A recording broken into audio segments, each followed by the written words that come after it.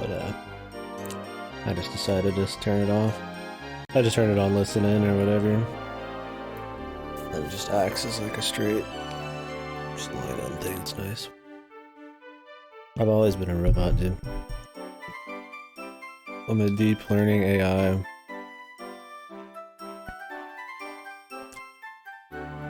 Made to learn about human conversation and for some reason lots of video games.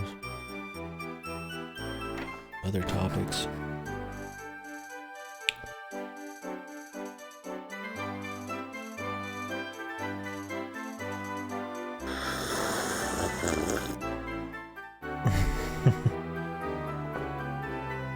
Slurping grosses some people out. It's when I was in Japan, they were like supposed to slurp the fuck out of everything. I don't mind slurping really. Dude, I was watching somebody play and they were going for Denmark and all that shit. It's crazy seeing one of those that's actually really hard to like just keep like a relatively just like okay sizable place just in check without just losing it and fucking up. I feel like you'd have to get really good to even try world domination.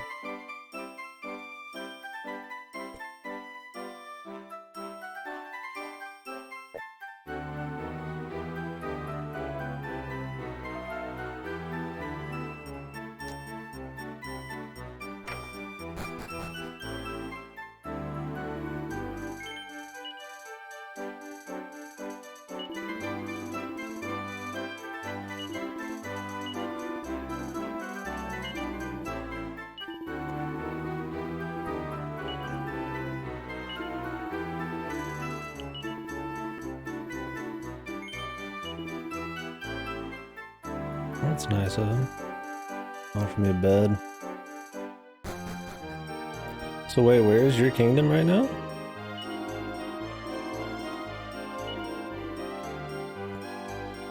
Come on in and sleep in our son's and dead son's bed. Crocky! What's with all the fucking, the Balkans? Okay. What's with all the fucking, Dragon Quest games now being like super... They're either like Aussies or like just like hardcore like Brits, man. I always want to just joke around about the accents and stuff. Crocky.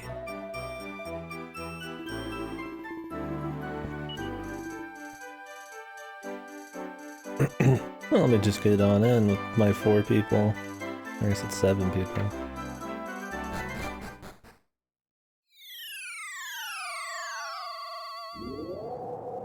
Dude, the flying bed.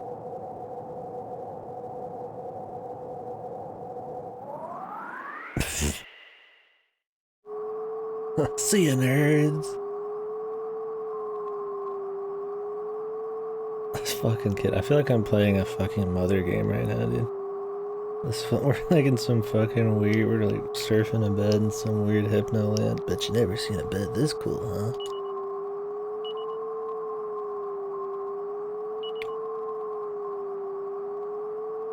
Good old Matt, dude.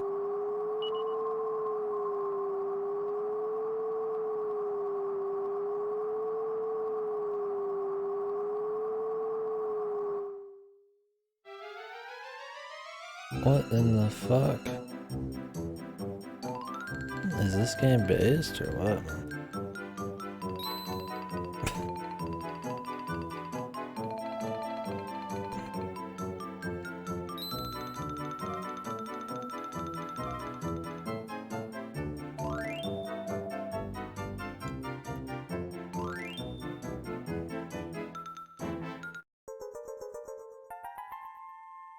A flying bed, dude.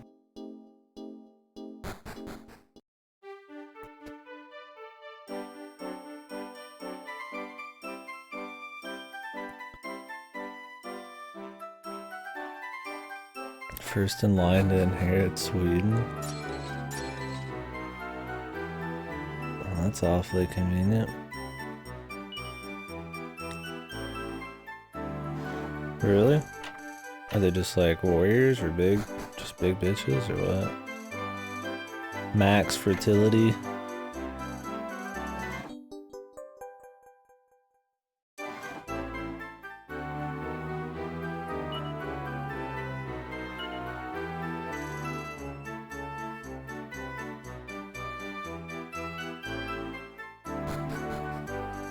Good old Matt, man. What a cool kid. Really? Huh. That's a pretty neat little trait. God bless the Amazonians.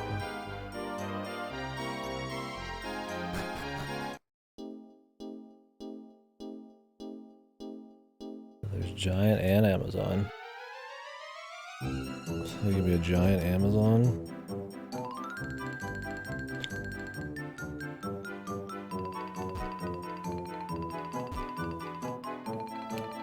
Okay, so this is like the magic carpet.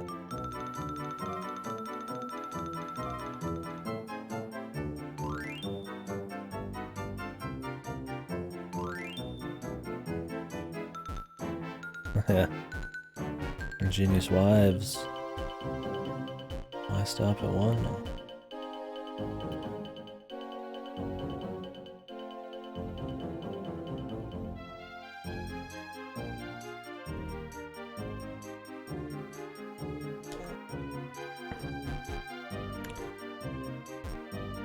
So how many layers of inbreeding are you on, Clitson? You're playing Crusader Kings after all.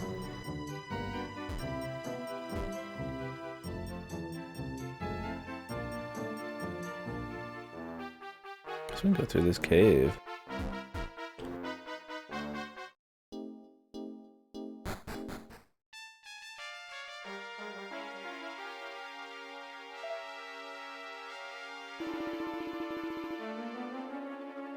Purely on traits.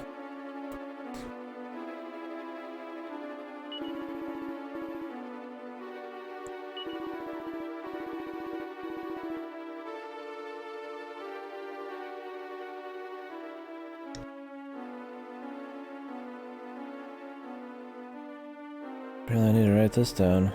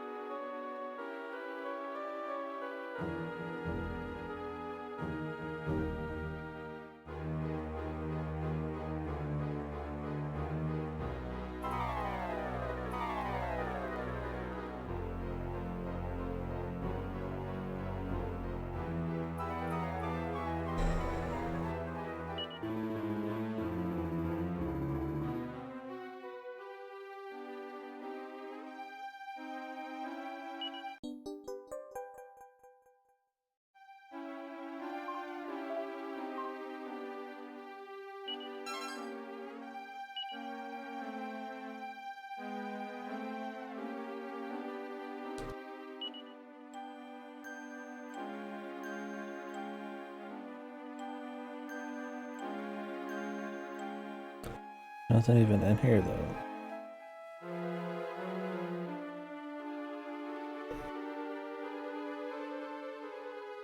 Maybe this area in the dream world? Which I can't get to yet, so I have to save that for later.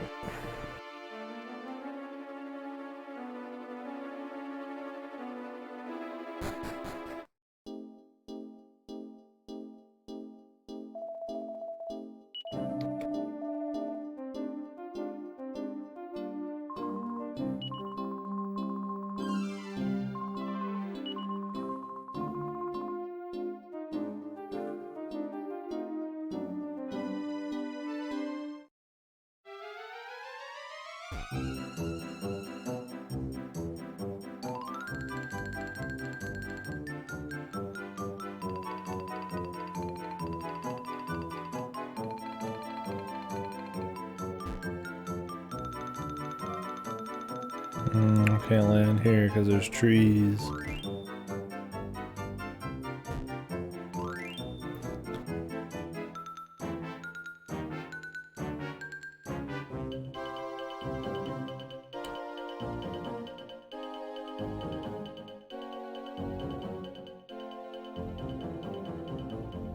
Oh, we could go to this staircase.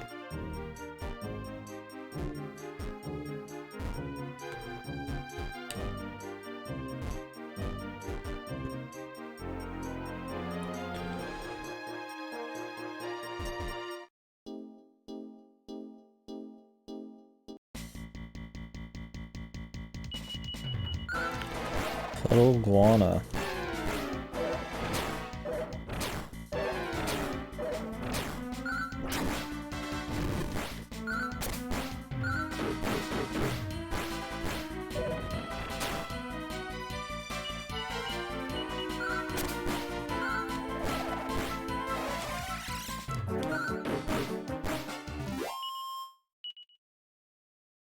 Because they use fuddle that way.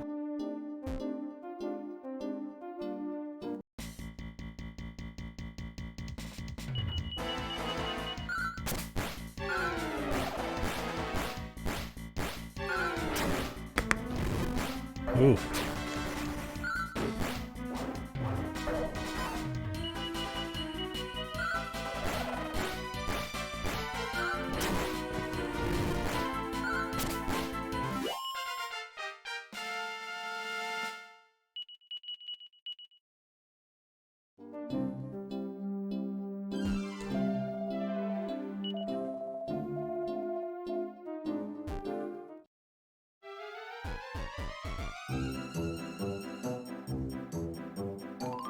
I have to just remember I've never been to this.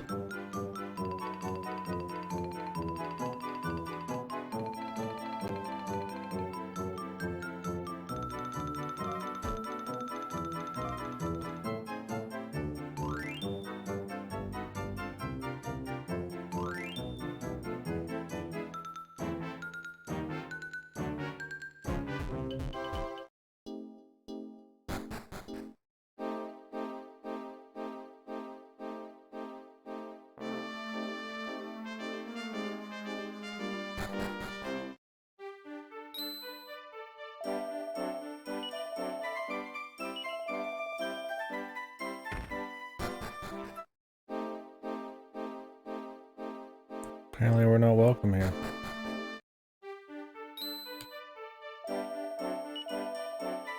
You can see somebody's statue back there too.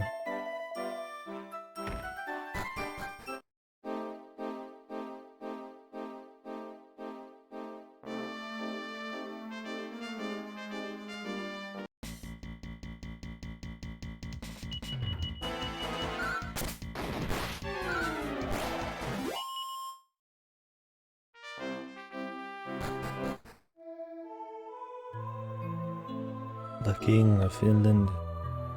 Might as well be the king of the world. A lot of graves here.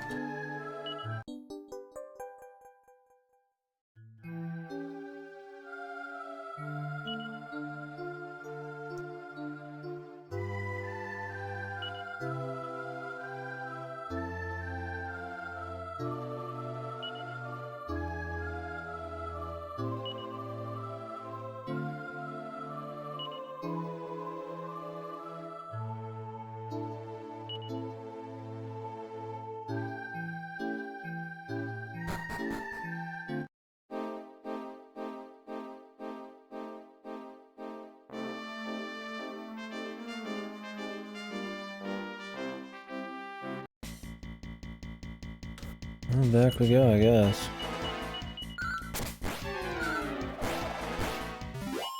What is that? Just getting all the same stuff as them, or?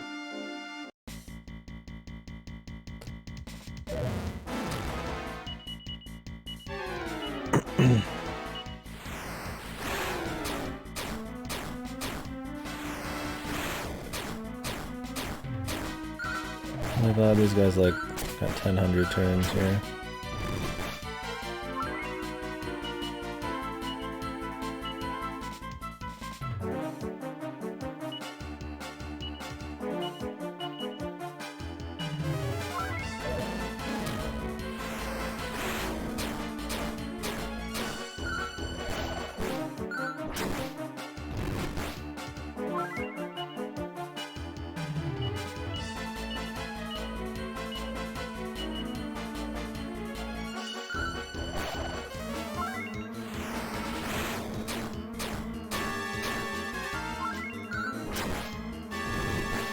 Oh, okay.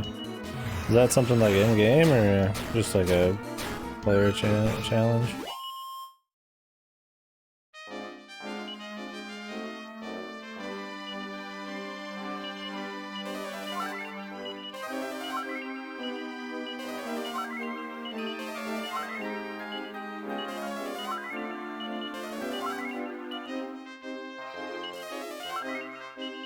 Oh, it's an actual thing. That's pretty cool.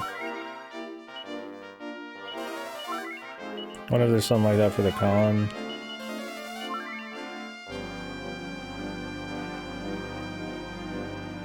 I don't remember what time period con is though.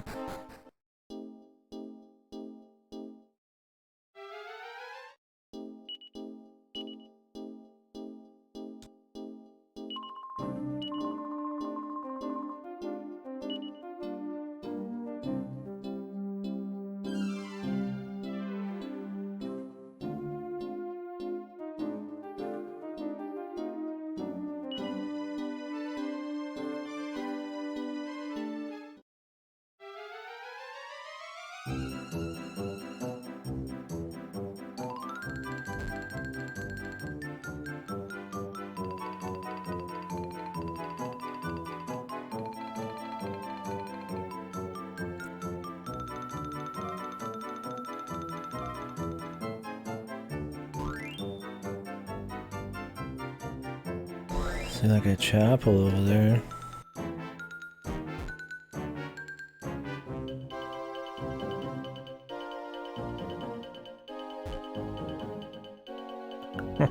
Well, there's like tree lines placed purposely to just not let you in, dude. That looks so silly sometimes. Dude, the problem with this whole thing is I'm gonna be able to like... So I can go there, what the hell? I'm gonna be able to like discover these places on the map but not actually go in, and I'm gonna have to remember which places I've been in, which I haven't. It'd be cool if someday I ever got to actually go first in a single fucking fight, man. I love being like the last man.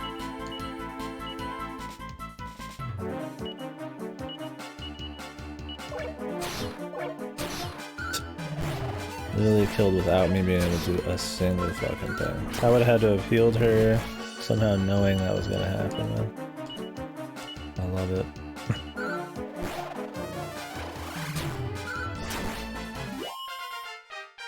My favorite.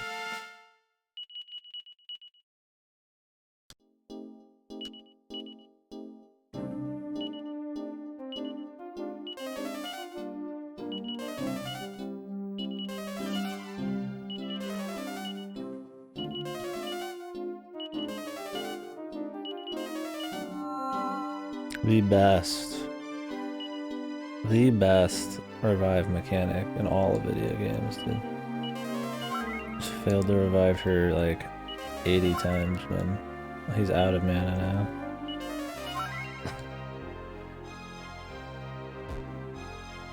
People say 867 is like easier to manage because everything's a lot smaller. Or in the later one, you've got like the Holy Roman Empire already like the con shit, like already like half the world. But who knows?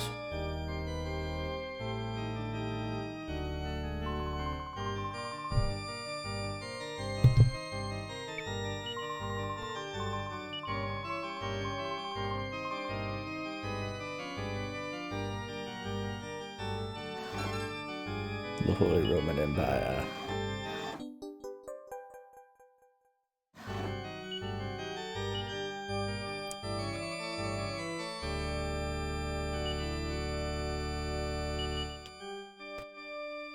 The end times.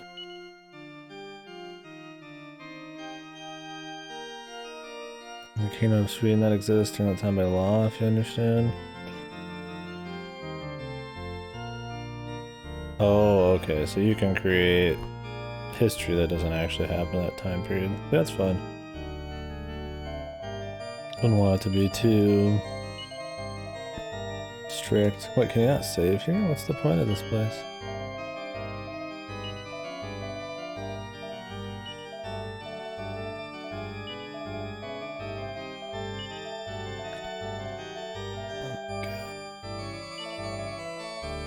What? Why am I here? Waste of time. Literally just a waste. Nothing out of it. Okay.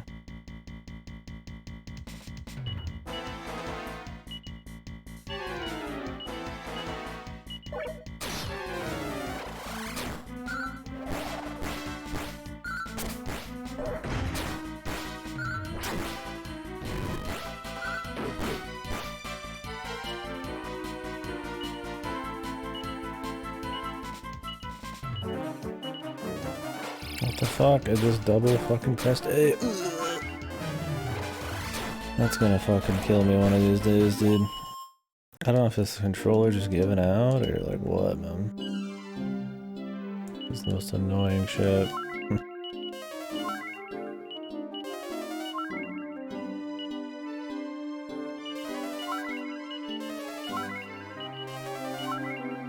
All the reforms.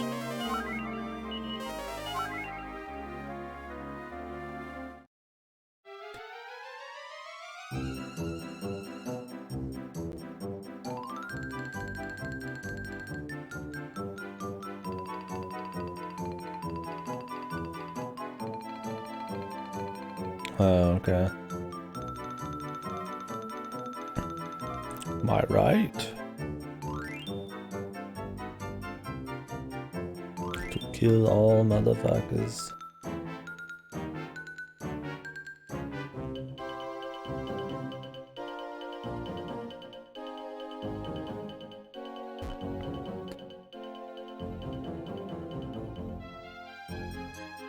If I fall down there with the bed, do I just like get to use the bed in the other world?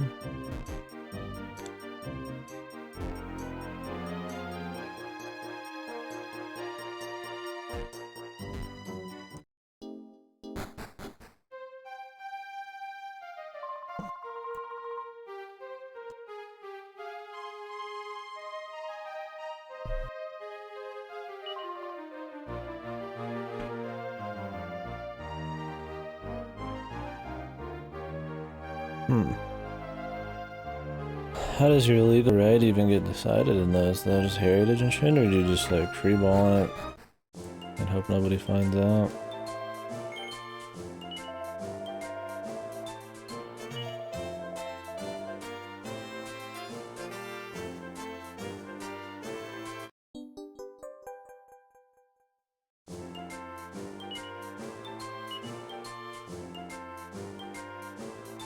Dream cards.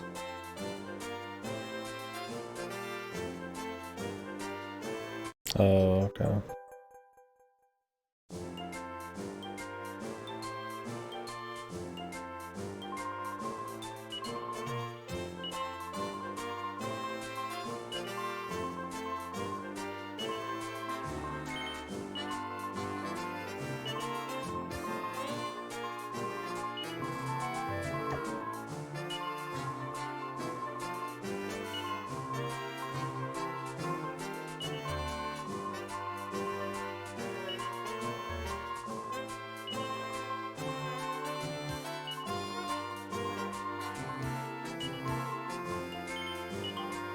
Is this an online thing?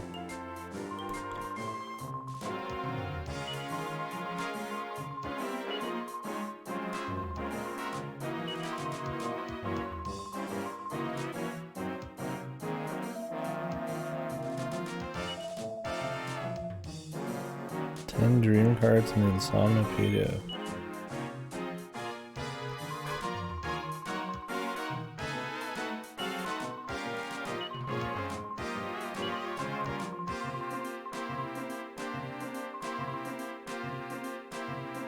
Choose an appearance.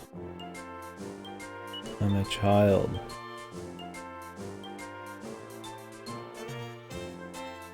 I'm a bitch child. I'm a preschooler. My hobby is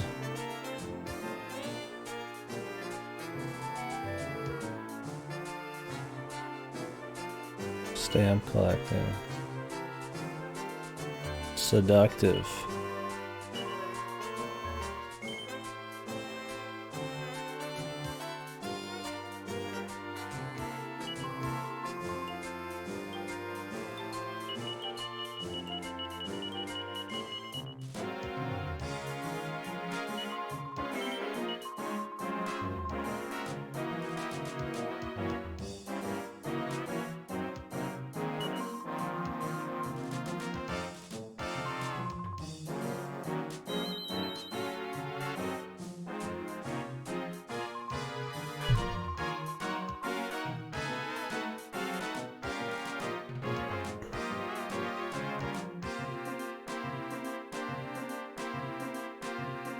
Oh, okay, yeah.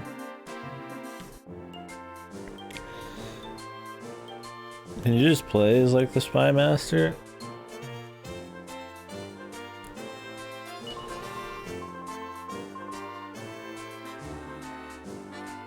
I imagine when you get different ranks, you get different kind of gameplay. I thought you could when I was watching CK3 earlier.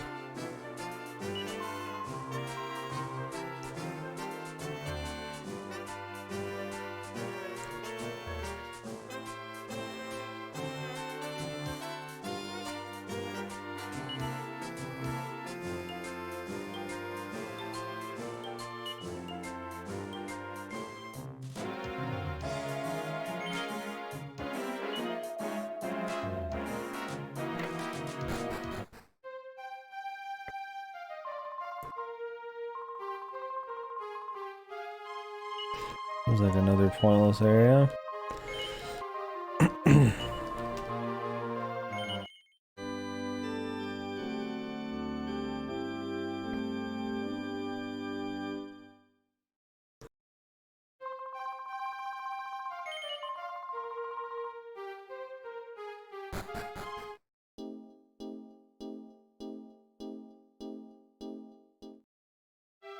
Yeah, it seems cool. I've watched a healthy bit in the last couple days. But there's a lot to learn, so don't know everything.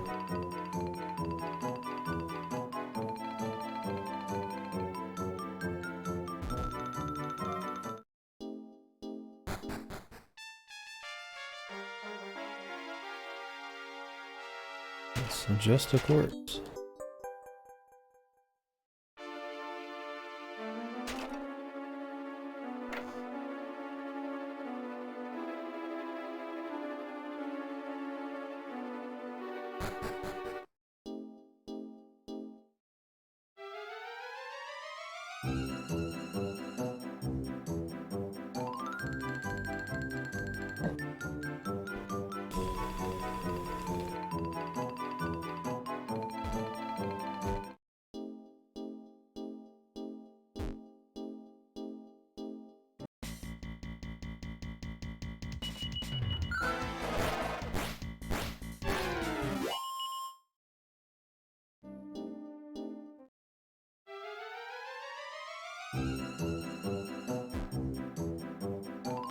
The well.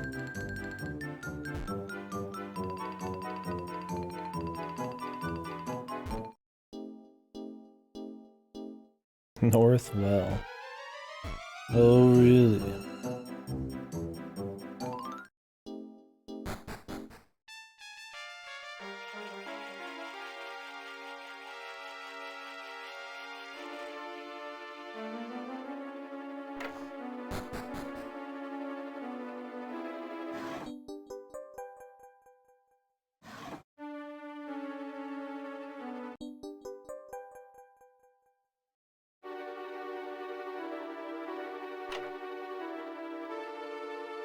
Sunset Invasion.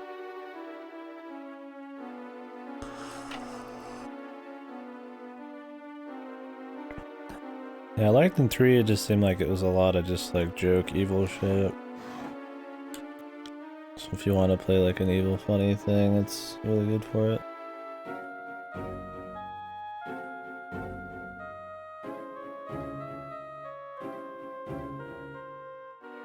The Aztecs come over the sea and attack Europe.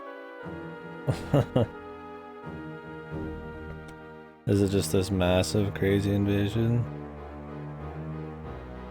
And they're fucking like sacrificing people and shit.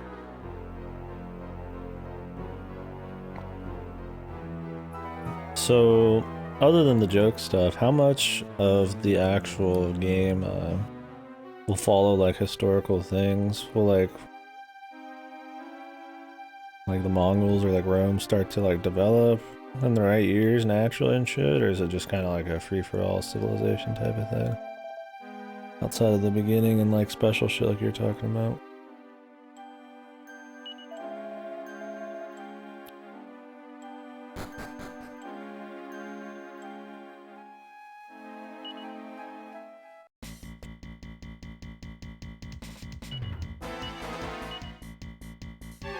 Oh, cut off? I was asking how much of actual history will it follow yearly? Like, will the Roman Empire and all that develop on its own and shit, or is it just kind of a free-for-all like in Civilization? Other than the joke, crazy shit like the Aztecs and stuff running in.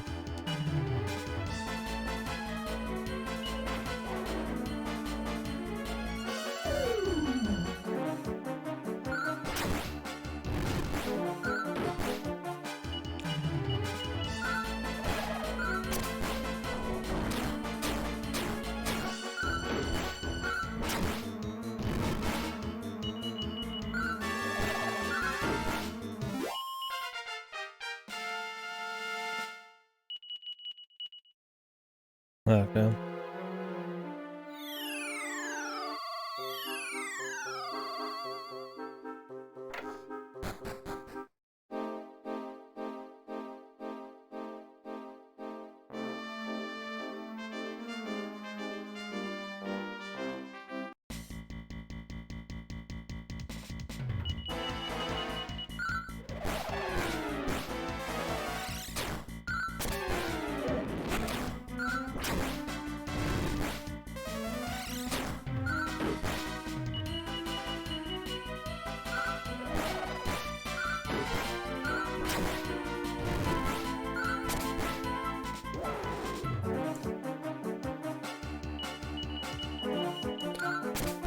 I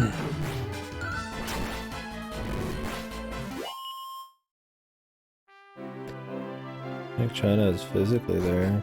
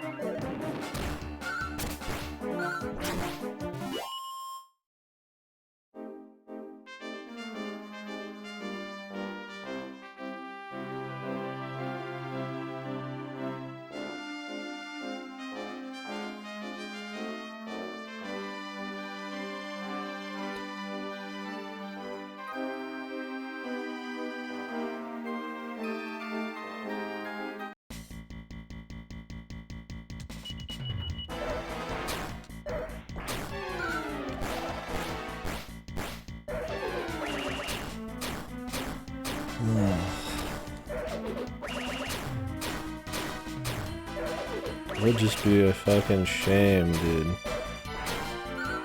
if in Dragon Quest you ever got the first turn ever. Jesus. I would just really hate that. If every single enemy gets attacked 10 times before I get to fucking throw out like one fucking piddly diddly little heal.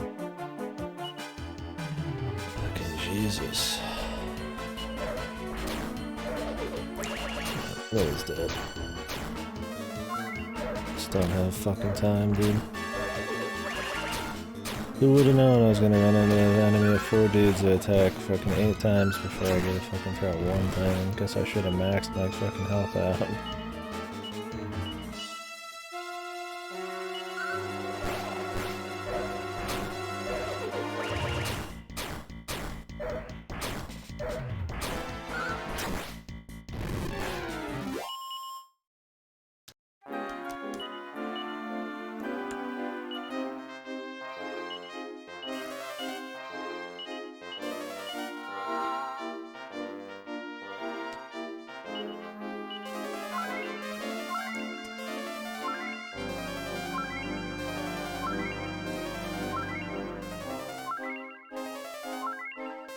Oh, yeah. I've heard that a lot. Betsy was talking about that too.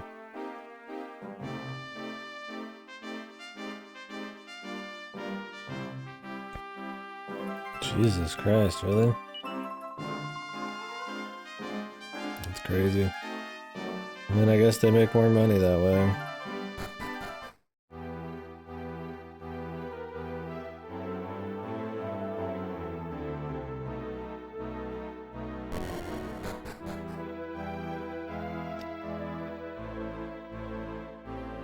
Can I fucking rest here, dude?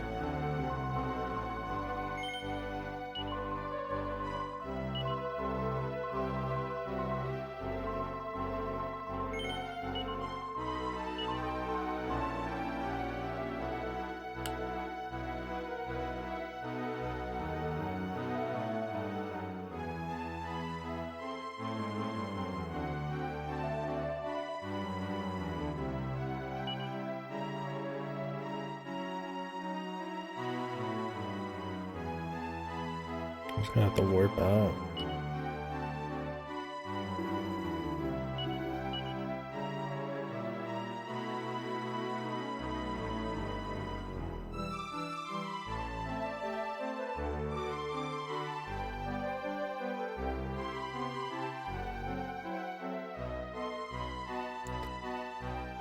Oh, for sure. And if it's not their first time doing it, it's no accident.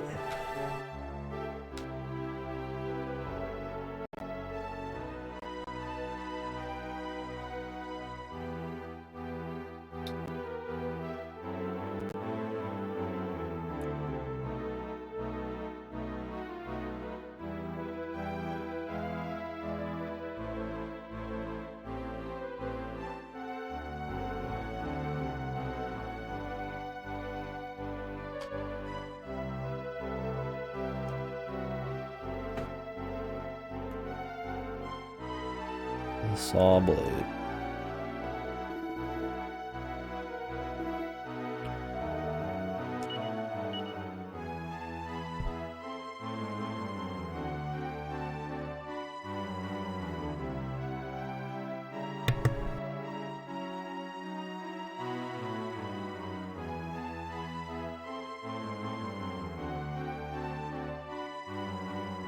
I'm gonna just buy these magic shields. I've been pushing them for so long. Get these heavy armors. Yeah, well, that's the thing. People don't pay as much attention to like Paradox. Let's be real. Not the most mainstream game company, even if they do have their fans.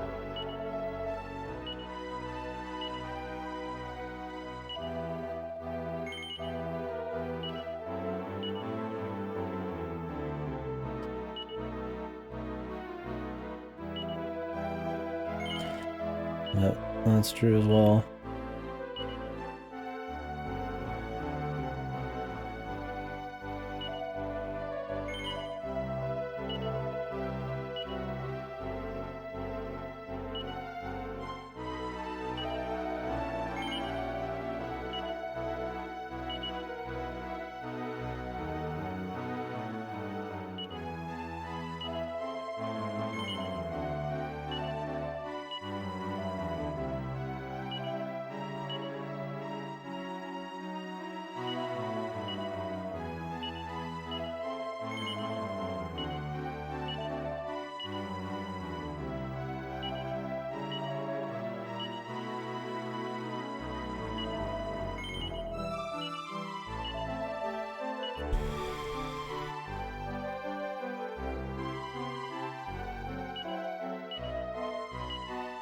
Subscription model?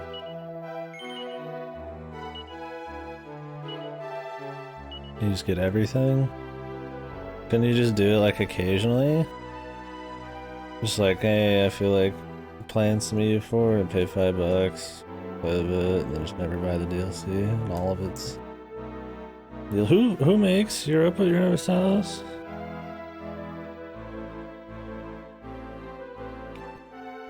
Is that a Paradox again as well?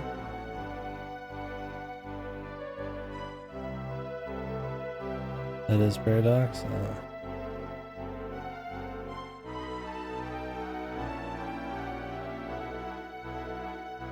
They're all Paradox all the way down.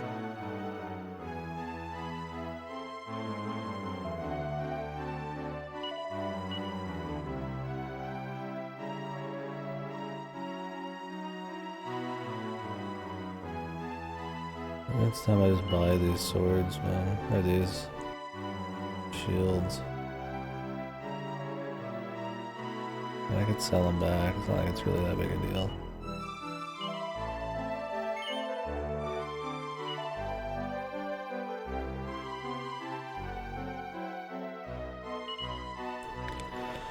Yeah, it's like good and bad.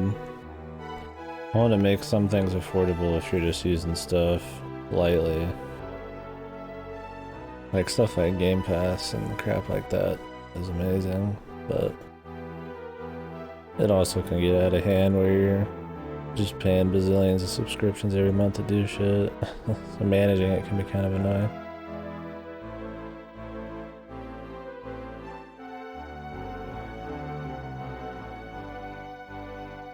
I do wish there was more affordable options to just buy everything. From like Photoshop or something.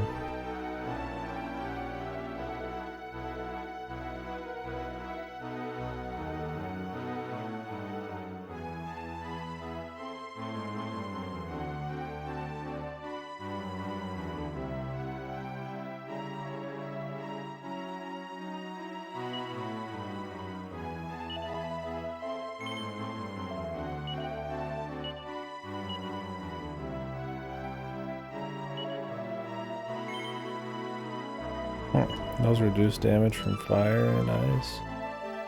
I'm not even gonna buy new ones then.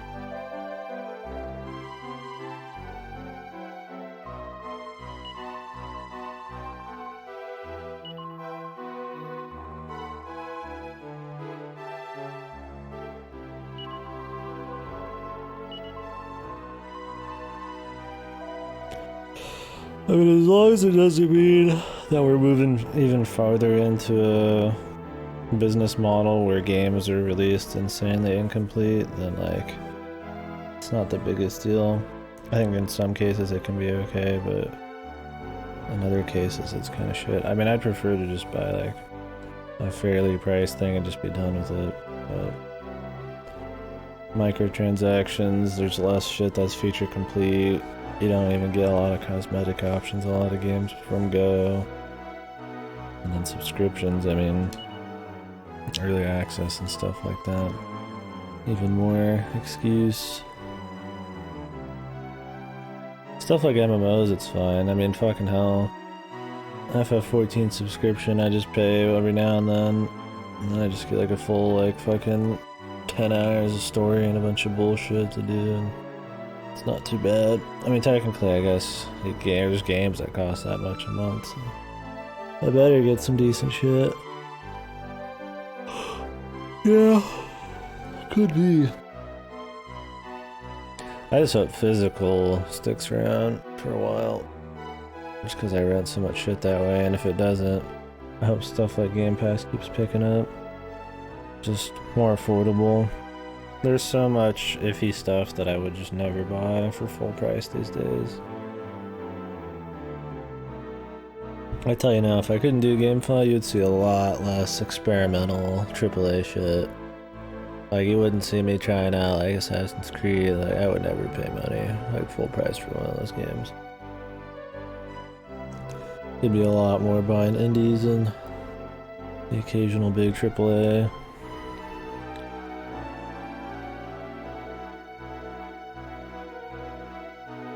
They own what I buy? Yeah.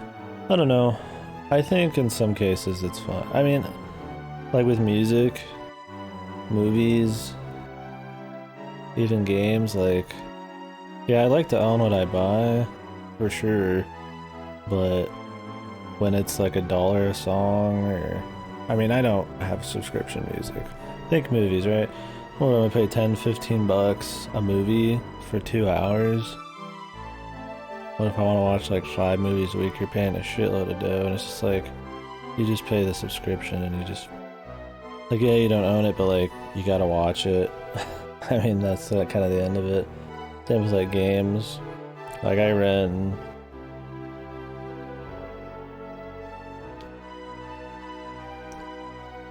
you know, do stuff like Game Pass for games, and it just, I mean, it just saves a lot. As long as I always have the option to buy everything, I think having a subscription model to curb costs at my own choice is fine. If it's like I can't play this game without subscribing to it, that's a little more iffy, for sure. Like you can't get Photoshop without subscribing. But if it's like GameFly or Game Pass, and you're just paying for the ability to play cheaper, but not own, like, I think that's a fine choice. Because I'll tell you right now, I would have zero money a long time ago if I didn't have subscription-based shit like that. It saves me insane amounts of money. And I'm not sitting here like pirating shit, so.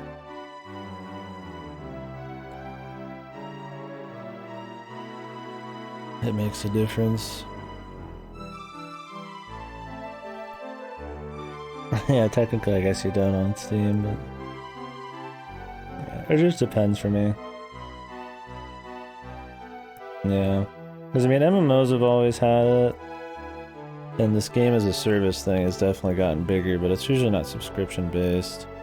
I mean, it's just like a lot of microtransactions where it's, I mean, it's not, it really is more expensive than a subscription model, but once you buy it, you're kind of done with it. I'd be curious how subscription-based stuff like, you know, Europa, I mean, what single-player games and shit are purely subscription-based? Like, you can't just buy it. Like, there's not really anything. As long as you had the option to buy, and in the future, when they stopped supporting it, they made sure everything was available. That'd be one thing.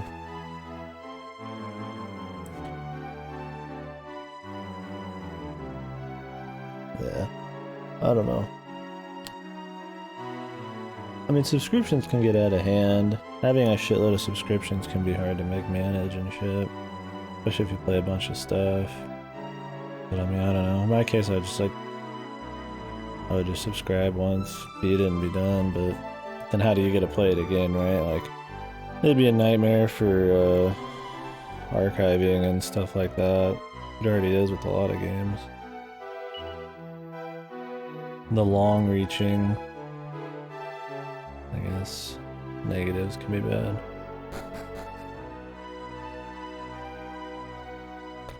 I don't know. I think subscription models done right are not inherently wrong. I've benefited quite a bit.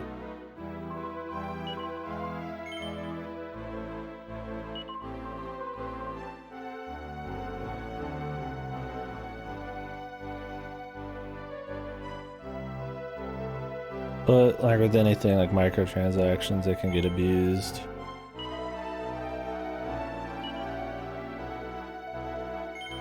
I guess.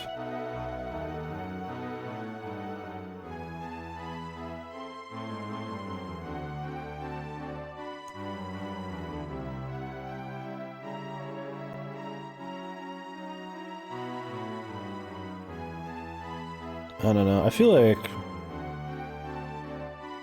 how would they get abused, really?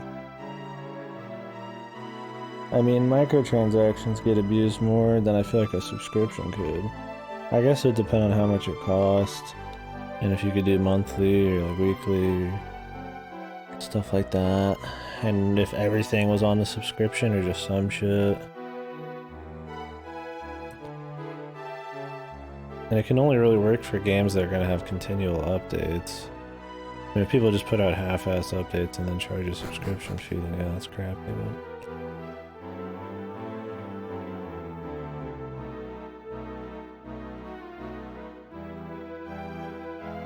Microtransactions can get abused harder because you can just take out shit that used to be included in normal game development and just ask for some of that on the side. And now that people are like apologists for fucking microtransactions, you can just remove inconsequential, like non-imperative gameplay stuff like cosmetics and costumes and always make that a microtransaction. People are okay with it. I consider that a very important thing. I don't know, maybe I'm just like chucking the Barbie doll dress up, but I've always considered aesthetics super important, like costumes and stuff. But it's just accepted that it's not that important now, so people, it's abused that people can just pay for it. And, you know, you can buy cheats and all that shit, and DLC is like, I mean, they'll charge huge amounts. I mean, if you compare a base game to like DLCs and stuff, like an Assassin's Creed, right? 20 to 25 bucks for like a 5 to 6 hour DLC when the main game's like 80 plus, right? I mean, they're making ratio-wise insane money off that. Like, subscriptions are bad, like, down the line.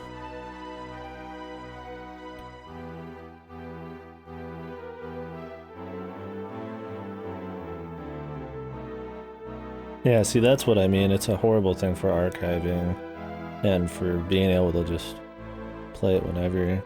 If it was purely subscription based. I think having a subscription alternative is fine.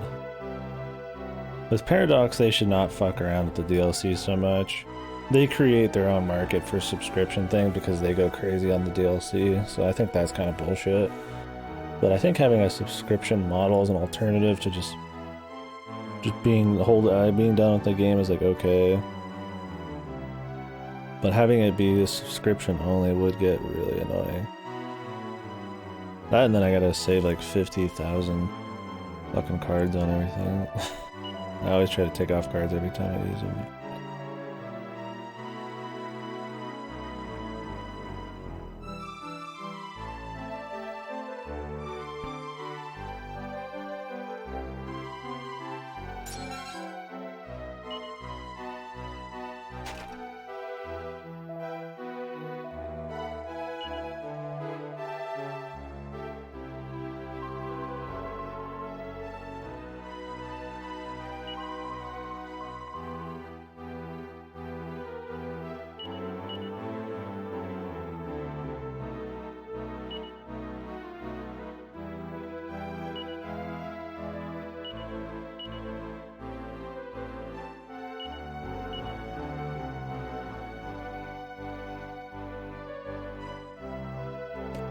Yeah, for sure.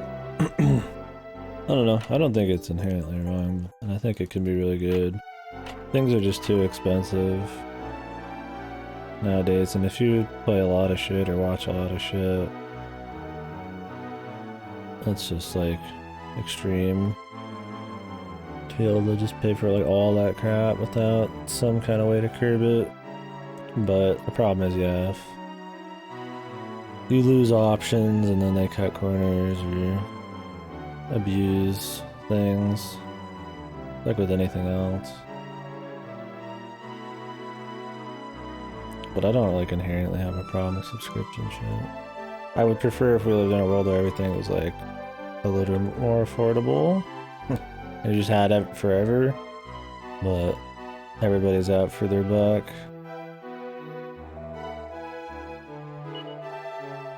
Even if they've made plenty, they just gotta make more and more.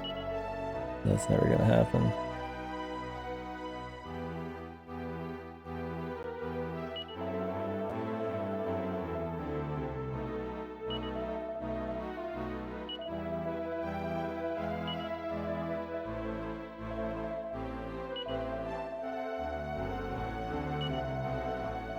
Oh, for sure they will. I mean, haven't they already announced next gen?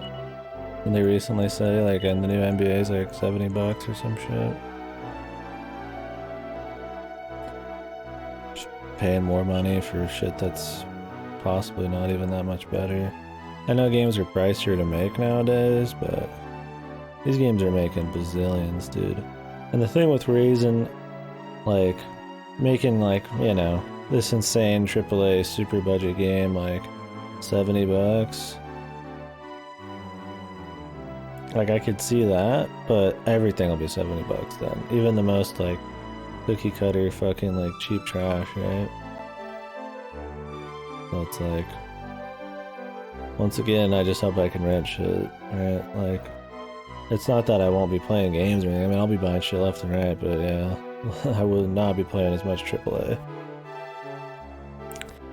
Like, there's been some cool stuff I've seen and gotten out of a lot of AAA stuff lately, and if this was like my job, then sure, I'd be buying stuff and left and right to stay relevant and shit, but no, I ain't going in the red to play like The Last of Us or Ghost of Tsushima or some shit.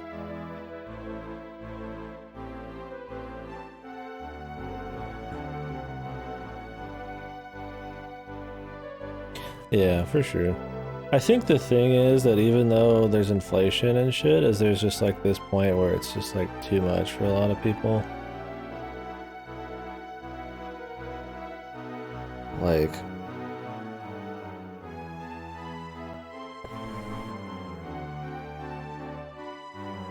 Like 60 to 70 bucks. Like $7 is already like, I mean, it's a good chunk.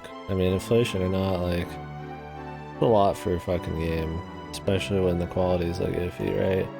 And then you can go get like an indie, which those have risen in price, but you can still get like, you know, indies from $5 to $40 that provide the same or better experiences, and it's just like, it's really, I feel like as a consumer, like, kind of hard to justify unless you're just your Mr. Moneybags.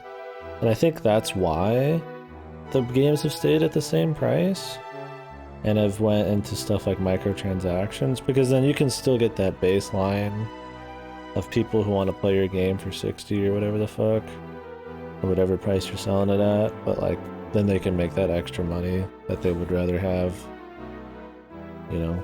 Instead of making their game 70 or 80 bucks, they can like curb the prices by doing microtransactions. And don't they make more money for microtransactions in certain game models anyways? Or most game models. I mean, I know some games don't have microtransactions, but I imagine those games are insanely worried about squeezing money if they're not gonna have microtransactions anyways.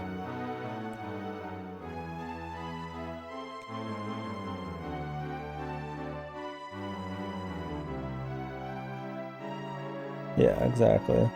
And it depends on where you live for sure. Like out here it's cheap, but if I was living like California or something, like yeah, you'd be fucked. Or like Colorado at this point. Like, I don't know. It's one of those deals, it's just like I don't like how everything can get abused with microtransactions, but would I rather have a world where my skins and like a bunch of little DLCs added to a game, but I can still buy the game for cheap? Like, I think I'd rather have a world with microtransactions than a world where I have to pay like $100+ to just get in, right? So it's kind of a weird thing. It's case by case. And obviously there's bad and good examples. The same with subscription shit.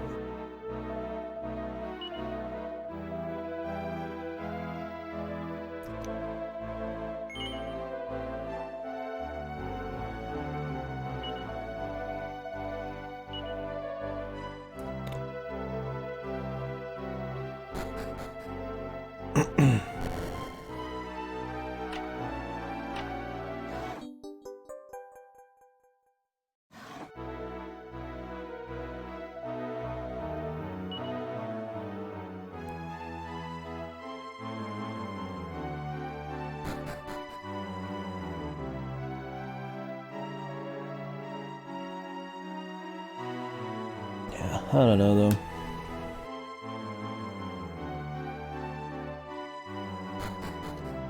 It just depends on how things are abused, but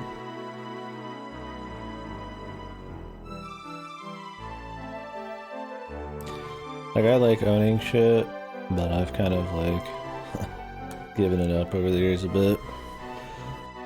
Like, I gotta play it. I still have the memories of all that shit, and I could play it again. As long as there's always an option to be able to play it again or buy it later or something. It's like, I'd prefer just to be cheaper.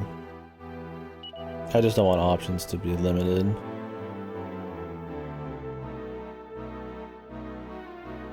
Oh, exactly, yeah, I'd have to be making bank, I mean, I could still play games forever, non-stop, even stuff that's, you know, significant nowadays, or was. There's plenty of cheap ways, I mean, to do it, I do. I mean, I could just play old stuff, or fucking play indie stuff all the time on a relatively okay budget. But yeah, jumping into the $60 ones on release, I would definitely wait a bit. I'd probably be behind a good while. I'd wait for big sales, and a lot of games I wouldn't touch. I already don't touch a lot of those. Like, you'd never see me get a Far Cry game, that kind of shit, right? Like, that wouldn't change. Yeah. I don't know. That's why I like having like game plan shit. It's very useful. Yeah. I don't think AAA is a bad thing. I mean, I think Western AAA is definitely not at its highest point, but I'm interested in them still. But yeah, it's one of those deals that if I had to be real with myself and I had to pay that money instead of just renting, my standards would be very different, right? Because I'll play stuff that I'm like going into and I expect it to be shit, right? Like, I would not probably do that very often for high prices or something. Like renting this VN Alcon or whatever, it's probably like a $40-50 VN. Like, I wouldn't touch it normally, right? It's like, I'm good. Got other shit to do.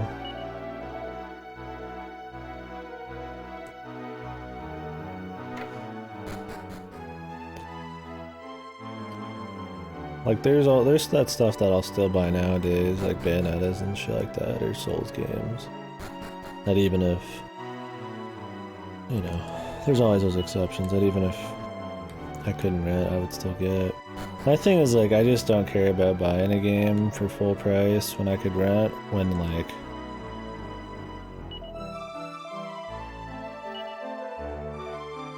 I'm just gonna play it once, right? Like, the stream is not I just play the same game 100 times kind of thing. Like, I'm jumping between ship non-stop. And the stuff you do see me come back to, I do buy, like Monster Hunter World, you know, Final Fantasy. I play a lot of my old stuff, GameCube and all that, or I play Bloodborne a lot. I own Bloodborne. It's like, I'm real with myself. Like, I know what I'm gonna play a lot. And there's no point in me buying something that I'm just gonna play once if I can do it another way. And I can just buy them later. And like you said, like, that's the problem. I can buy them later. If there was a point where I couldn't buy them later, you just have to subscribe. And then they could be gone, like, that's bad.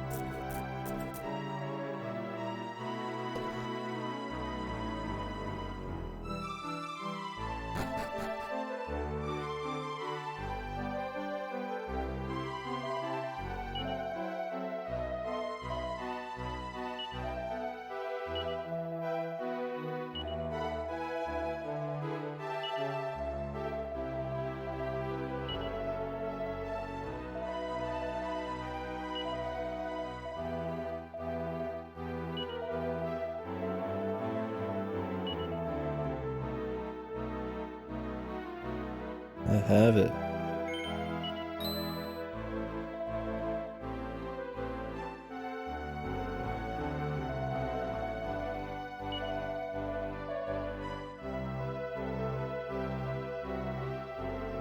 That's always a good feeling in a game, right? He's like, please bring me this thing that I already got it, pal. Which you should always have at this point. It's required like 10 hours ago.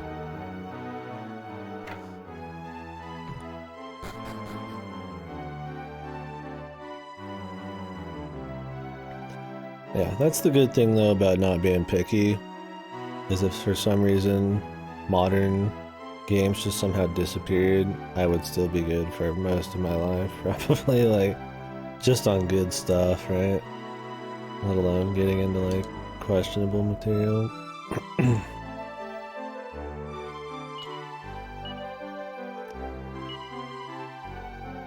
And that's all relatively cheap.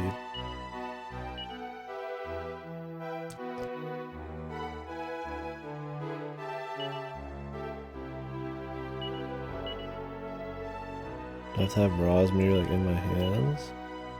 Okay, let's take it closer. The terrifying sorcerer.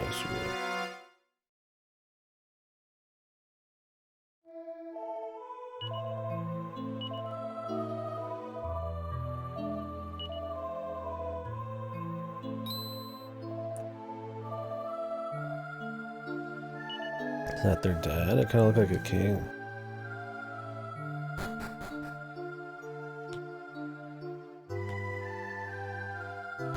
I do like this one, kind of has these little episodic stories. I liked that about 3 too, and I'm surprised 4 and 5 didn't have much of it. I already forgot most of 4. 4 kind of fucking sucked. Why is 4 like so much, man? I don't fucking get it, man. Maybe it was the fun thing. Maybe it just fucking tainted me.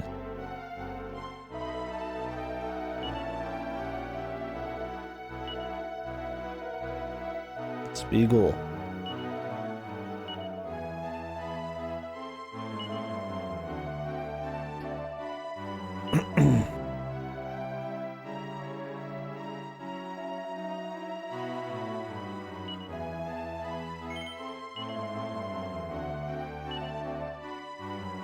Where is he though?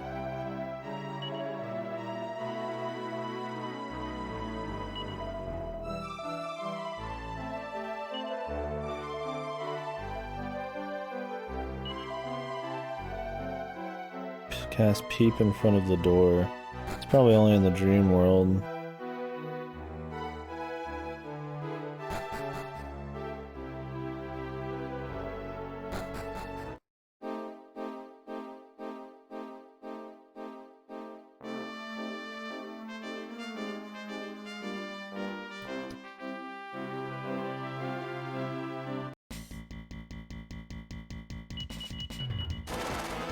Zaibatsu.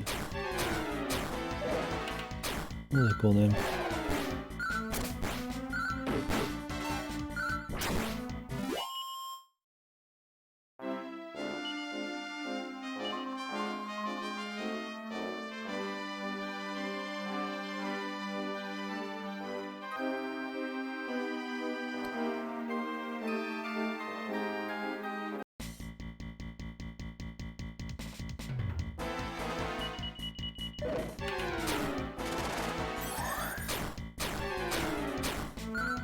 Could be, I've only watched a bit of GTA 1 and 2.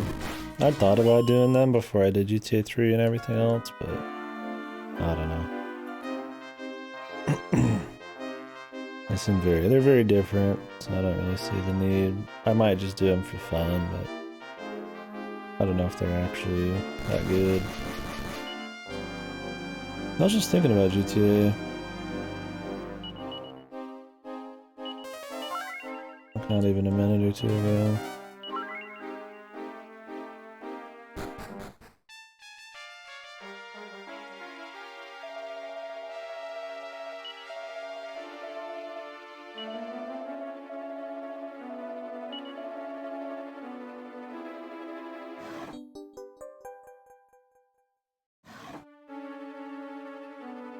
No, if they're a game company, there's a good chance, right?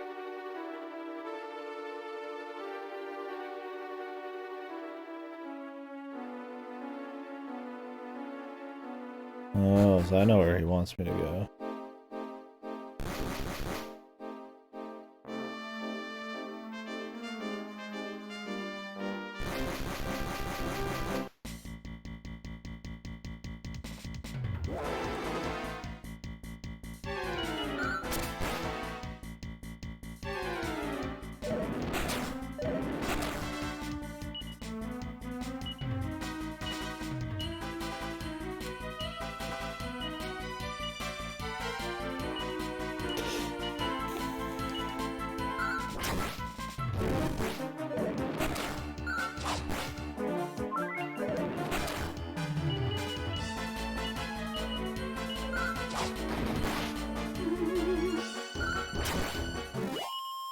Yeah, dude. Good luck, man.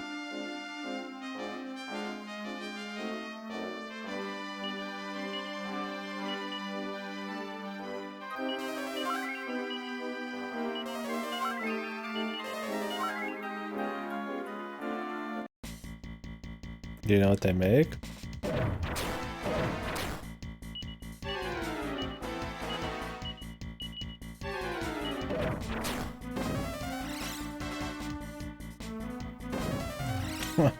Prevented from casting spells. Does that mean the staff doesn't work? Okay, it does work.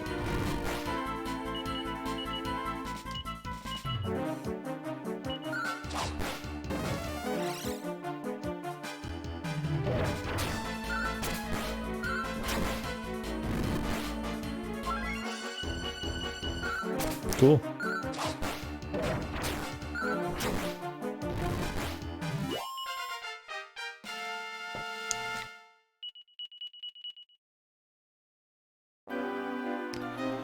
Popular market.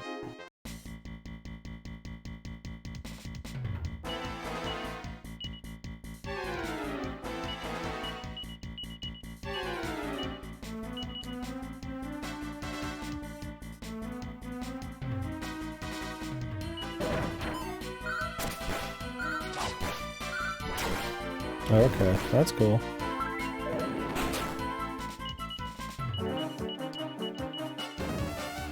Saibatsu sounds like such a familiar name.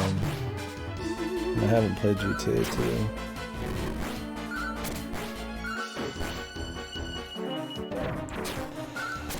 2. Like I've heard it in some game before. I don't know if it's like you said, business term or something.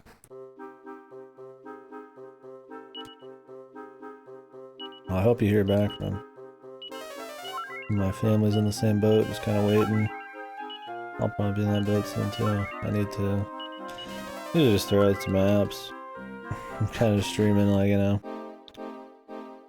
Stream's not gonna just magically, like, pick up enough. I mean, everybody's nice enough on the stream that I can afford to just pay for everything here, but I'd rather live on my own.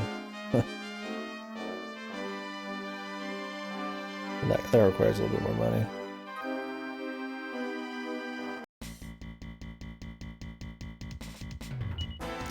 And I still got a little bit of dough, but that's because I didn't move because of money.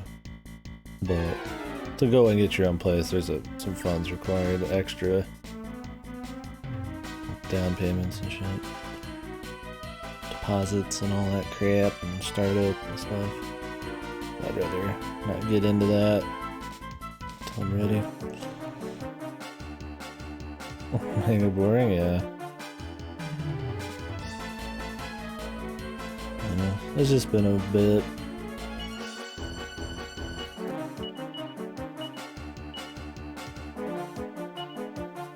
Once I kind of just get started on it, it won't really be like an issue, but...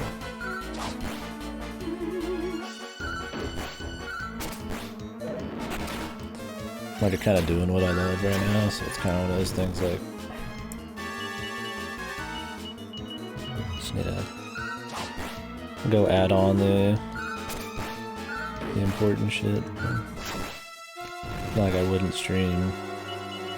I was working at Wally at the warehouse for 2 years. I mean, I stream all the time still.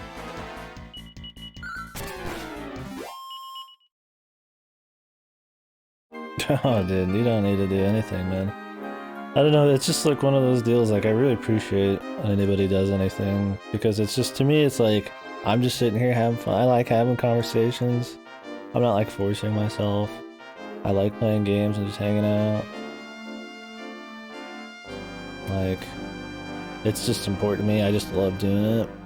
So it's like, when people feel they want to like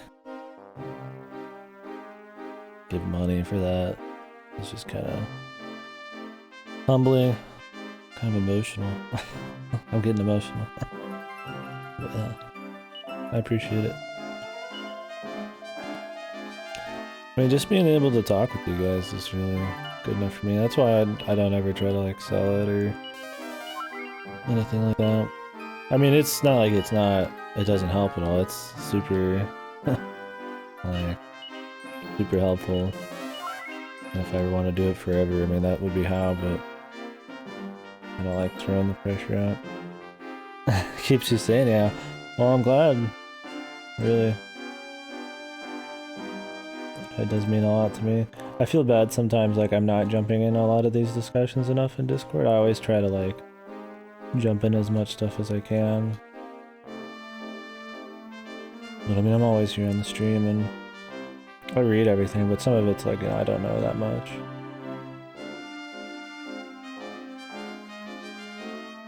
But I don't want to just like reply to stuff on in a surface level way.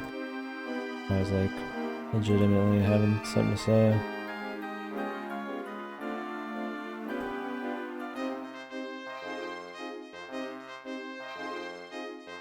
Anyways.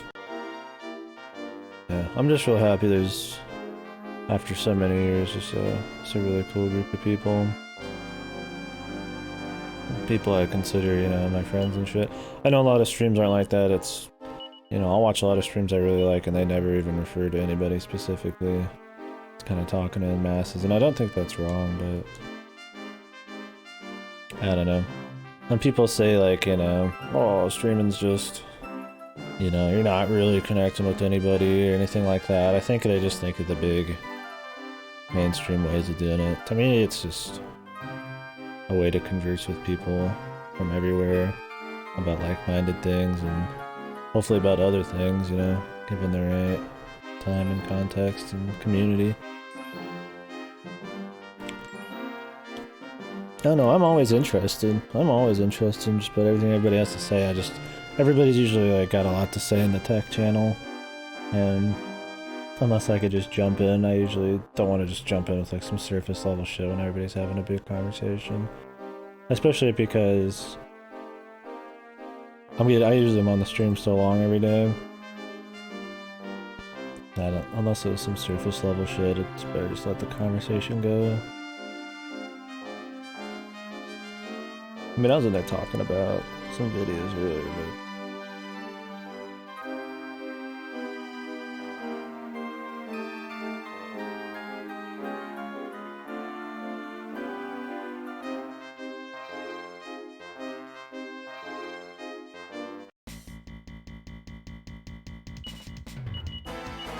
ugh, these guys, dude.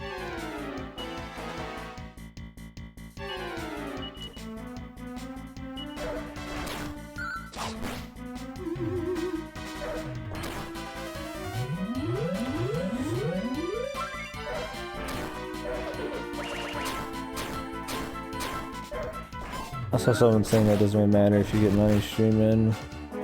Like, what context? Like, you don't make enough from streaming, like nobody makes enough from streaming for it to ever truly matter, or like...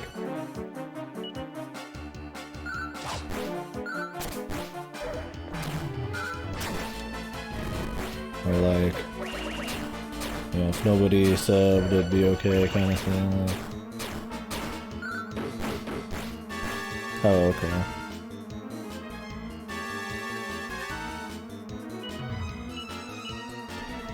I mean, I don't know, I guess it just depends on what he means by that, but yeah, I mean, for me it's like, for me it's all about the fun of it and just enjoying it, but, and I would never want to sell out, which is a big reason the stream is probably, I mean, you could consider it embarrassing almost that I've streamed for 8 years and, you know, not made it, but I think a lot of that's just because I don't really like pushing that, selling out. I don't have like a market that's super interesting to your average dude on the surface, because it's more about conversation and like getting into mediums and talking and stuff.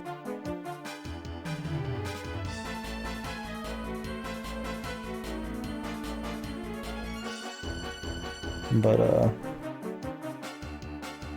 I would never say like I'm not like ignorant, like I would never sell out, but I'm not like, I mean, people giving like money and shit is always important. I don't know. Even if it's not like necessary to survive or anything, I don't know. Just for me, it's just the act is super important, and that maybe at some point you could just do that all the time, right? Like that's even if you're living super cheap. I mean, for me, it's like a passion, right? Like, I mean, this is what I like doing. Like, maybe it's not fancy to people, but like this is it. This is what I mean. I could do this the rest of my life, and I'd be okay. I could just die. Like, a lot of people probably don't feel that about streaming and shit, because probably a lot of streamers aren't into like the conversation or getting into like the games on like any kind of extra level. But to me, I don't know. It's a lot more than just surface level fun.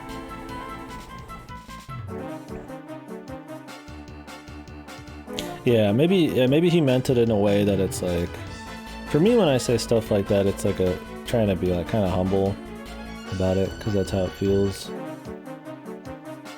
Like I never try to downplay how important it is when people do it, but I never want people to feel like it's required, kind of thing. So maybe he means it like that, I don't know.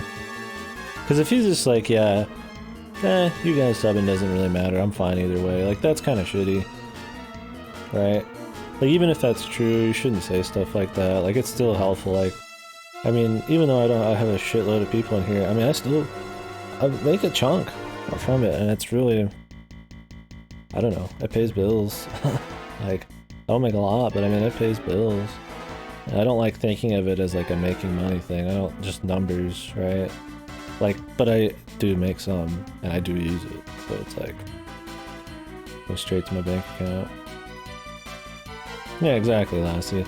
That's what I kind of mean, like, I don't sell out, but I don't think it's wrong to do some, like, humble sellout shit. Like, if I had the bounty board, I would play games on the bounty board, and Twitch just pays me just for playing them. Like, what's the deal, right? Like, I mean, it's dough, right? Like, I'm not changing, I would never change how I talk, how I act with people, the kinds of things I play, long-term or anything, but I'm not gonna pretend, yeah, like money has no importance. It's kind of...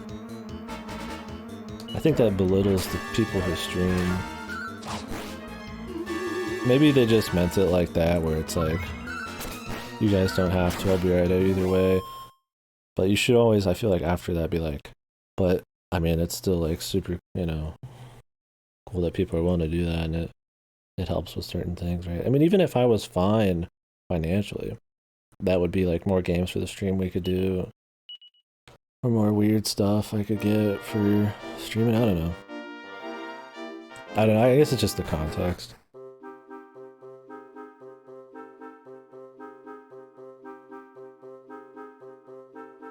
Yeah, to me, it's like when somebody subs, it's not just like dough, right?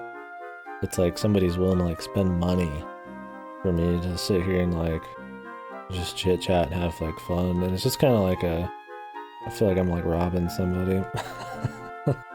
But I mean, I know it's not that way, and it's not, I don't feel like I'm like ripping people off, but it's just that kind of mentality that I don't, it's hard for me to do like anything else, like going and like advertising and shit, and I don't know. Like I've said a million times, I should find ways to try to like grow the stream just in kind of like a humble kind of way that doesn't ever kind of undermine the identity of the stream, but just so I could do it all the time.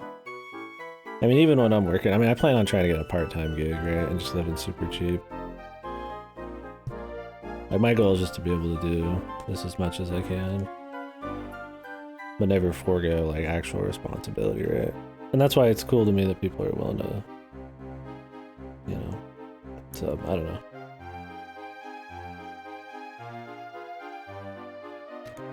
For me, it's like, it's important, but the most important thing for me is that people are willing to sit here and like talk to me and give a shit about the conversations or what's going on the screen. It's not that I don't think the sub shit is important, because I think it's crazy important and really cool, but obviously if you don't sub, I'm not gonna be mad.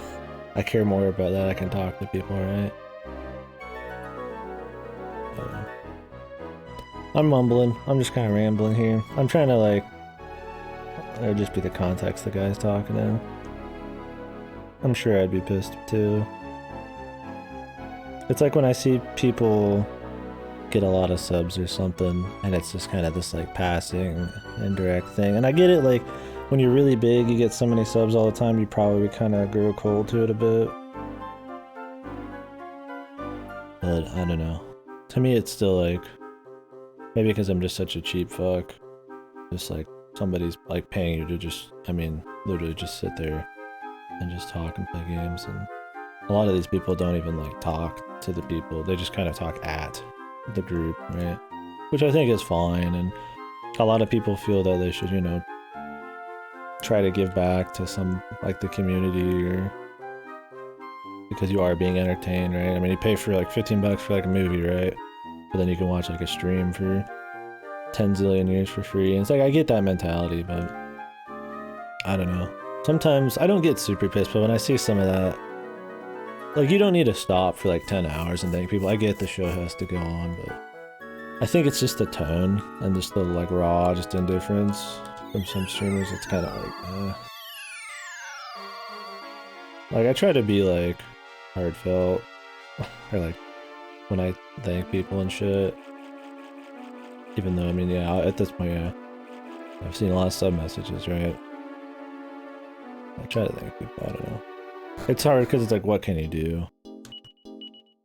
But I feel like in this stream, it's like, I'm always talking to people. So there's that, right?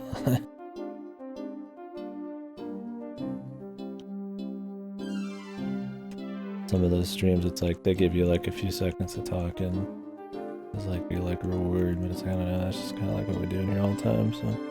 Who gets a pissy over entertainers, everything should be done for free, and if you expect to work for streaming or whatever, you're a greedy bastard, yeah. Yeah, I don't know. The sellout thing definitely, there's some stigma for sure. For me, it's less about wanting to do little things for dough. Like I said, like if somebody was like, I got like sponsored or some shit, and I just had to put a little thing on the stream, I would do it. What the fuck, it's not even a big deal. It doesn't destroy, like as long as I could still act the same, play the same things, do the things the same, just something little like that to just kind of keep doing what you do and all that kind of stuff. I think, you know, that stuff's fine. There's the bounty board. I play Kanagawa Jet Girls. I watched a streamer do that for 2 hours, sponsored. I was gonna play that shit anyways, right? Like, I mean, I could do that. You know, you get the game for free and then you play it for a couple hours, and you can't be like super shitty about it, but I mean, you can afterwards. And I just, you know, you do little things like that. I don't think that kind of stuff's a big deal, but for me, it's when I feel like the entire mentality of how you interact with everybody is about making money.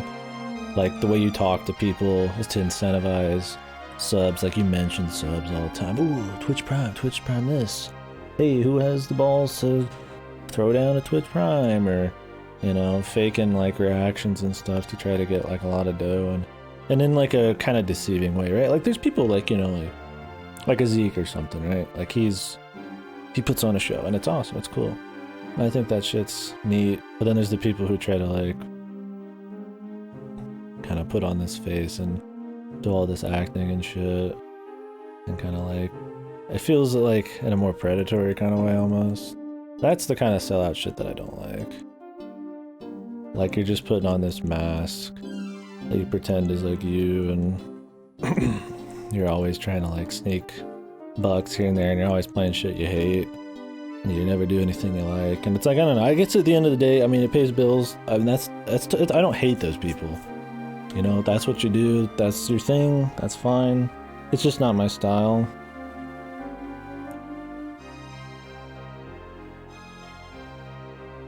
And I just think, I don't know, because subbing is like a charity thing, it's just people being just nice. I mean, it's literally just people, to me, it's like people are giving you money to just play games and talk.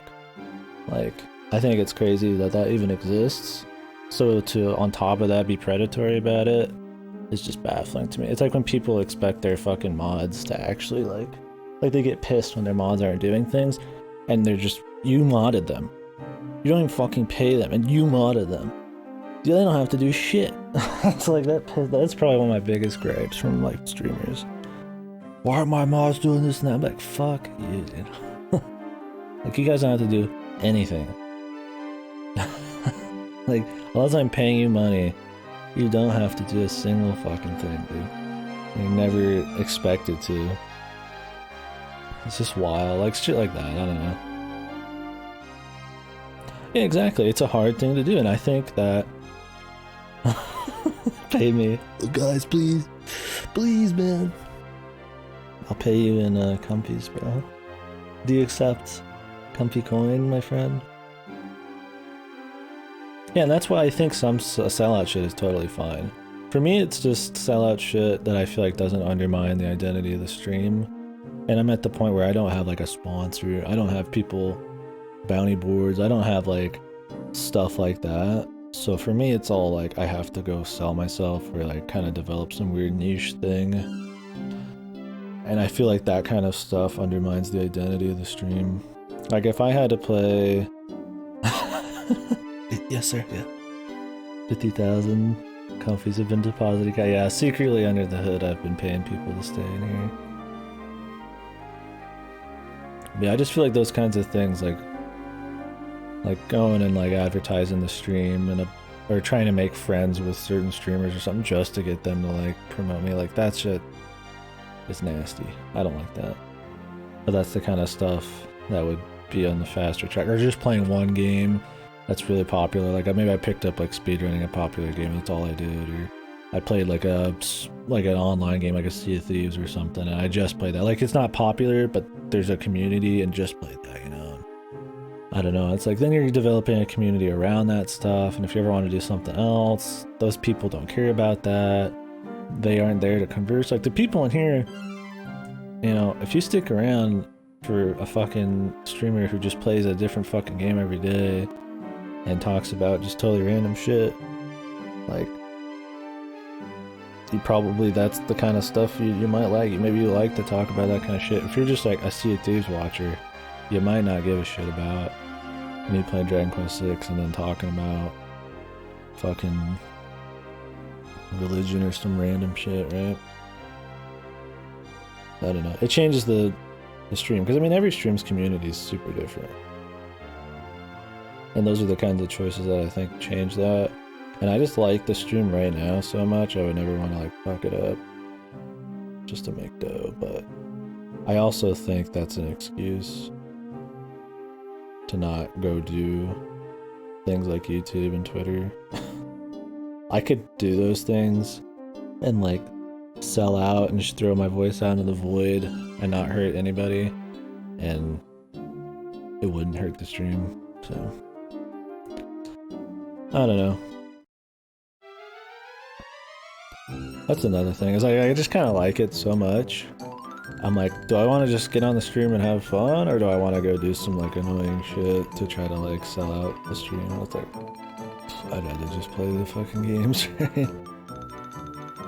That's always kind of the choice at the end of the day.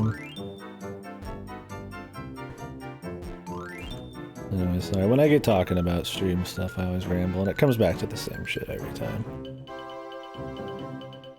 But yeah, point is, I don't think it's wrong to do things just for money on the stream. Certain things, right? I think it depends on how you treat your people who are there.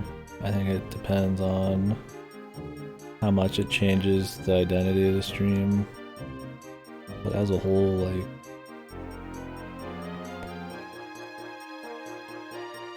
it's not inherently wrong to put like a fucking like Mountain Dew symbol above your camera, right? Like I don't think you as a streamer are like, fuck. It's like, it's just a little thing, right? It doesn't change what matters as the stream, right? What matters on a stream is not like what little things I got on my screen. It's about how I treat people and my mentality and what I do and stuff. But people do get angry about that shit.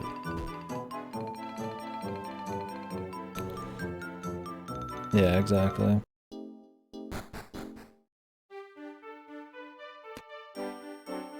Yeah, like I said, it just depends on how you treat it. Like you said, you know, the to-do remind everybody about Twitch Prime every 10 minutes, like that starts to be, for the streamer, it gets to be too much about money. You're doing it just for money. You're preying on people a bit, right? On people's goodwill. Because I think subbing and shit is like a goodwill thing. Like it feels less like paying for a service to me, and more just like people are just being cool. So I always feel like being tricky and trying to be subtle about getting people to sub and shit like that is like really predatory. And I get doing it a bit, like at the end of the stream, like, hey guys, you know, to be able to do this, I gotta occasionally mention this kind of shit, you know, I appreciate everybody subbing, and, you know, thanks a lot, it helps me, like, you know, pay the bills and shit like that, and like, you know, just saying it like that, like, you're not like asking them to sub, but you're saying it is important, and, you know, people would sub probably, and, like, I get that kind of shit, but like every 5 seconds making a joke about Twitch Prime or that kind of shit, and it's just like, I don't know.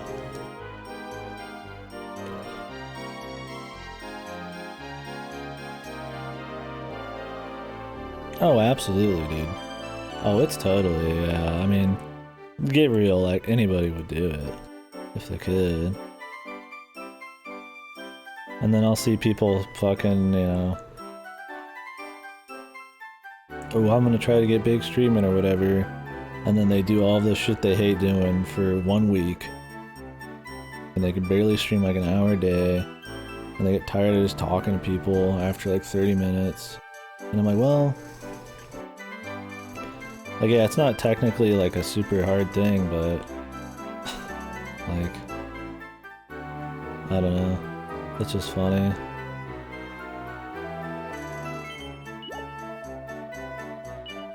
Is this guy joining me? Healy. Nice. And a lot of streamers, yeah, they put in some crazy effort, man. I mean, there's people who have some crazy production value, and they're doing a bunch of sponsorship under the hood, and I mean, those streamers who are doing things they don't like, too, I mean, they're literally just playing shit and talking to people and possibly acting for like 10 plus hours a day. And I'm like, dude, like, some jobs are just like 40 hours a week, man. Like, if you're doing something you hate and having to put on a face for like 70 to 80 hours a week, like, to a lot of people that would suck more, I don't know. I mean, yeah, streaming can be very viral and very luck-based and stuff. I think a lot of it is like that, because it's popularity, right? Like, you can play that game, but if we could master how to get popular, right, then, I mean, everybody would, you know, find a way. Like, so there is like a certain level of luck to it, but it's not like a zero effort thing, and it's definitely a lot of like jealousy shit, I feel like. I'm not trying to say like, oh, me sitting here is like super taxing, this is so hard. Like, I'm playing Dragon. I mean, yeah, I'm playing fucking Dragon Quest, and that's why I say that subbing and stuff is like kind of humbling, because I shouldn't be making money off of something I find this fun. But that's why it's really cool that people do it.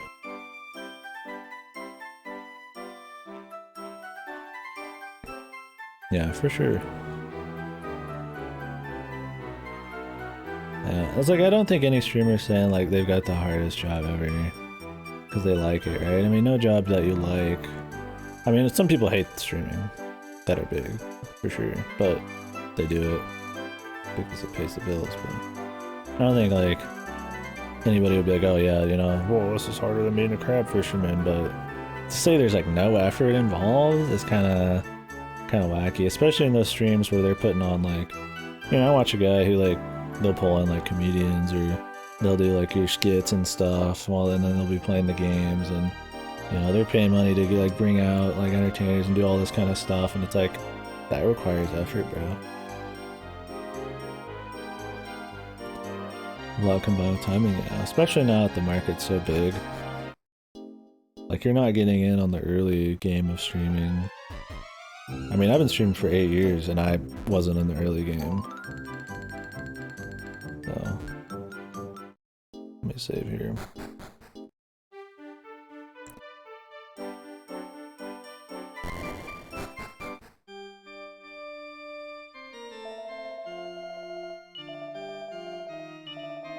So there's definitely a lot of luck involved.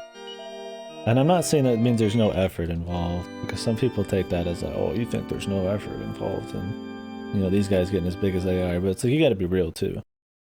There's shit gets viral, news gets viral, memes get viral, people can get viral, and they can get big off of fucking, yeah, just luck, timing. And you can play that game and you could actually probably figure out how to do those things. Maybe you're making like really like crude fucking,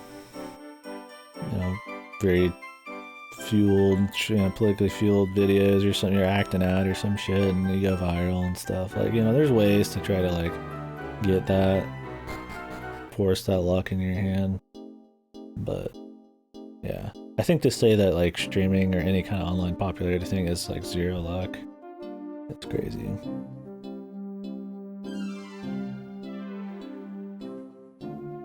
I mean, I could literally be playing a game that some random big streamer is playing.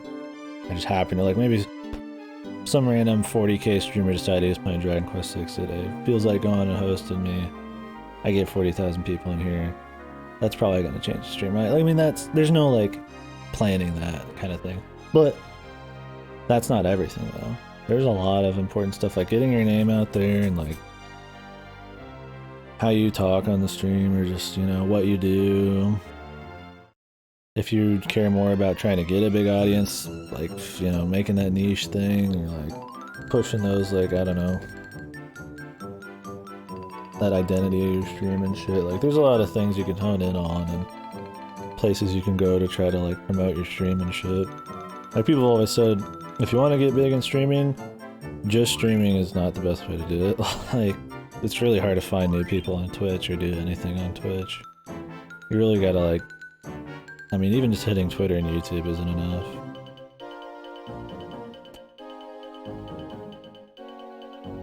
Yeah, exactly, Lassie. Yeah, exactly. I don't think that, like, yes, I'm sure there's some streamers who've gotten where they are a lot through luck, but also a lot through effort, right? And there's some people who've maybe gotten as big as they are purely through effort, right? I mean, could totally happen. Like, if it was just effort, I would probably be a bigger streamer, right? I mean, let's be real, like, if it was just effort, stream like 10 to 16 hours a day, almost every day, it feels like, not every day, but for the last 8 years, 5 of those years, I've been almost non-stop streaming, right? Give or take days here and there, and then, when I was working at the warehouse and shit, it's like, I don't put in effort that I consider like super taxing. Like, I don't like doing the YouTube or anything, but it is just like raw hours, right? Like, just streaming is not enough, right? I mean,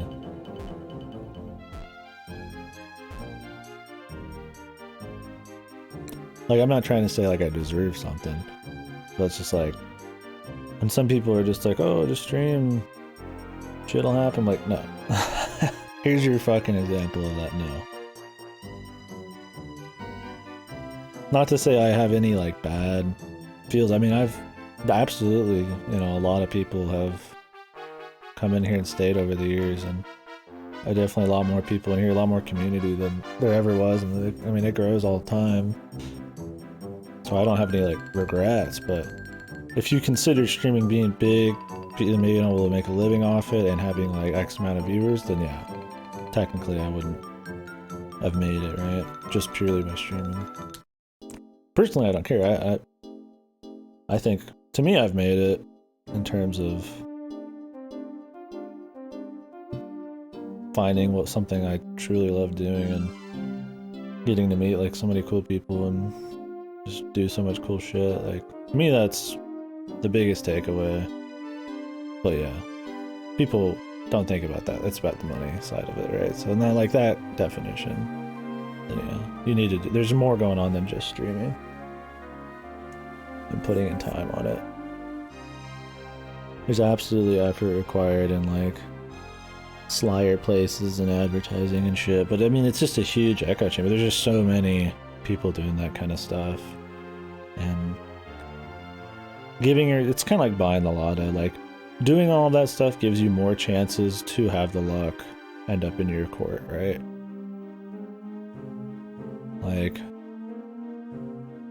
Like if you're advertising on the YouTube or on the Twitter, or you know, meeting certain people and shit. It just gives you more chances, essentially, more tickets to have something kind of turn around in your favor.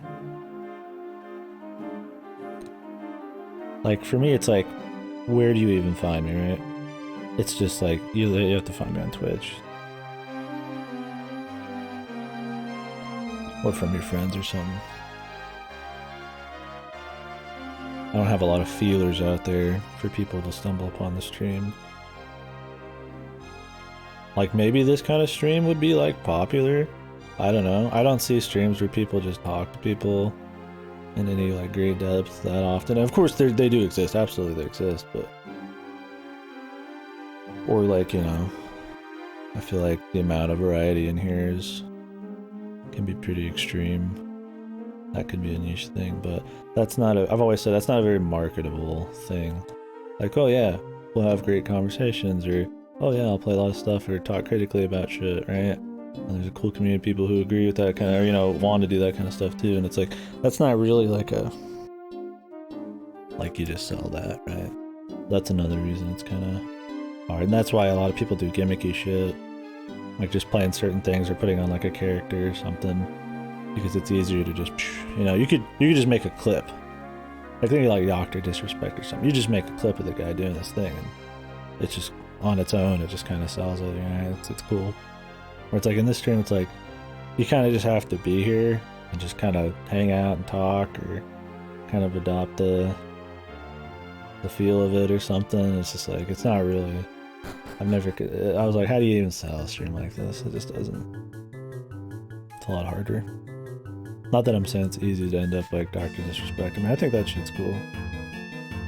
I don't watch him, but obviously puts in a lot of effort with the act and stuff. And it's not like he's pretending to not be an act. But I think it's fine.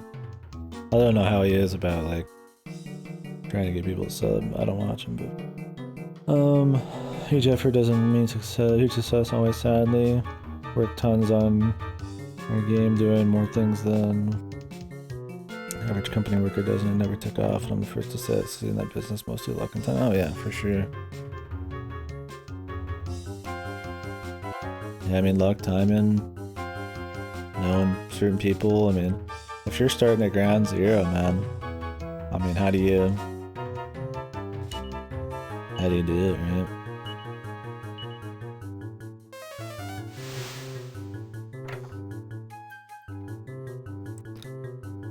Yeah, exactly. I don't know, I hate when people think in such black and whites.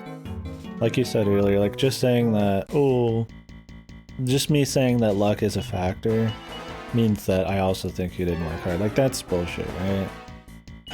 Like that's not in any way what anybody, I mean most people would, some people do think that, but most people aren't thinking that, right?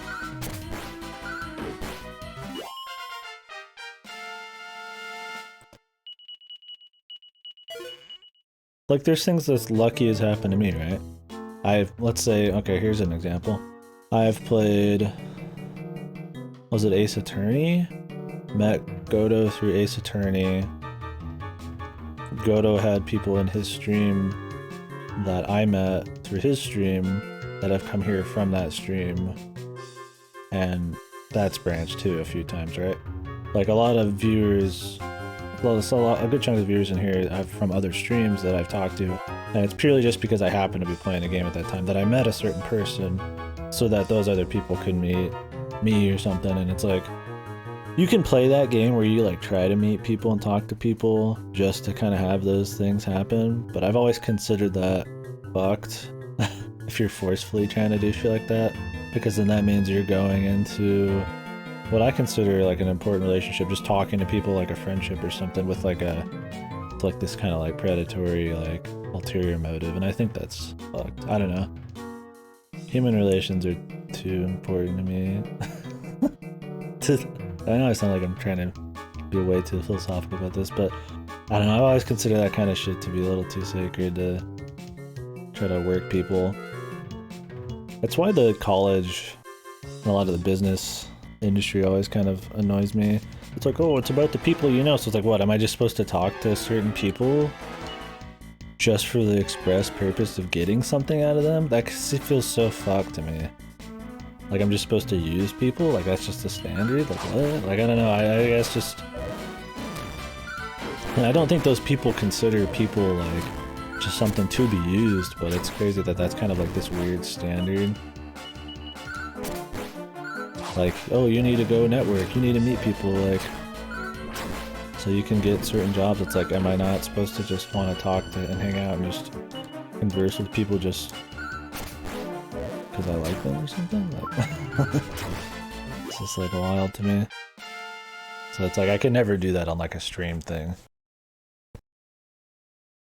Like I try not to give anybody like any extra kudos just because they're popular or any extra or any less, you know. And I don't go into like a stream or something. Because I don't talk in many streams at all, anyways. But I would never go on a stream and be like, haha, I'm gonna make friends with this guy. Do you want to do this? I mean, I get people who do that in here a lot. They'll whisper you afterwards, hey man, you want to start hosting each other and shit? I'm like, I don't fucking know you, bro. And it's like, I'm not like big, so it's not like they're really using me in some big way. So maybe it's a little bit more honest. But I would never want to be that dude. It's like 10 projects that didn't make money. That's what it says. Some doing things to work hard for the next years and come and bring themselves out. And that's what sucks to me when people shit on a lot of those projects. Like, I'll talk bad on a lot of games for sure, but I never consider the effort that went into it. You know, I would never be like, oh, you're just a piece of shit, right? Like, it's like I'm gonna talk critically maybe about a game or something, or objectively, because there's good and bad things, and that's just how it's gonna be. Like, yeah, shit sucks. Everybody can't make it just based on effort, but like, I would never consider like...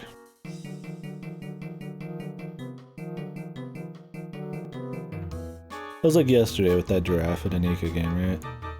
I'm like, I wouldn't consider it objectively a good game, but I absolutely would be totally fine with it succeeding, and I hope they do, and, you know, I really appreciate the passion and shit. And I hate when it's like, yeah, when people are kind of ugly about it, because I mean, these people are spending a lot of time working on these games for people to play or buy or something, and put a lot of time and effort into it.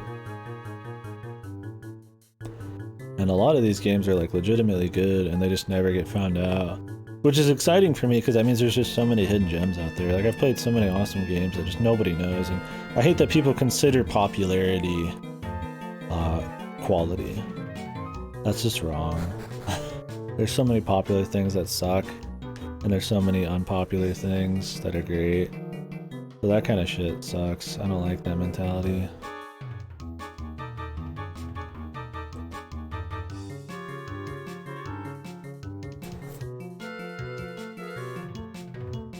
No one wants to make a bad product? Yeah.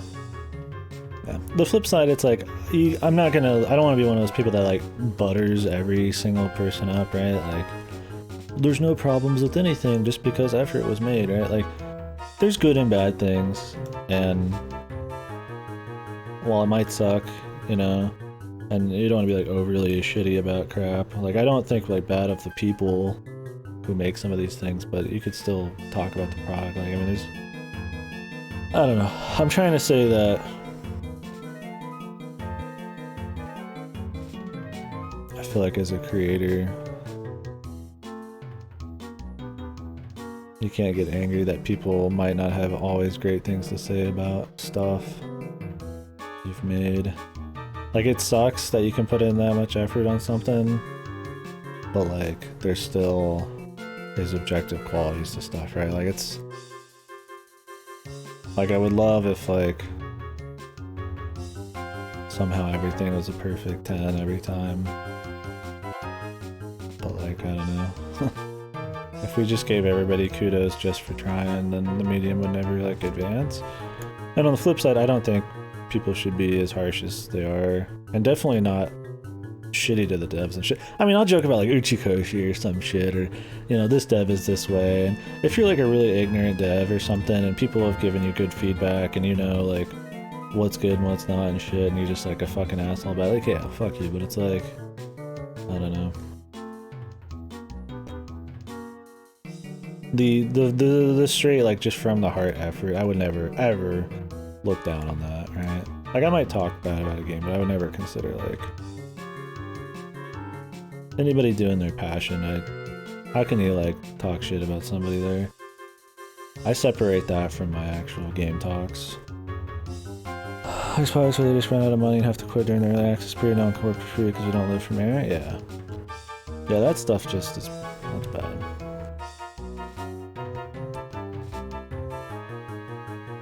I don't know. It just sucks that kind of stuff has to, I guess, be a thing.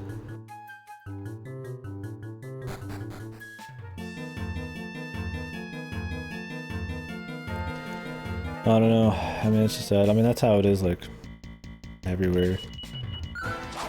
There's just so much shit that's just unfair. That doesn't mean we should just, like, ignore it or just not give a fuck, but it happens in, like, every industry, right? And that's why I consider, like, on the stream or something, just being able to just, like, you know, like, I feel, like, humbled that there's just people in here who want to talk, because, I mean, even though I've put a lot of effort into it, there's no guarantee that, like, that was ever gonna happen, right? Like, it's just a big deal to me that, like, it's even at this point, because, like you said, there's people who try to follow their passions and shit and they just can't. They just don't get the option, right? Like, it's cool that I can do something for most of my time like this. That's why I said, to me, it's kind of like I made it, right? Like, I mean, I've made it in the traditional sense that I'm making money, but... anyways, yeah. I don't know. I don't know if I've been making some points. Kind of rambling. It's some of those things that, like, for me, the line between... I don't know. A lot of these streamer talks and dev talks, the line between some things being like people being shitty or I don't know. People I'm kind of just talking about, like, subtleties, I guess. Like, it's how people, like, with streamers, it's like it's how they act, or just like the way certain things are handled. It's not like huge decisions, but just little things here and there. And so it's really hard for me to kind of actually get my point across, if that makes sense.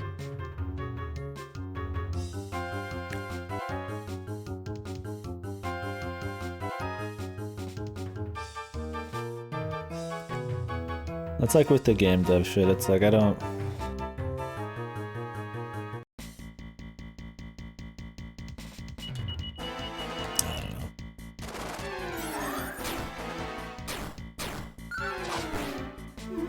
So much of, like, what issues or things I have with some of these things are, like, just kind of really subtle ways of how people act or how little things are perceived. It's just hard to, like, talk about it exactly what I mean. But yeah, anyways, I'll just forget about that. Point of that, I hope I'm not just rambling. And in part, me trying to prove that I'm not just rambling is literally the most rambly part of everything I've said tonight. Another thing I've made it, if you're doing this stage of your life, enjoy doing it. Absolutely. Yeah. To me, yeah. I mean, literally my dream would be if I could just do this and make just enough to have, like, a one-bed apartment or something, live super cheap, and just put just enough away to have buffer money to not be fucked in an emergency. Like, that'd be it. And that'd be it for me in anything. It doesn't even have to just be streaming, right? Like, that's enough for me. I don't care about the cars or houses or fancy shit. I don't have to buy stuff that much. You don't always get that opportunity. So to just be able to have just a bit could be, I mean, enough for me, man. I don't know.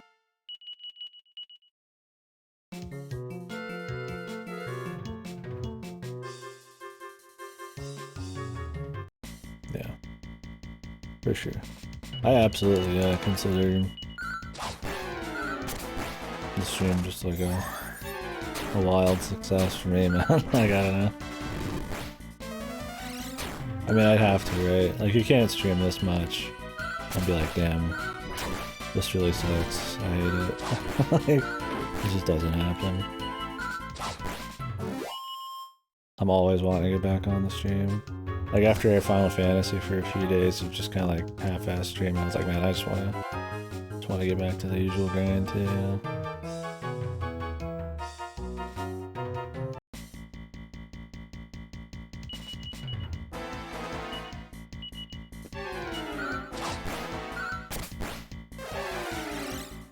Anyways, appreciate you guys watching. I try not to say that a lot, not just to keep people in here. But kind of mean it. Or do mean it, not kind of mean it.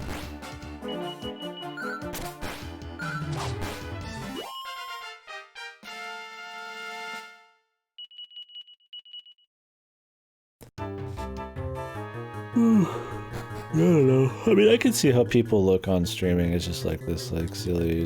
You're just playing a game and people chit chatting, just like a joke, kind of like a live reaction thing. And I get where people maybe have that mentality. They like see that and think that's how it is because that's how a lot of streams are, and that's as much as the streamer really cares about it. But I don't know. It always kind of irks me when I read shit like that.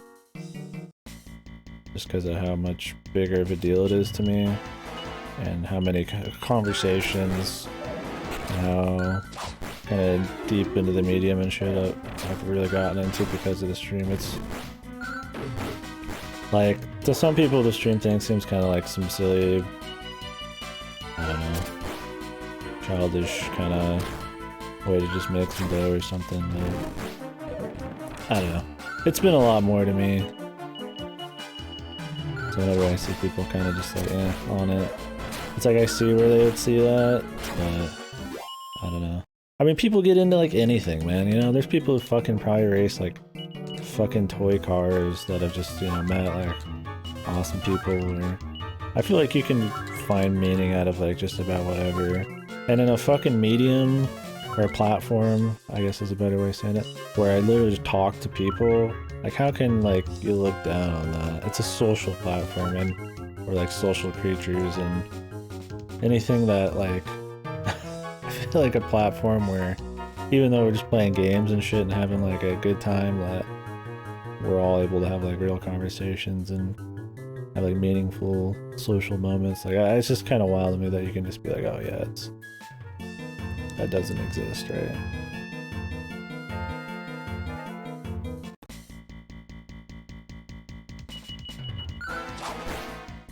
Like, that kind of stuff can't happen, right? Like, I feel like if you treat a stream right, I mean, you're willing to have, like, conversations or really get into something, why can't it be as important of a thing to somebody, or as cool as a platform to somebody as, like, something else? I don't know. What's something else, people? What's something, like, considered socially... Is it mid-heal? Nice. We got a lot of backup healers. I don't know, socially acceptable.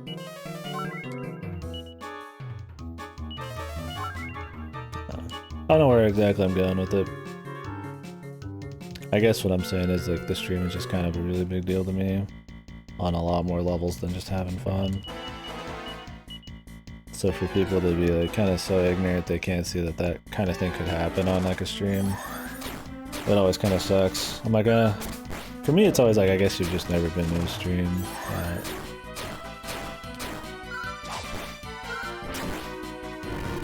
How's that? Because at the end of the day, it's just like, you're just talking to somebody. It doesn't matter if it's called a stream. It doesn't matter how, like, it's about, like, you know, people make sub money off it, or, you know, people react, the reactions and shit. It's like, at the end of the day, it's like just me, and it's just you having a talk, or you interacting with the person. And it's just like a different platform for that. And I could see where some, like, ancient relics can have, like, a weird issue with that or not get it. But I don't know. I guess just how we do it in here, I feel like it's a lot more intimate, more for me, just, I don't know, because I let myself be more open here, more of an open book, and I try to get more out of people conversation wise, that I generally have like a deeper, I would think a little higher about the platform than just, oh, I'm just playing games, getting reactions.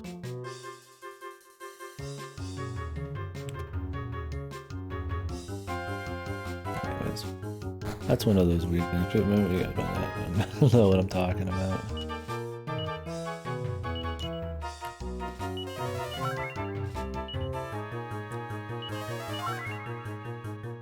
Like, it's not like I'm just sitting here offline obsessed with just like watching anime or something, and that's fine too. I mean, if you just really are into that stuff, it's just like,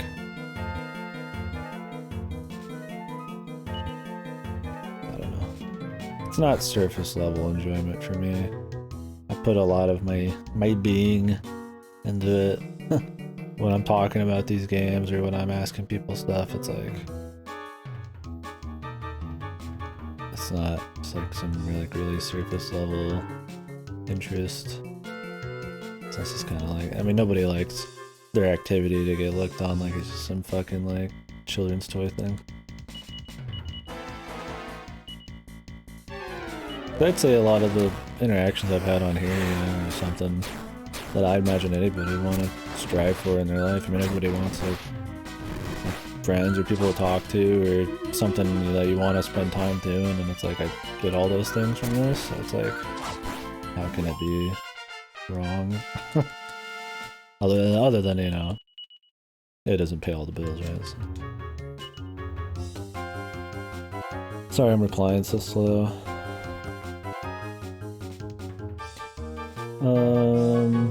Automated programming test I need to do. Happy or scared? Bit of both, dude. Well, I hope it works. I'm out for you, man. I mean, I'm sure there's a lot of anxiety. A new gig and somebody finally replying to you. I hope it works out.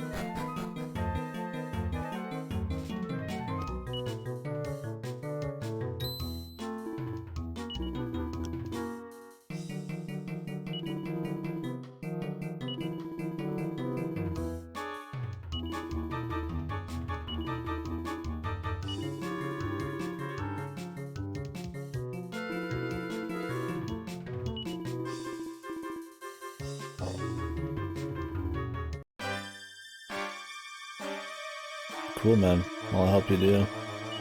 And I mean, if it doesn't work out, dude, you're a unit. I'm sure you'll figure everything out. But I hope this is a good one. Is it a job you, I mean, I imagine you applied for it, you're interested, but is this like a higher tier 1 you're hoping to get, or? The point is, I'm imagining you want some of those jobs more than others. But since you applied for them all, I doubt you're like super pissed if you didn't get it over something else.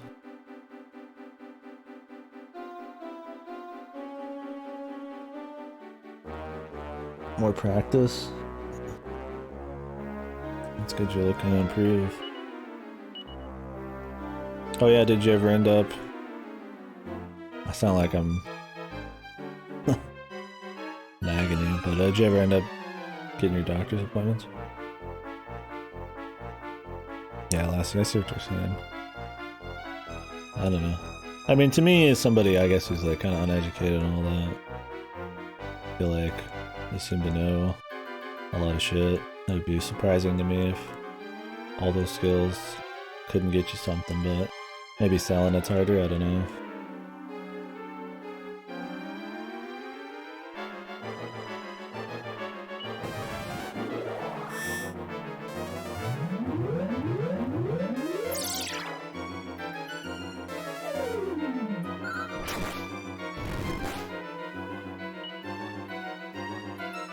Yeah, I don't blame you, man. I mean, it's a big deal. Looking at yourself like that, or trying to improve yourself, or seeing what they're gonna say. I mean, I get super anxious just going in even for just small medical things. But, I don't know, I always feel better afterward. Anyway, I'm sure you got enough on your plate. Don't need me bringing up shit like that.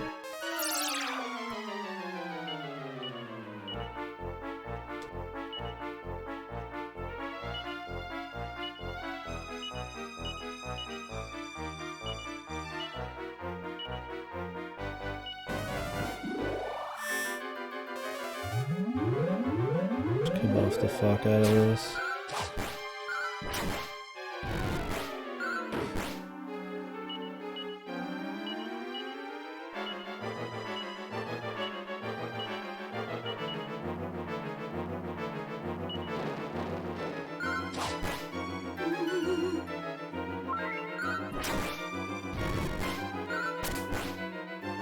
Great. We fucking split our damage here.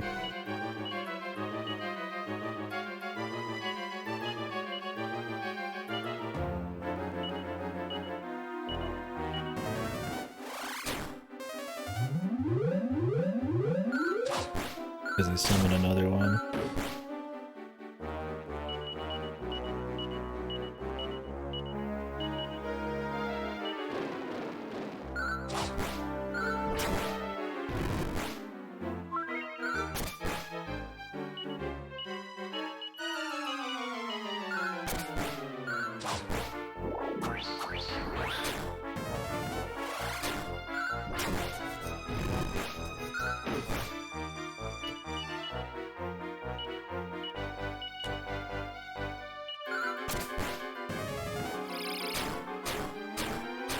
Jesus, dude.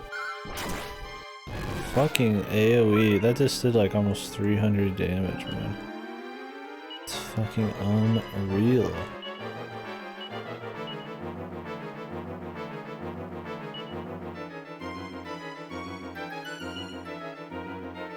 I hope he doesn't attack with another one right away. We'd be fucking dead, dude.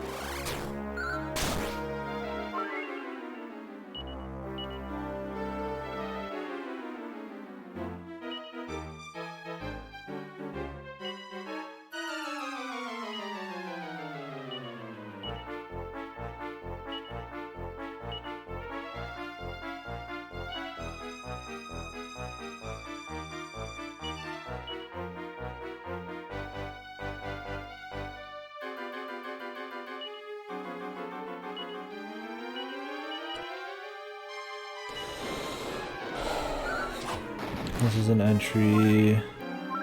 Junior dev position. I'm not really a software developer, so I don't want to take anything. This way puts me higher if they find I can do more.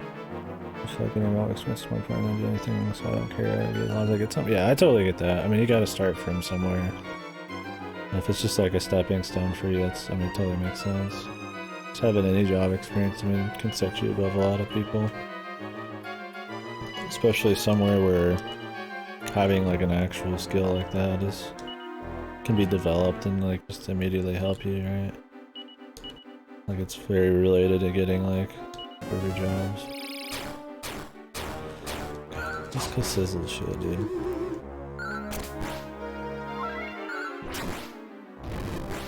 He has so many ads. How much fucking health does this guy actually have?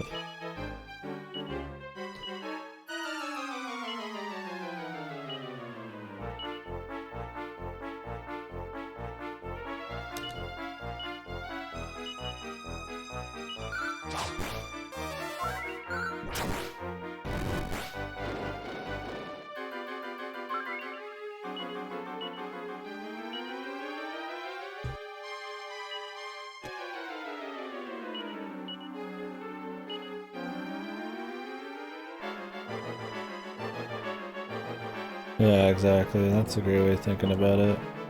I wish more people did think about stuff like that.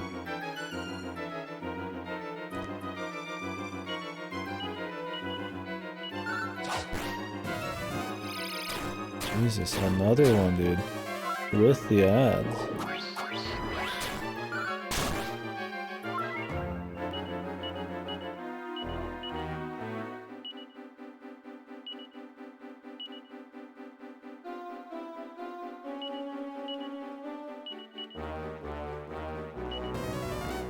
Another one.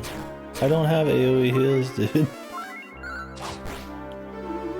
Like, are you shitting me, man? This is some bad luck. This is some Dragon Quest. Like, fucking good god.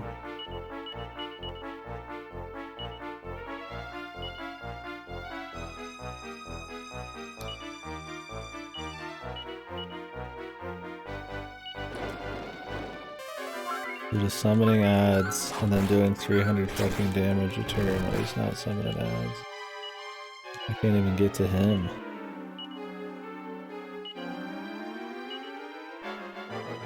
This dude is a fucking machine.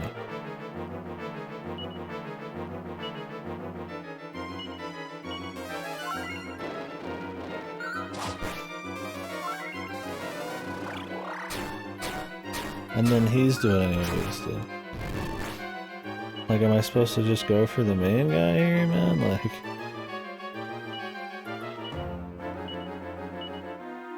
I mean, I could try just snoozing them. And then just going for him.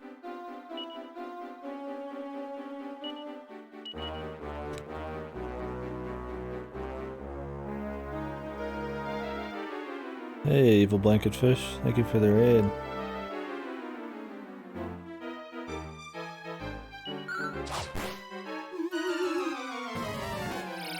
Fucking another consistent.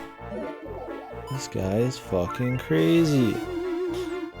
Maybe I'm just gonna keep them both asleep. I think that's what I'm gonna do. I'm gonna have her just spam sleep. And we're just gonna kill Spiegel, because I've killed so many of these motherfuckers at this point.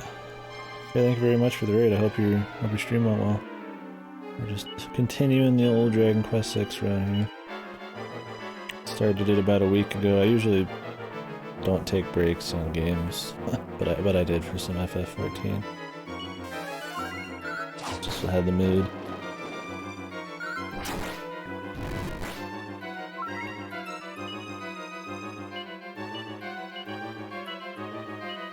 Yeah, let's snooze these guys. Just keep snooze spamming them.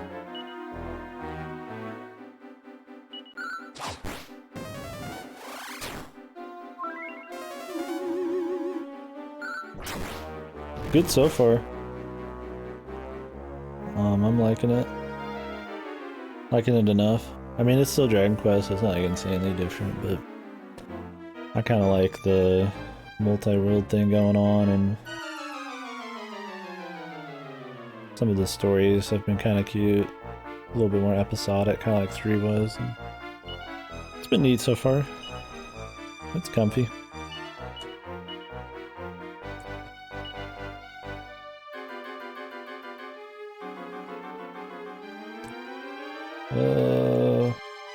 Let's do another snooze spammer. I'm just gonna leave his dudes up, snooze. What'd you stream today, man?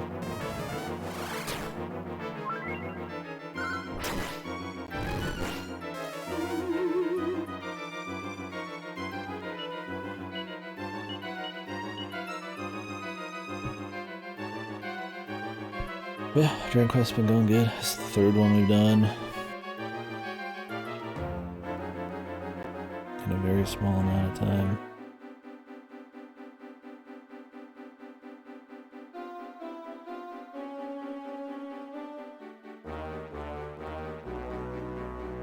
For some reason I decided I was going to play 3 of these in a row, even though they're very similar.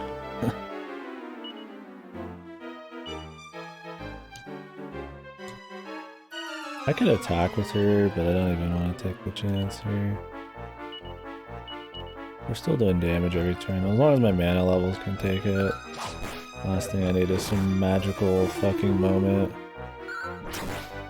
where they wake up after he does some crazy AoE and fucks me. I don't think it would happen. I'm probably being overkill here with sleeping every turn.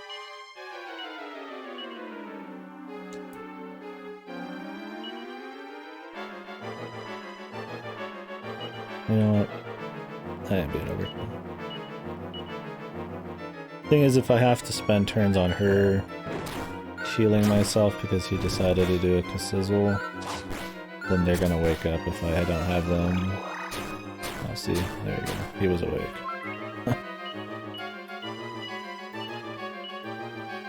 I mean, Snooze is only 3 mana. Who could use a heal here?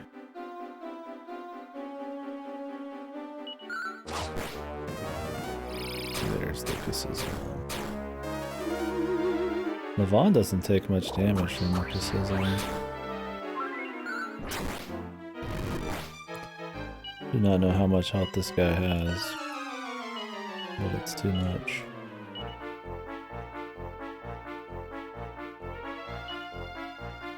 So like now I have to leave this dude up.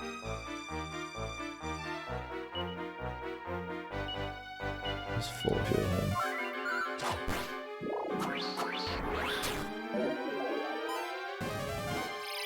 Another one, dude. We just finished. I didn't even get a chance to fucking finish the turn. Now it's getting to be extreme.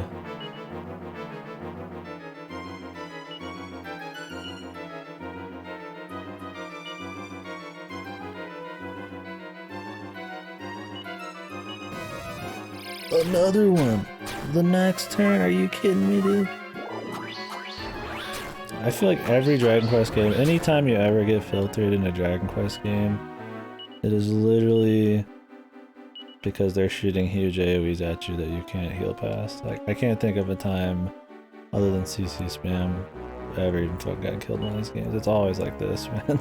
You just don't have the healing to keep up with random shit like this.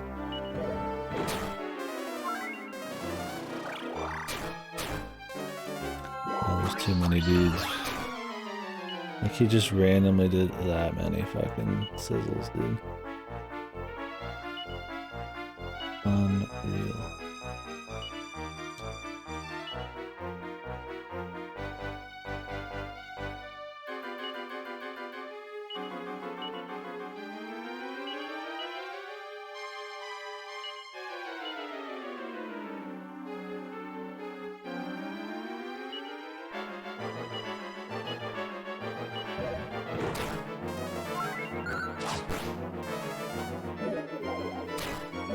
It's like a 50-50 if I can revive this guy.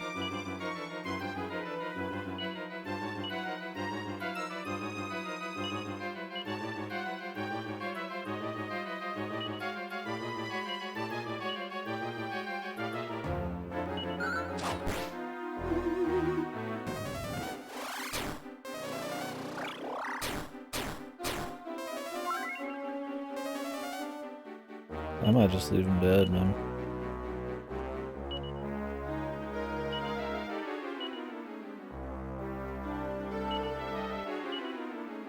I think I need a heal.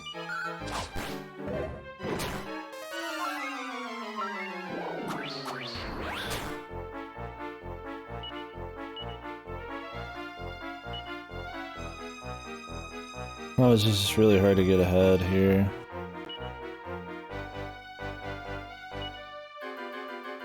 It's just his AoE, man. I mean, that's all it is. And then my revive is, it's random. And the guys he summons are pretty fucking meaty for ads he can summon every fuck.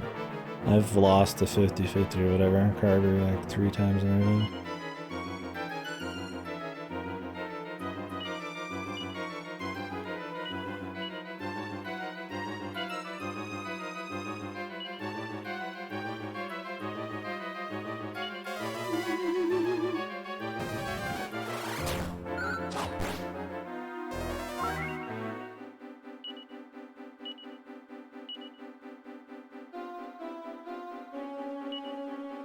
Am I like stealing my mana? No, is it just purely from the heals? She doesn't have something equipped where I lose. Okay. Because there are some things you like lose mana to like take less damage and shit. Don't want that.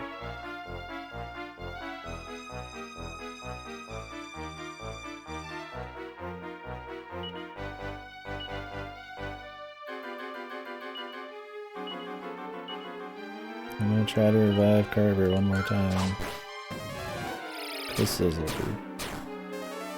Right when we get ahead of it. Carver dead. And Carver's still fucking dead, man. Very cool.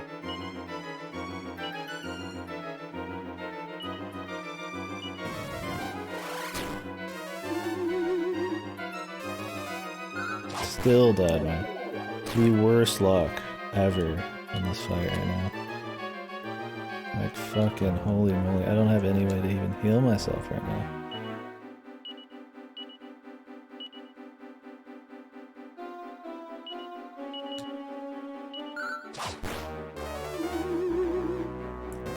Spiegel is still alive, man. We've been just cranking on this guy, dude. Just working him. Still kicking.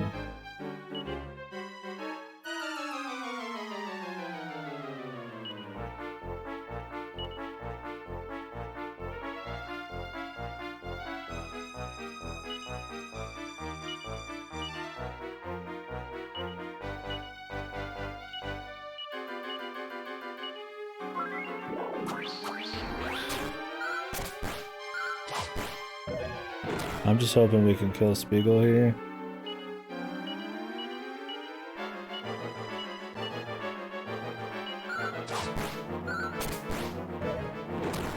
Without having any weird considerables. I don't think we're gonna ever get ahead enough to get Carver back up.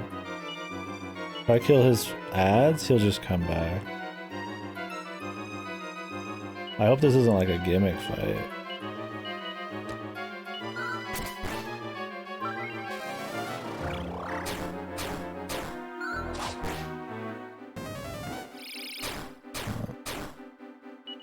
This shit's over, dude.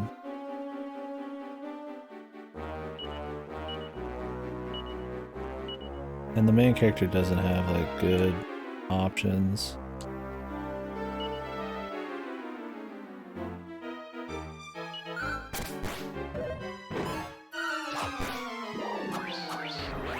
For healing. I have to let Millie go.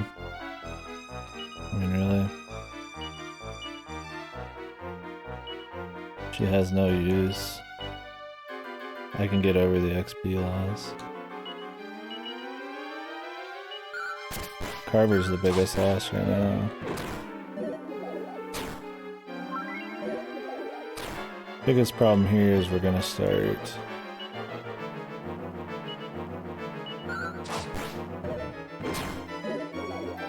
getting our dudes focused too hard. Okay, finally got Carver back up.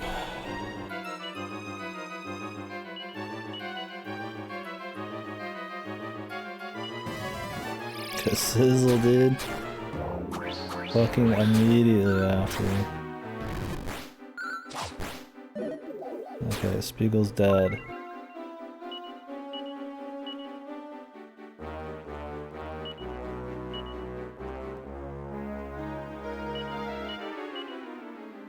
Can I keep the boys afloat?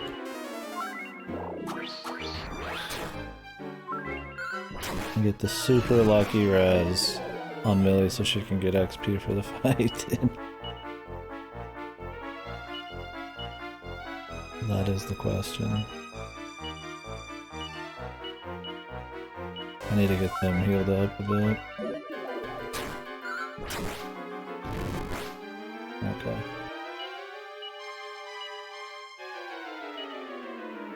Somehow I'm making it through this.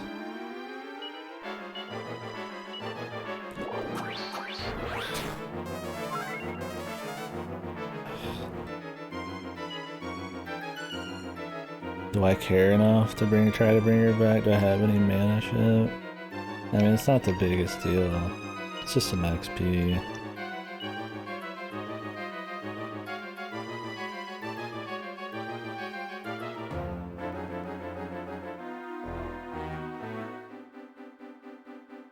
I think what saved him is wearing this. The Legger. The mantle. And he's got a magic shield on. Maybe I should have bought those magic shields, man. But I mean, cause Sizzle is supposed to... I mean, it's a fire attack, and I've got fire resistant shit on Aniki and Carver. So... maybe it doesn't count because it's only means for breath attacks, not... legitimate fire-based shit. Maybe that just counts as magic. Probably. I think the game considers like fire breathing different from fire spells, I think, which doesn't make any fucking sense, but...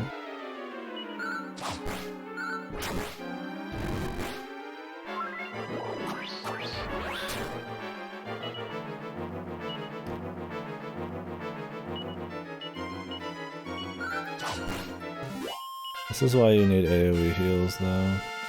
That's a pretty healthy chunk of XP. Like right there. He was doing what? 70, let's just say 70, 250, it was like 250 to 300 damage in one turn. None of my characters have that much health. If that was a single target, he would be literally just one-shotting somebody every time, right? Like... and do not have the healing to make up for that. Like, Navon has, like, full heal, but it only targets, like, one person, right? So, it can't make up for that. Like, even if I could only bring back 50 out of the 70-something health they lost, that would be enough.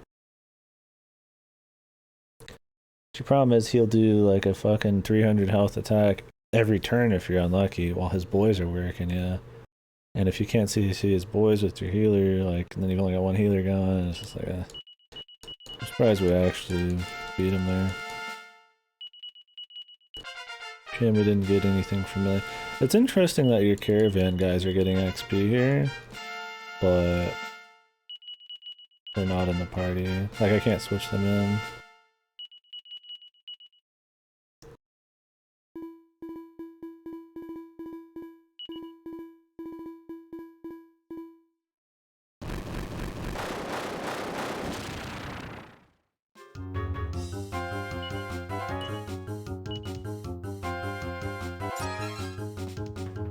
That would have been useful.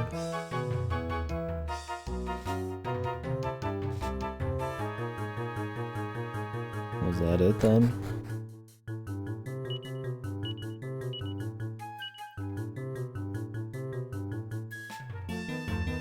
So we're at Spiegel Spire. I guess just killing him is enough. Not, I'll just go back later. Jesus, that was fucking very tight. I mean, she lost some XP, but at the end of the day, XP's, like, it matters, but we're not, like, endgame or anything. Like, that amount of XP is a joke once we get into it. I always considered people dying and losing XP really stupid, because they come back anyways, and they probably gained a lot more from the experience getting killed than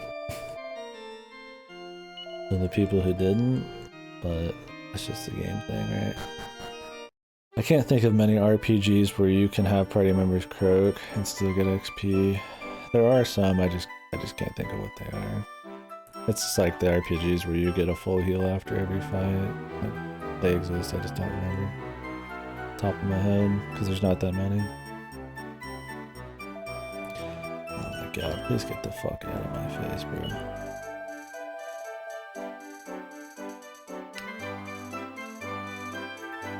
Move. Jesus. That's like Dragon Quest 2, man.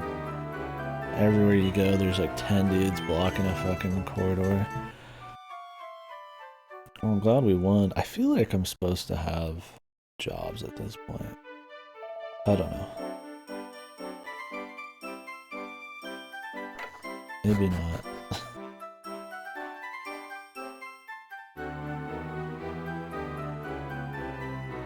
I mean, like, we're winning, but I don't know. I thought this game was supposed to have jobs in it, but I'm like almost 20 hours into the game, and I haven't seen heads or tails of them.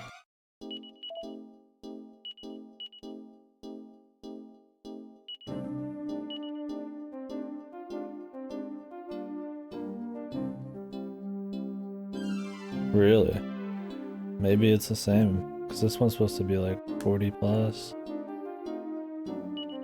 People just compare this one to 3, and 3 got jobs like right away, so, or whatever.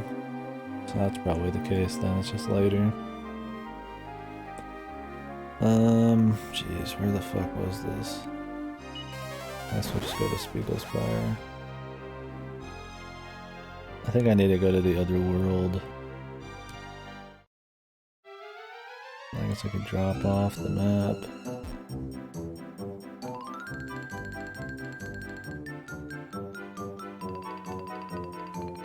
Oh, I can't land here? Huh. Okay. It can fly, but it can only fly at 1 altitude, even if there's shit underneath it. Okay, well. I just find a staircase or something, we'll just do that. Any old hole.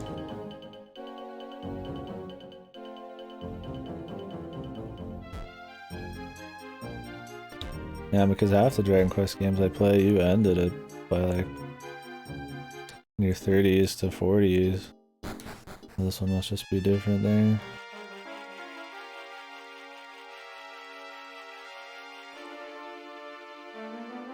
Or maybe the jobs you have to like level up fully from 0 or something.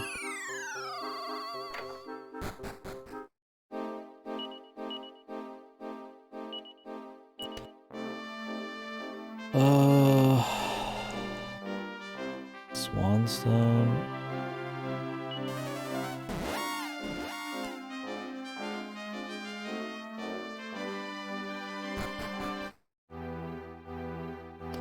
What's up, Reaper? Oh, I need to take a piss actually. Coffee.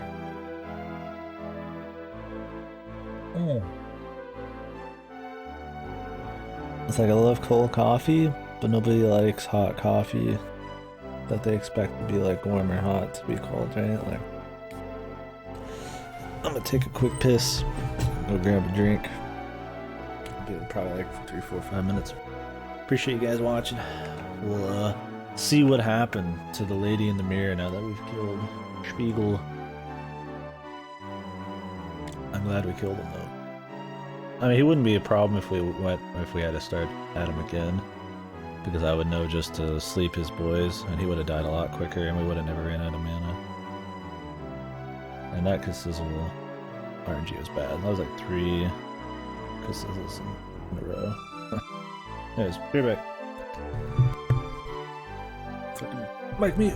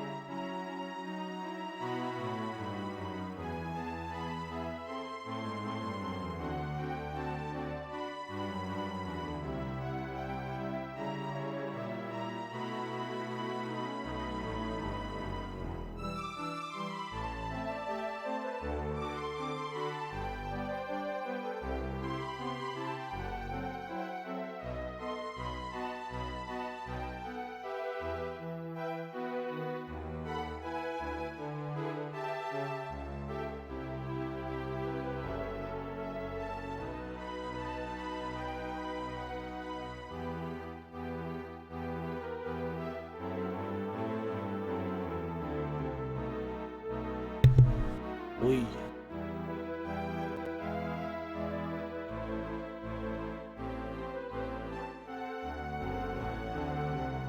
Bruh.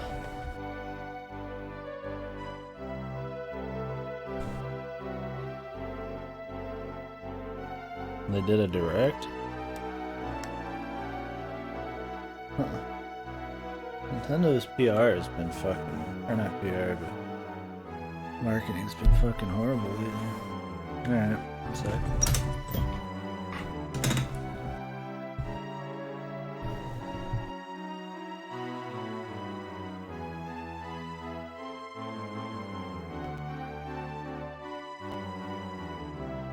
Ooh, Super Mario 3D All-Stars.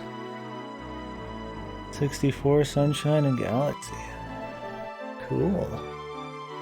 Are we playing it just Galaxy? Not Galaxy 2? What?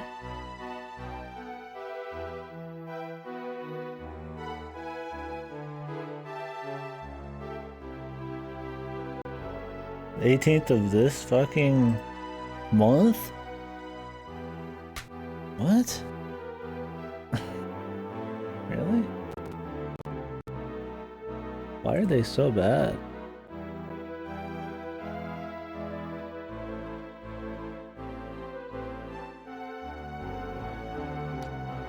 Is it like digital only?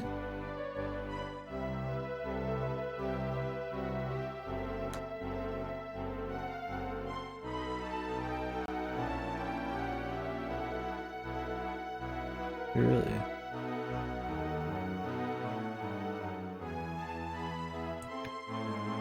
Well, hopefully that... How much is it supposed to be? Yeah, because I'll probably play through those.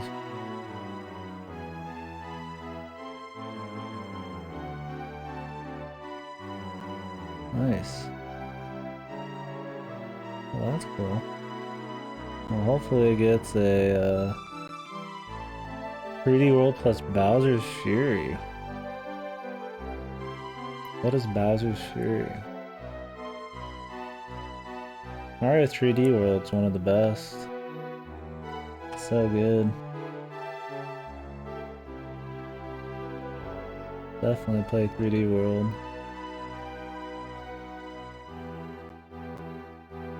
35-player version of original Mario Bros.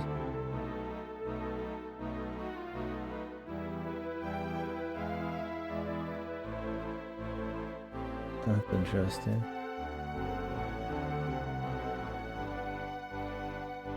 What the fuck? Limited production?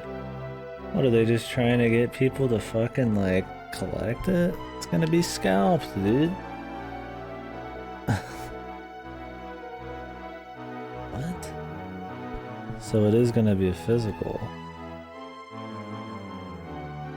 Or are they gonna have it be digitally only available for that long?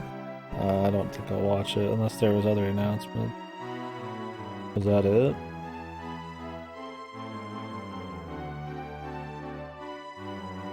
Just browsing it real quick.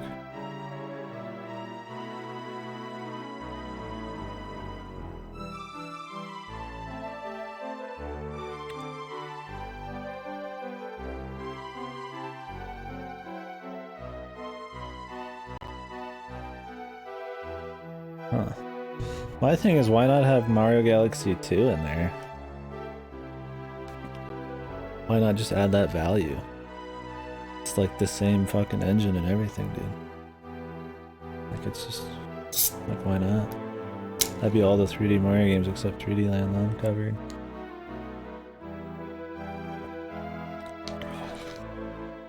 Oh, whatever. I care about Galaxy the least, but... Huh. Well, I skimmed the direct real quick. That looked like all it was. So. Interesting. Yeah, maybe I would buy that then. Then I could just have another version of those. I mean, I have all of those technically already, like on the Wii and... What's up, Gordy? On the Wii and then... you know, GameCube and all that. So, I mean, I could play them all anyways, but... they're like crispier versions. I probably wouldn't buy 3D World. Even though I really like that one. I played it like not that long ago.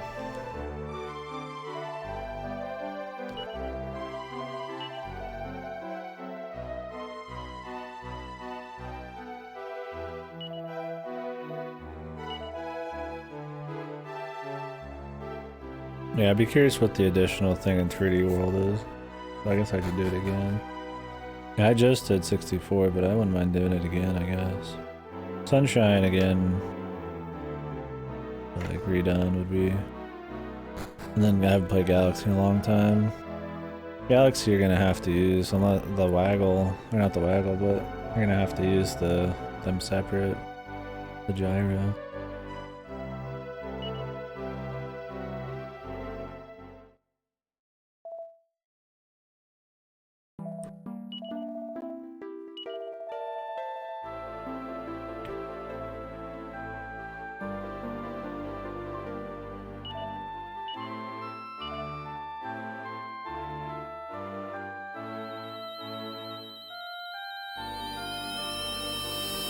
That's cool though. Other than Galaxy 2 not being there, and then the limited run thing. It's weird.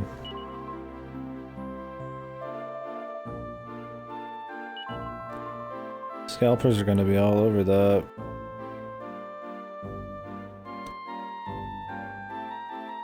Why make it limited when you can buy it online too? Are they just trying to have like limited availability to get more money out of people? Nintendo's been so bad with marketing this year, dude. What is their end of the year game anyways? Cause that shit's coming out like fucking this month, man.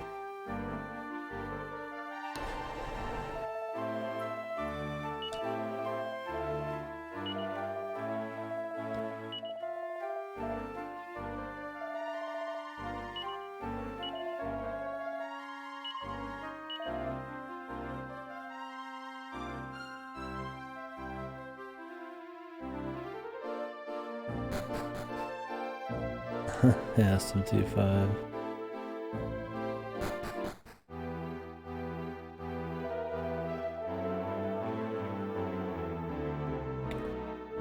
Breath of the Wild 2 this year? I could see it, but it's already August. I'm surprised I haven't mentioned it. I guess they might.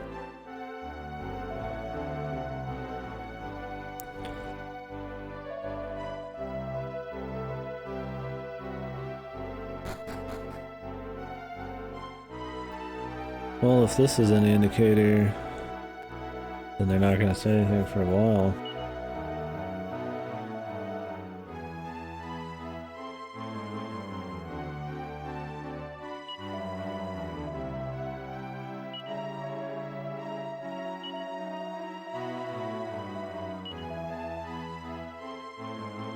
The key to the floodgate. Aha, you can open up a gate.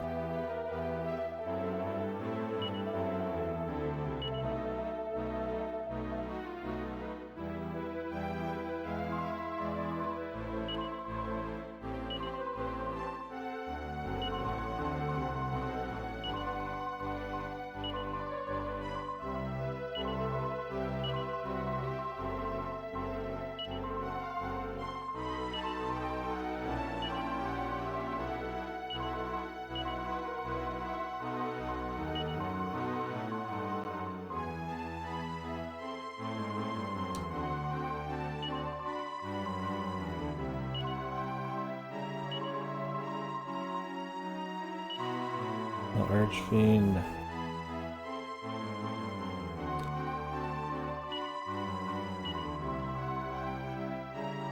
Throw wide the gates. Come hither, come hither. Throw wide the gates.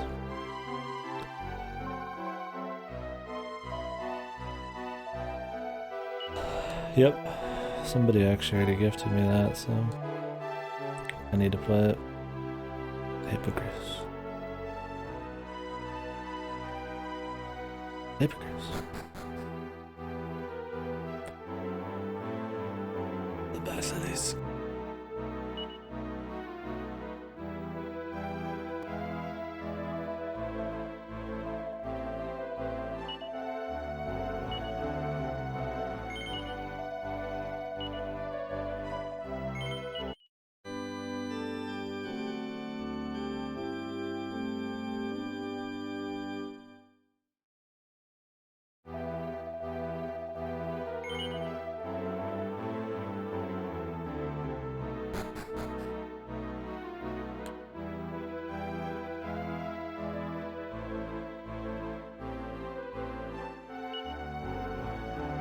That's cringe. He was so excited, man.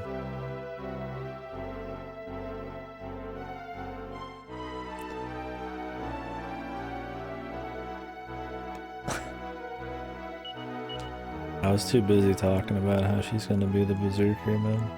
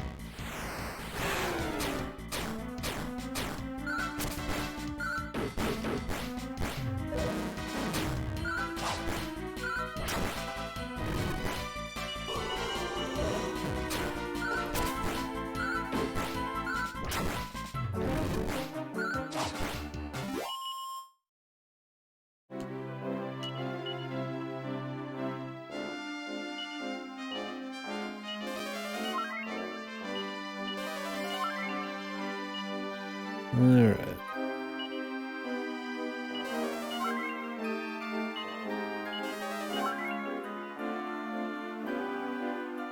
Gonna open it from here. I have to open it from in there.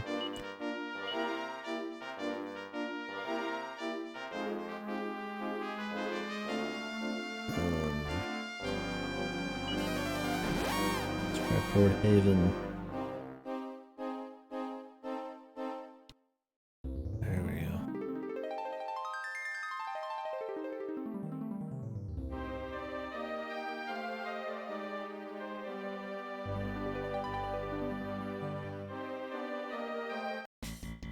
Probably some other shit I can go explore up top. Or down below, wherever the fuck. Check out everything on the flying bed.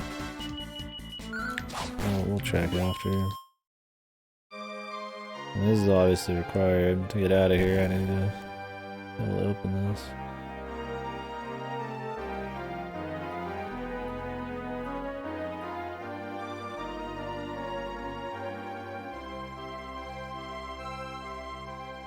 Are we still locked in here though? Octavian Pirate. Slices faster than a hurricane. He's fast.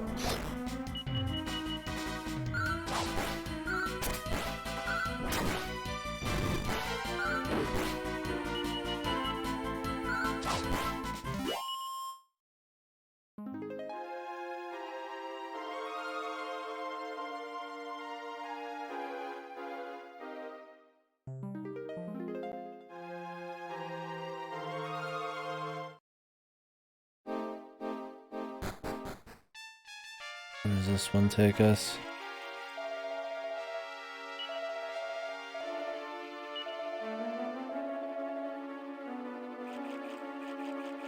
Become more effective too, huh?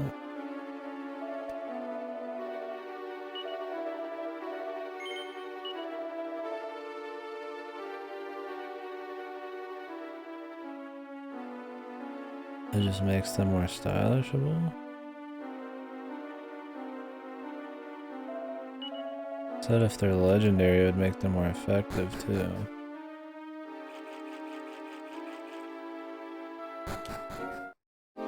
Like Zenithian shit?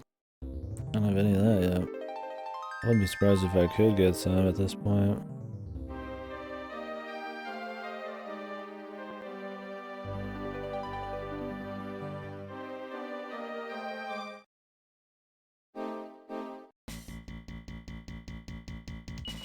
Jumping jackals. Sure hate jumping jackals, man. Of course he dodges it, right? Like, really?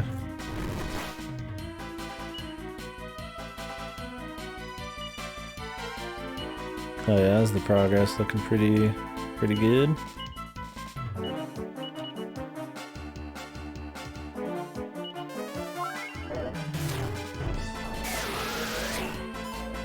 Fuck this guy, man.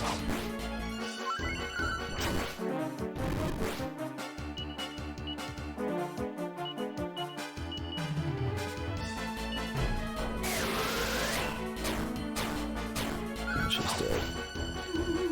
Fucking amazing. Just drop her. Fucking AoEs for 220 damage.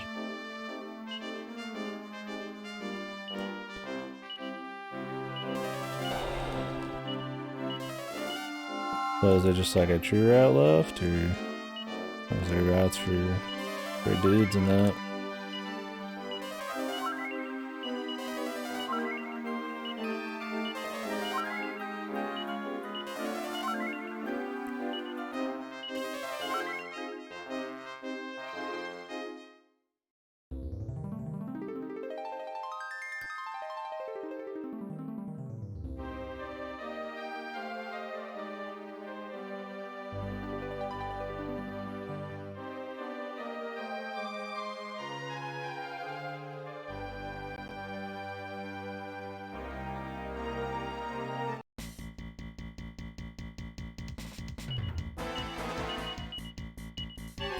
Did you like the last couple routes more?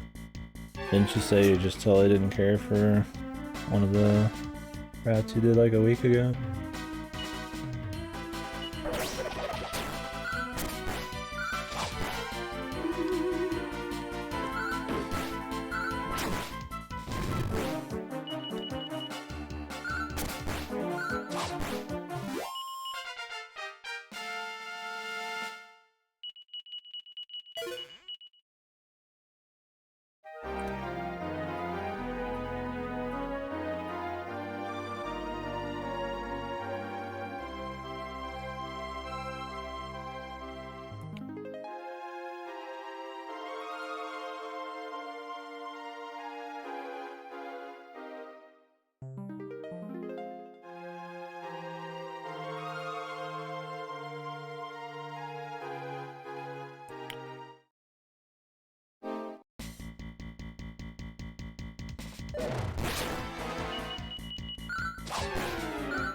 Oh, really? Like, destroyed you in a good way? Like, emotional?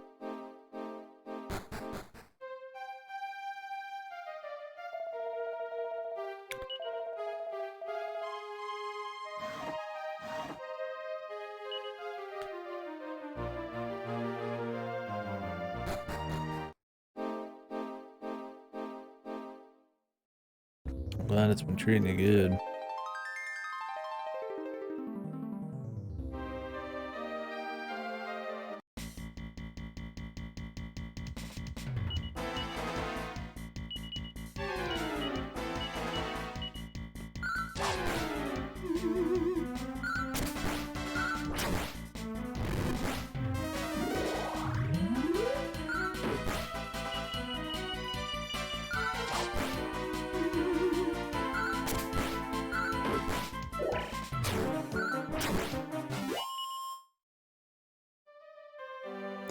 I'm hoping the Awakana one treats me well, but I don't know. We'll see.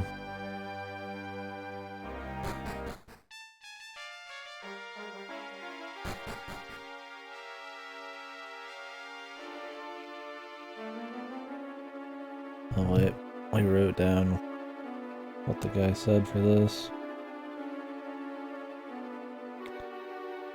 North at the first four-way. And east. Oh, then this one? And south at the four-way to the west.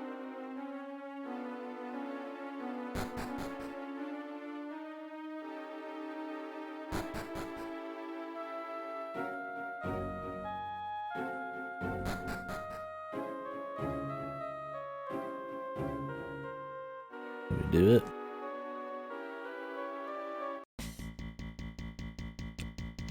I think we did it.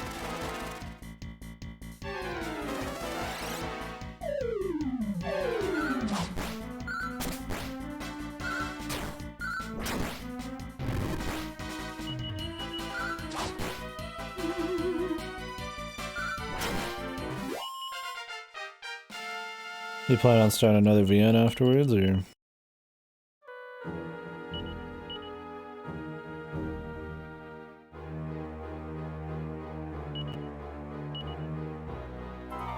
Nothing on the horizon.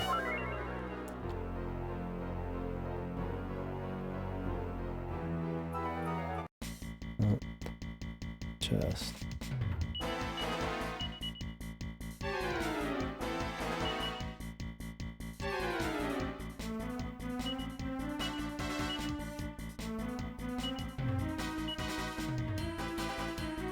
You and me and her. I don't know that one. Sounds like a fucking NTR one. I imagine it's not.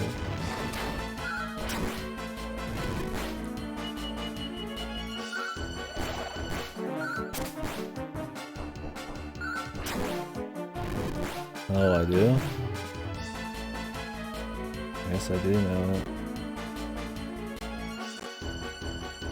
Me and her a love story.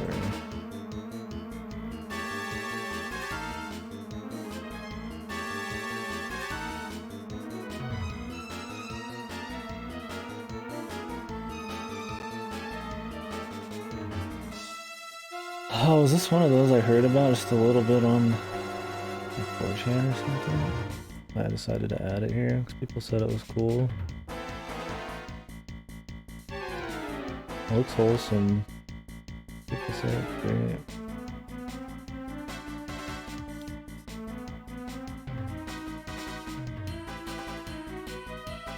Psychological horror tag.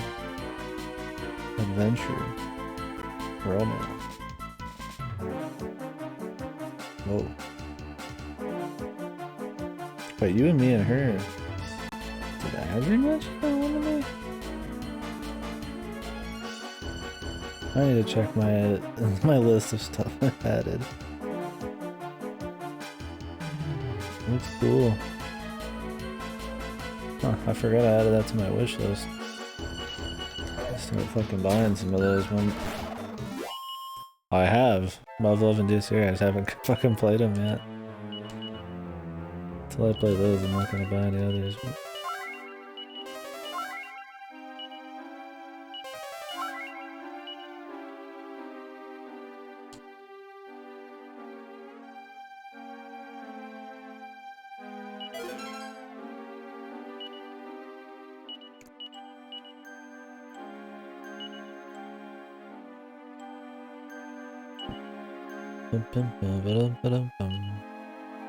We could wear this.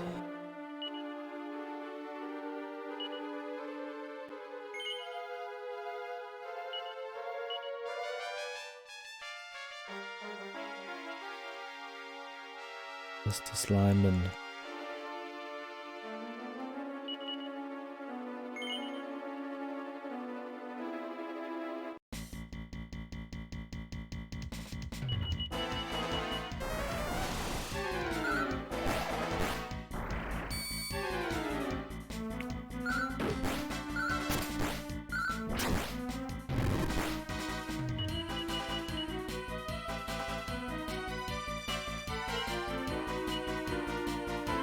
Definitely let me know how that one is. It's a little different than your normal romance.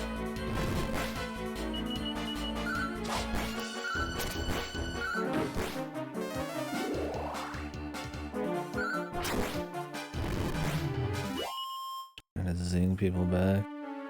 Get fucked by the RNG, bruh. One time that's ever worked out for me.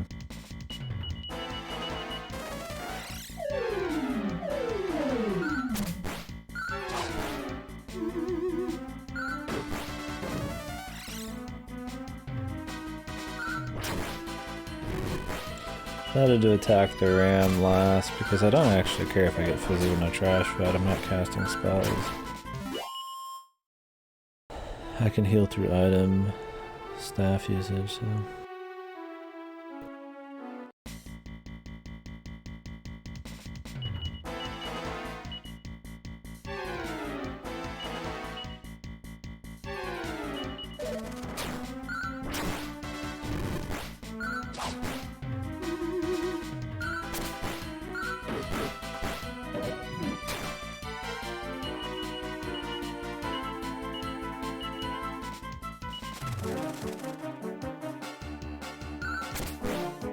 Now I want to read a VN. I kind of want to read a VN that's like fucking weird. something more funky, man.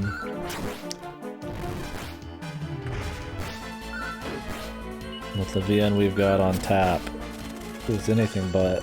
It's just more like a sports in the air kind of drama romance kind of one. At least that's what I've gathered from Alcana. We'll see.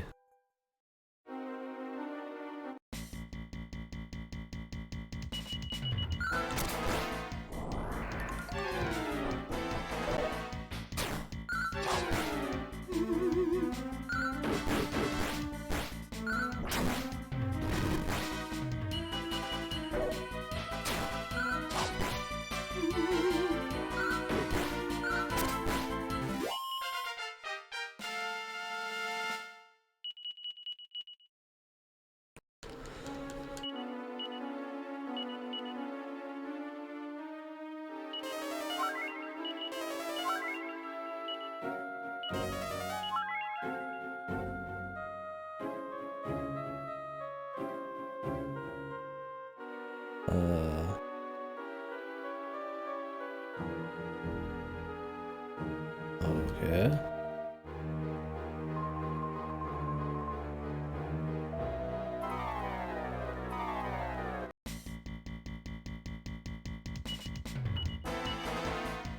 Is there actually something I can do?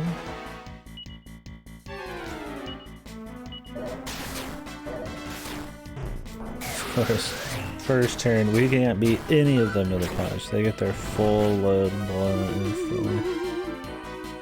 One guy falls asleep. Just fucking amazing. How do they always do it?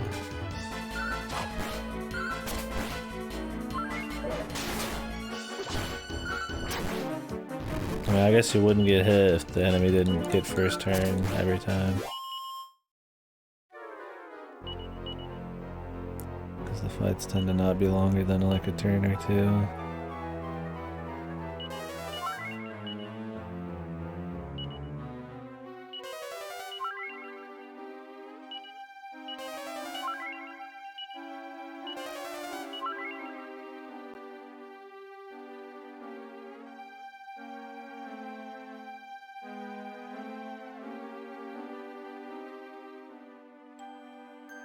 Huh.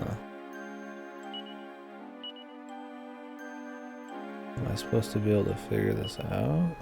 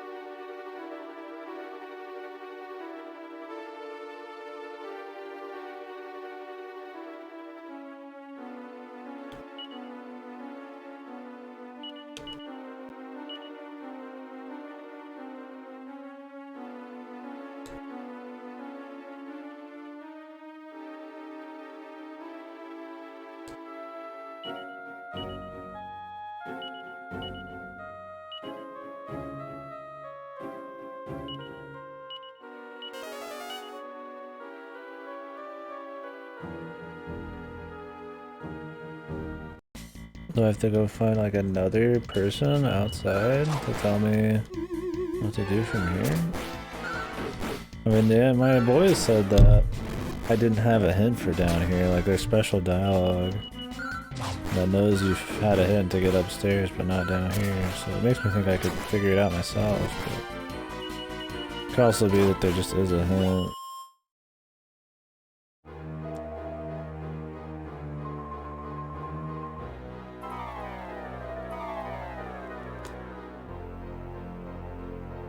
There is a hint though.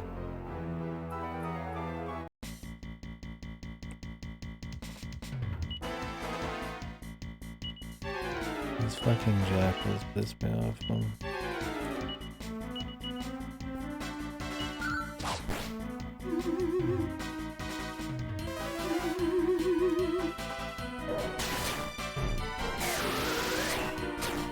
Just because of that attack. It's just an insane amount of fucking damage.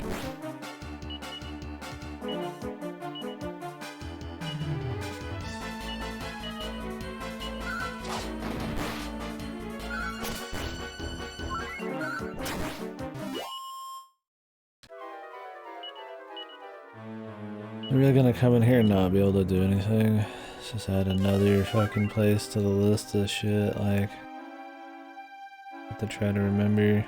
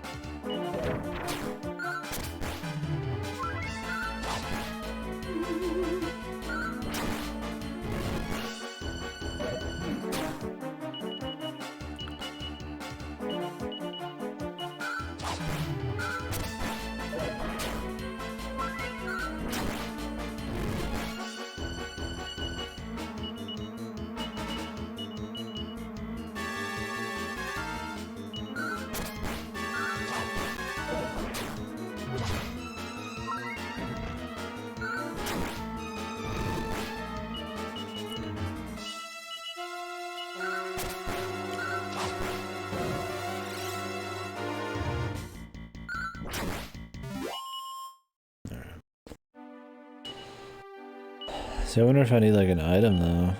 That's the thing, is like, it might not be something I could just figure out right here.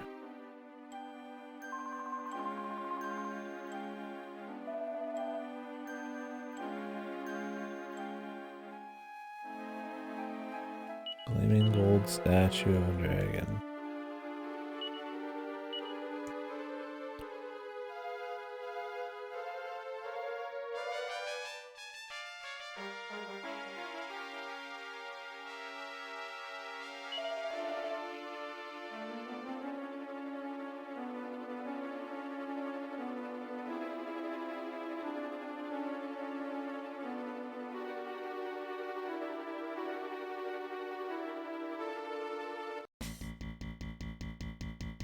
I don't want to keep running into fights.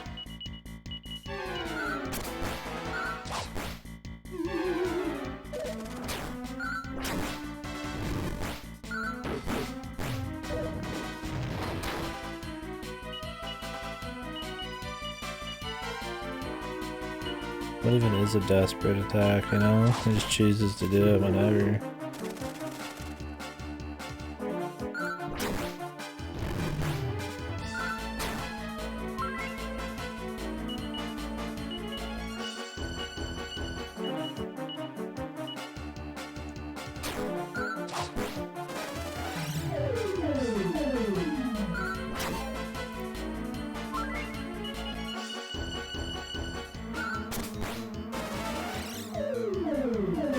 This troll's gonna fucking one-shot us.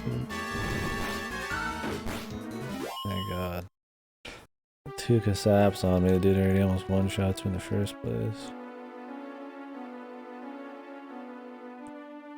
Am I supposed to be able to figure something out?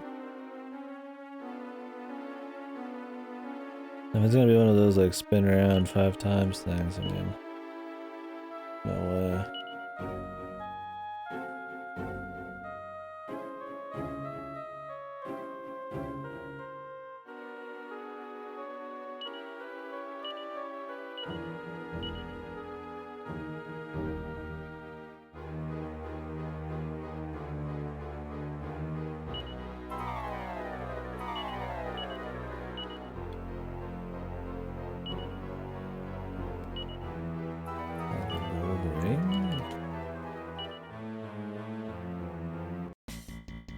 Whatever, guess we'll leave.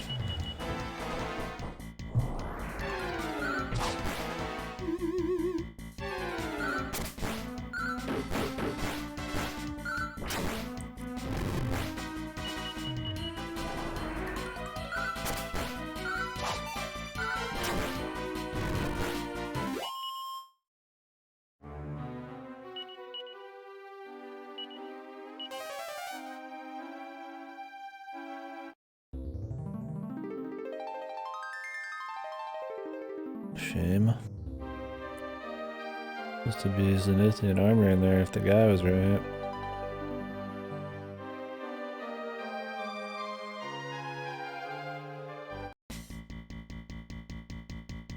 The Men of War.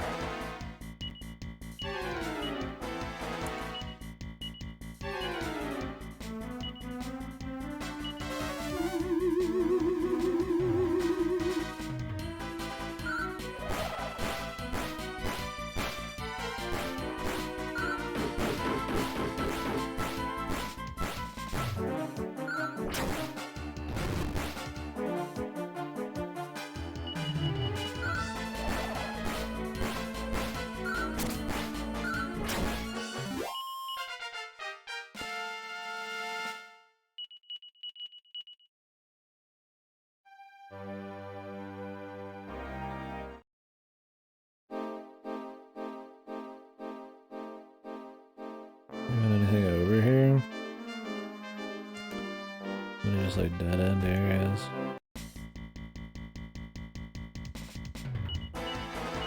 Chomposaurus.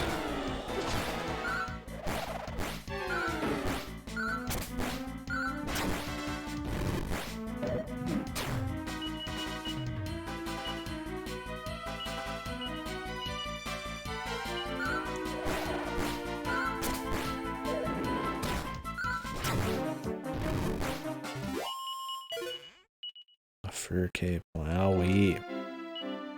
Those suck.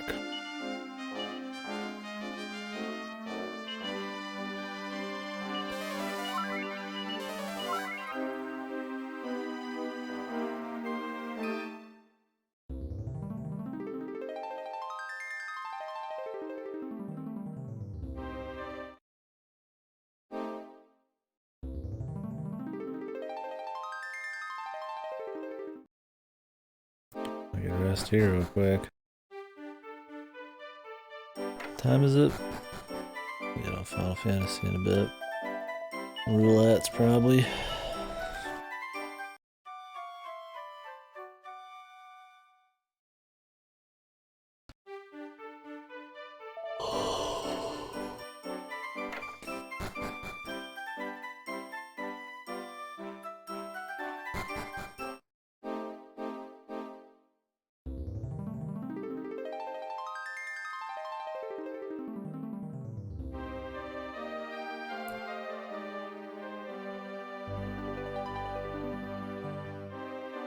I love this game, man. They give you something, and then they put like 1,000 hard like lockouts everywhere, so you only really have like 1 or 2 options.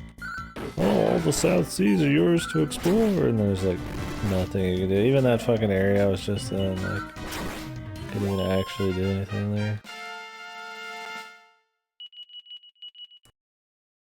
Deceptively open. Snowy area.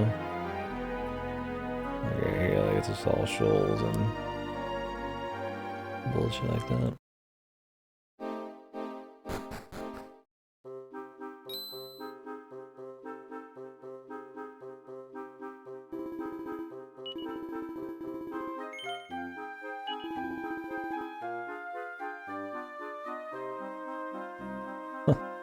No.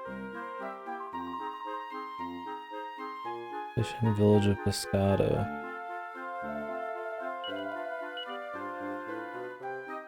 Pink pearl.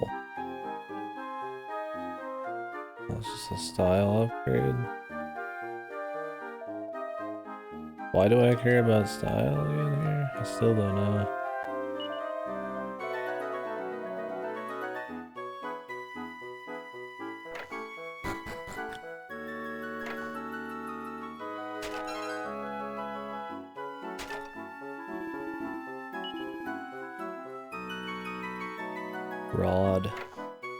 Rodney Dangerfield here.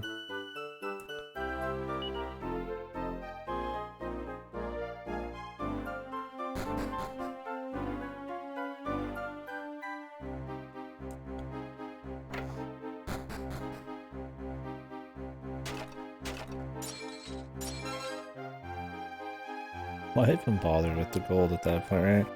Like, what a meaningless find, like 60 gold coins, like it's cute that there's like something there, but I feel like the time loss just even picking it up makes it not even worth it.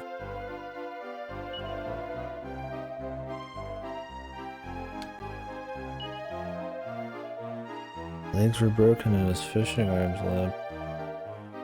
Jesus.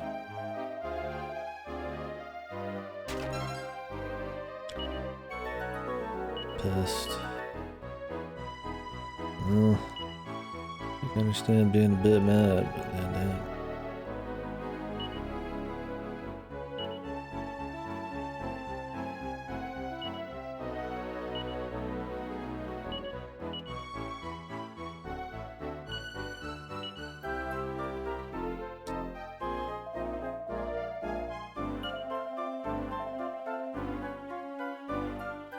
He goes into the cave. Where a mermaid is. We've seen some mermaids when we were in our ship before. It's gonna be another one of those that'll be hard to remember.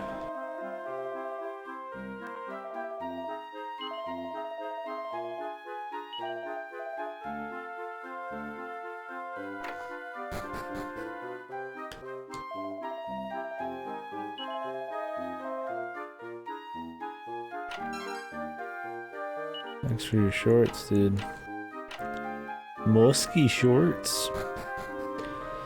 Feels like fat bastard ball sweat. Very awesome.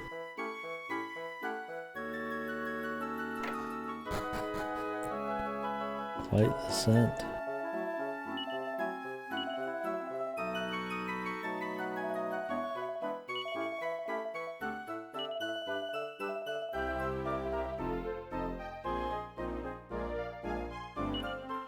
For a reasonable fee, of course. Of course, my friend, of course.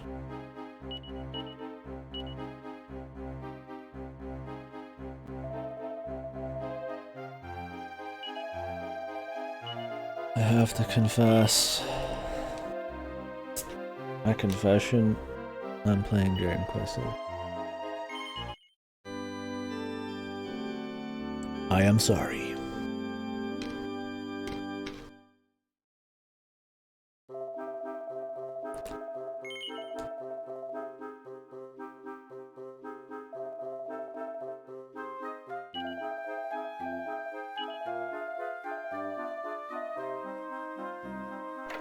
Fish restaurant.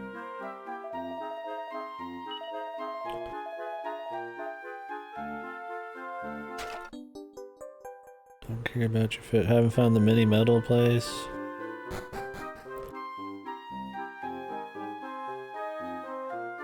Haven't found shite.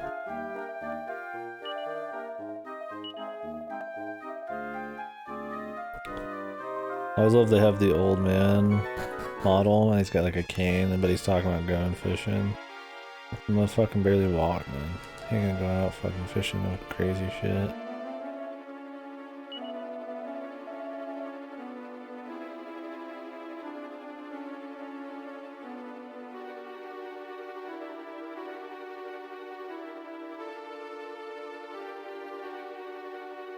The hell? Like a whole bit here.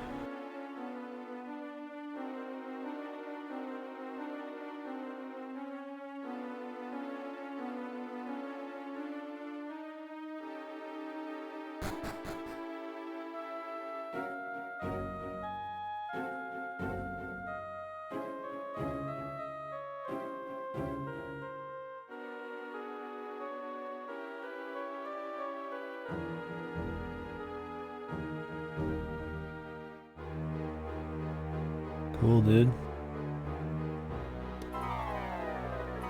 Sick fucking cave, man.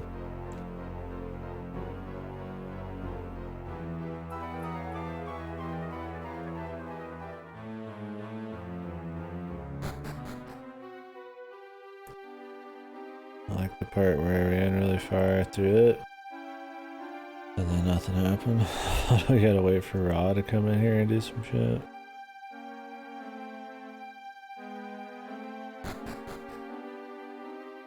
Oh, Roddy. Mr. Rodney.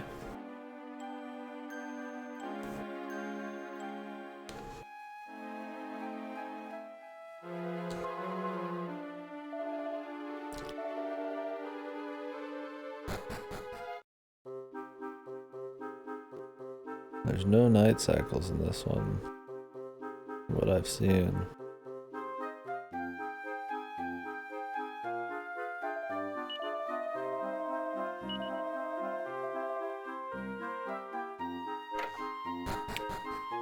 That's good, lady.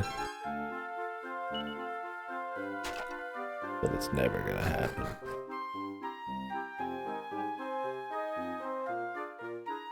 The monsters you see, they're here to stay.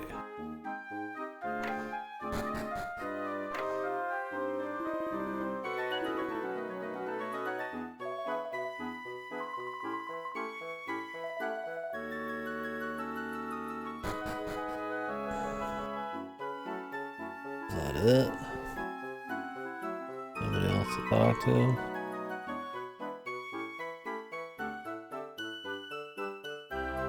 Stay the night.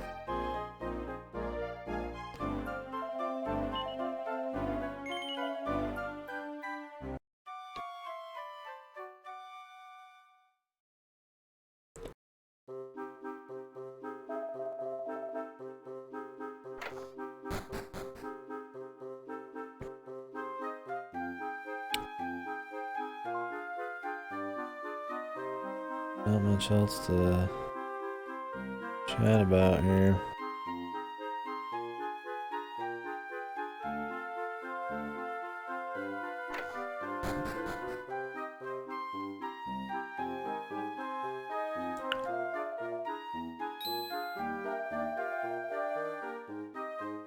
Oh.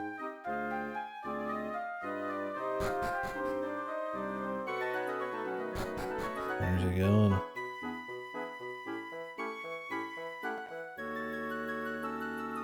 Going to rods, man.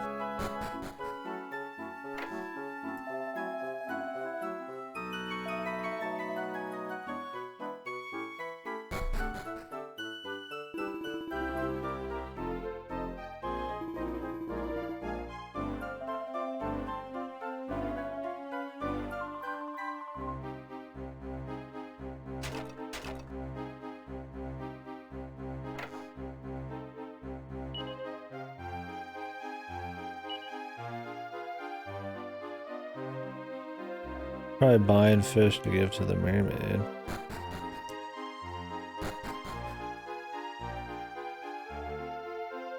That why he walks slow, because he's like damaged.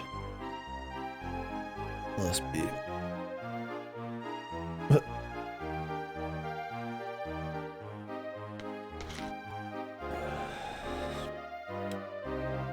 we know where he's going.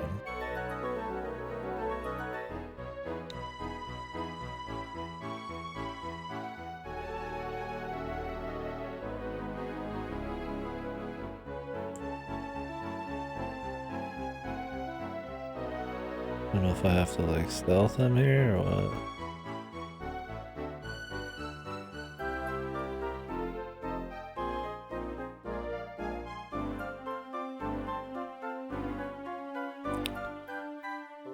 I know he's gonna go in there.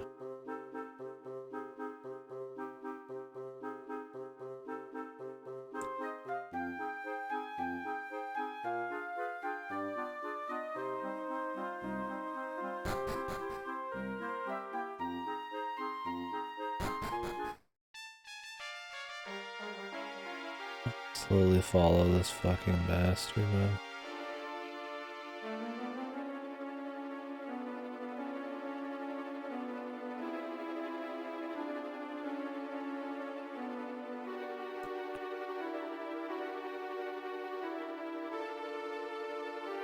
Not a slow, or not a small place, but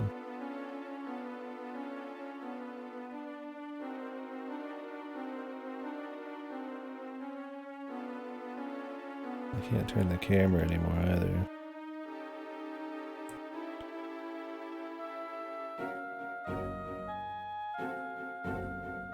imagine he can find us.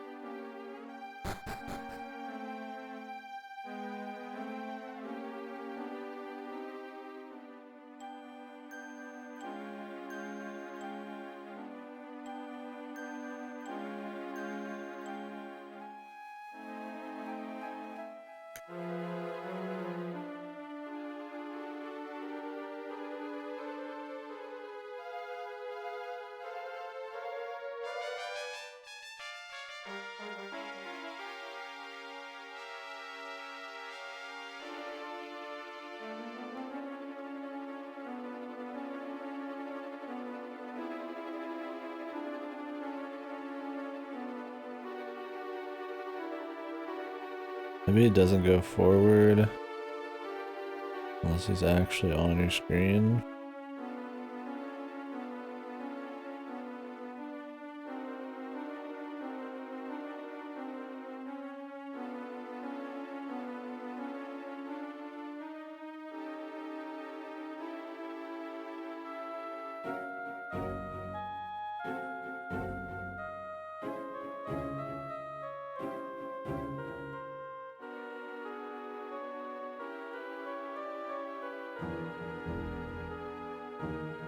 I don't know if you have to actually hide behind shit or not, just be in direct line of sight. Like in a straight line. Okay, there's no peripheral.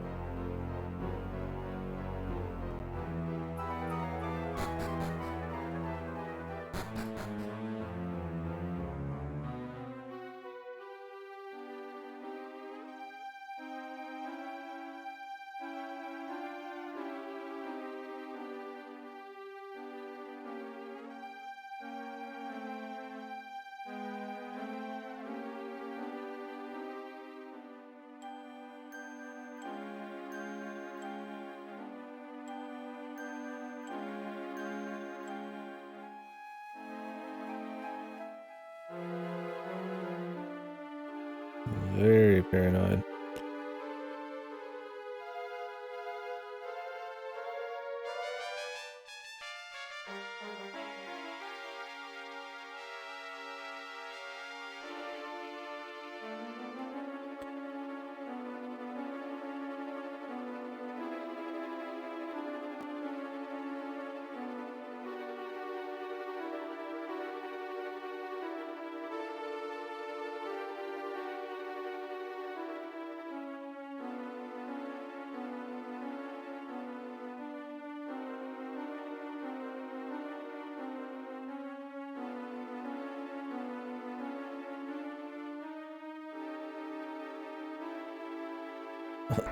The big cartoonish button. Damn, Rod. Got your little secret fucking bat cave in here.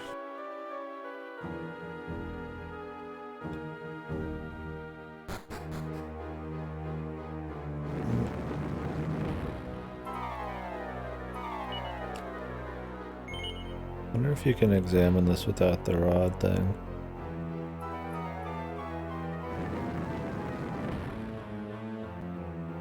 I like how we couldn't continue in this bit unless we talk to the fish guy from behind the fucking counter. Like, jeez. Oddly specific.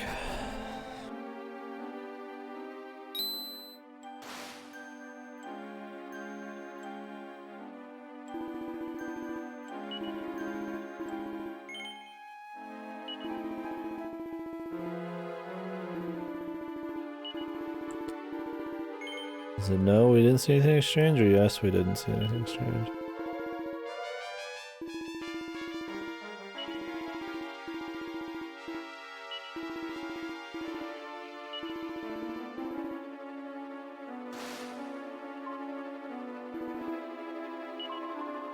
Under my scaly love. I consume human are my fleshy love. Me skin, me smooth skin lava.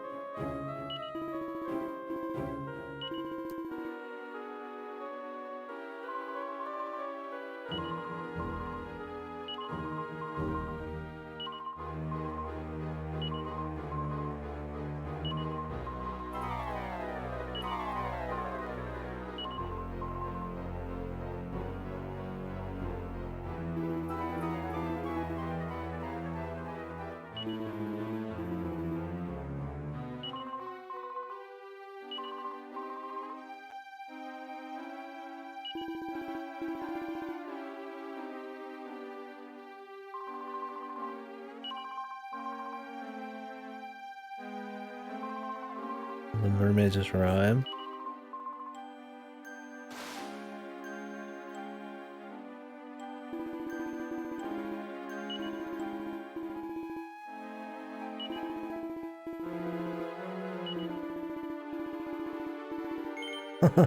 Yes, that would be me.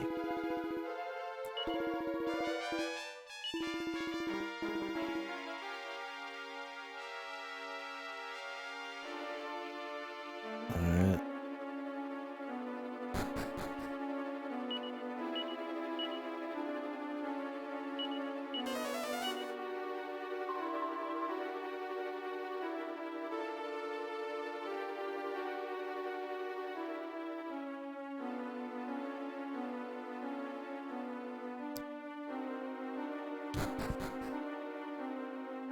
Okay, sir.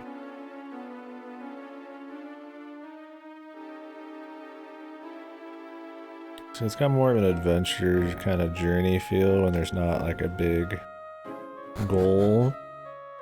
I mean, there's like goals, but it's not like crazy. And the focus is more on these kind of like shorter stories in each town. And we just get more and more things to let us explore more and more shit.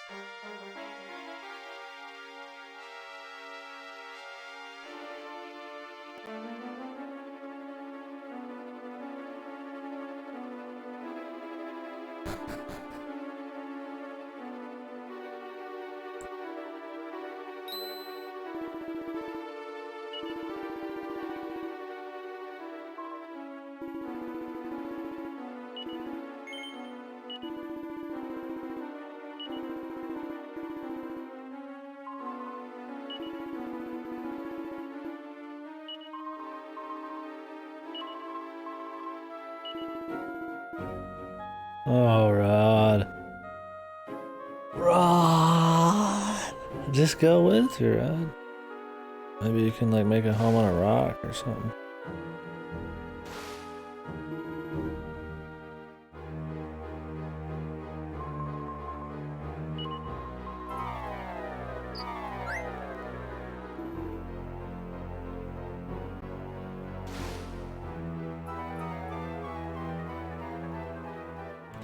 May you meet again, laddie.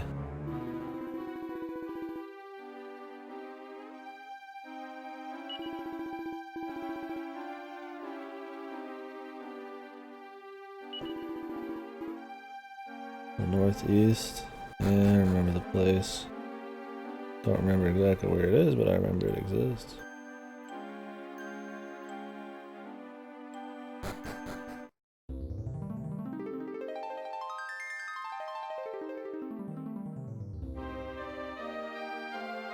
Oh yeah, that's pretty far away. Oh, I guess we'll start heading.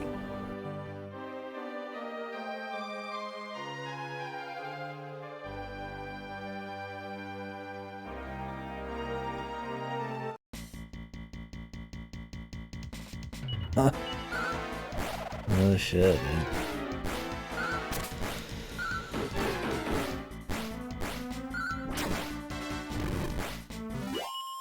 Sure, they sound totally like normal FF battle music. Official release from Square.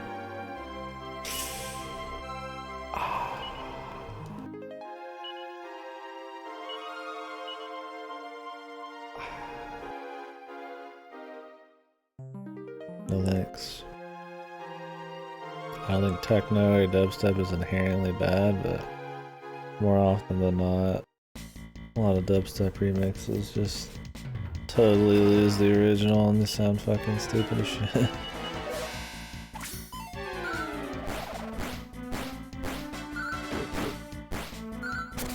Boom, boom, boom, boom. Boom, boom, boom, boom, boom, boom, boom.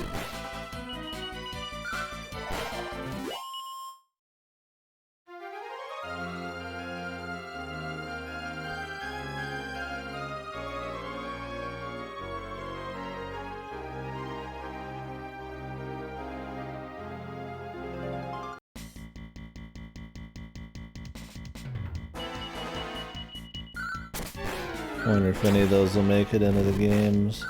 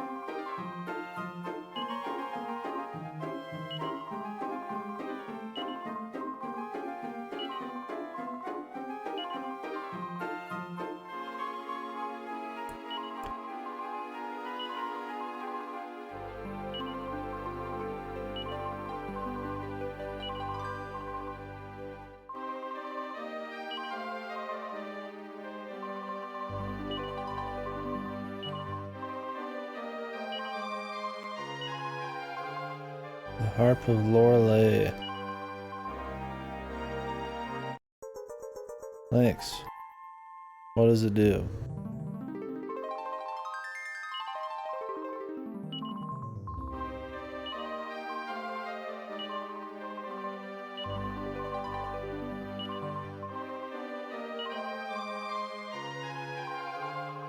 Under the ocean floor.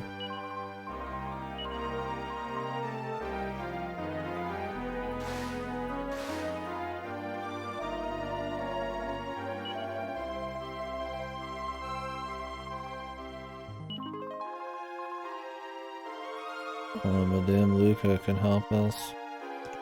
Got a lot of things to try. Well, we should give it a try here. I'll put some key items in some bags though. Got quite a few.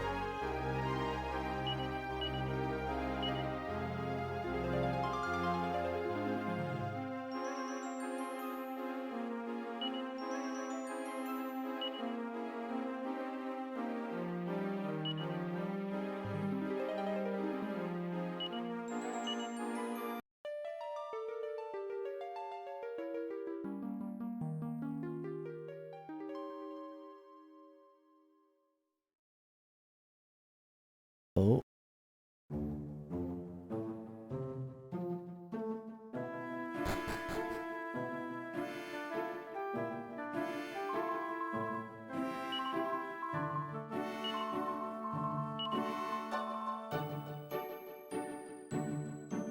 Hmm. Just fucking swimming around in this. Poseidon's Keep. The King of the Deep.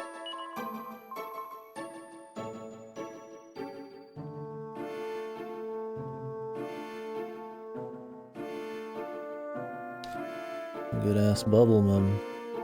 Almost bubble doesn't pop easy. Magic bubble. Tee-hee-hee.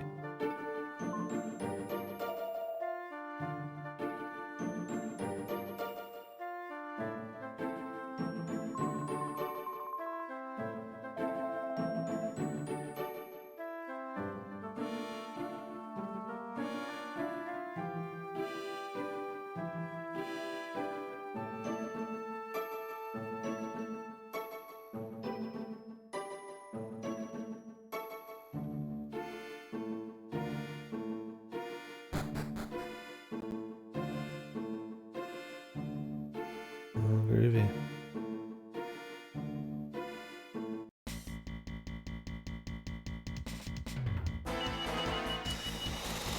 Deep sea monsters. Doesn't bode well.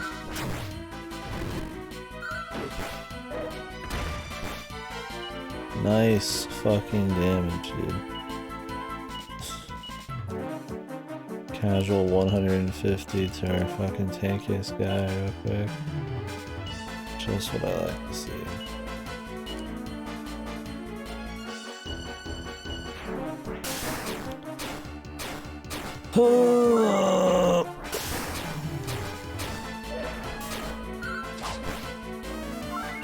Sick, dude. Fucking sick. Tired of these enemies who have these like random attacks that can do entire health minus.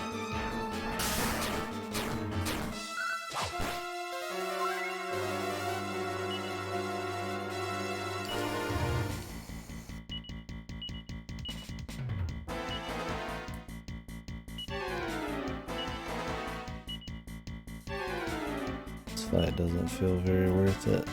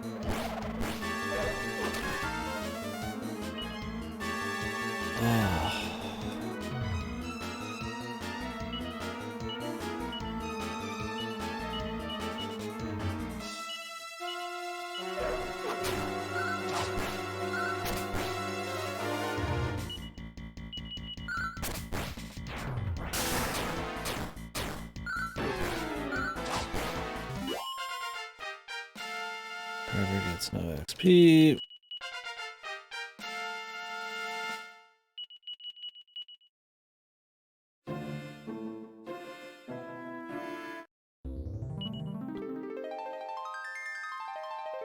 So I'm guessing we can pass underneath those now.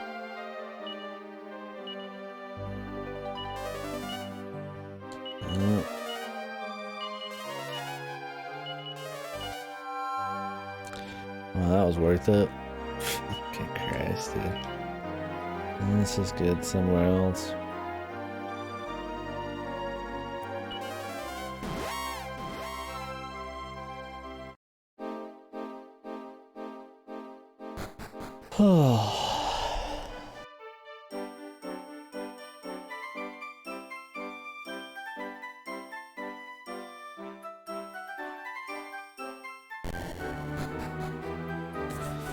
About a fucking end. Gimme.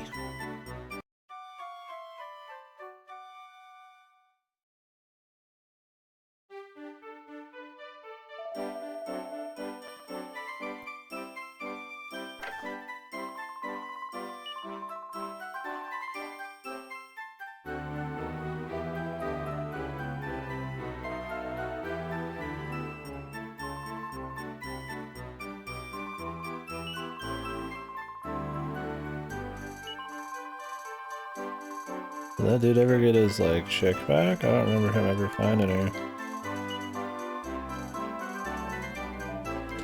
Interesting how little we've been actually buying anything this game.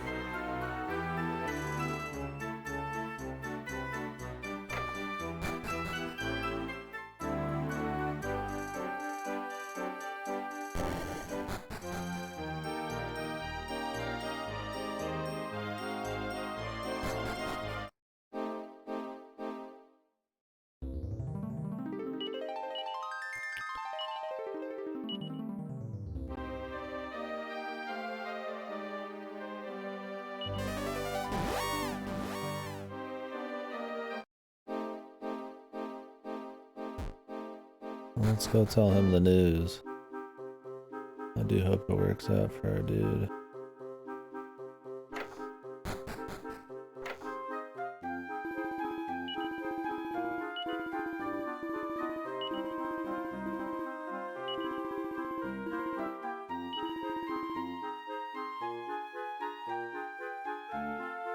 If I see her, dude.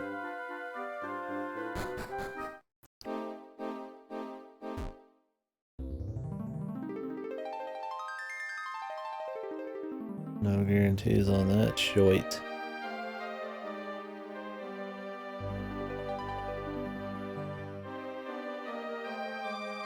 I don't know if I had any other options here other than that dragon thing I couldn't do yet. Well, if I can get under the shoals now, then most of the world should be open to us. That's left up here. The fucking question is, I think I still had stuff to do in the area where I had the bed. But I'll just worry about that later.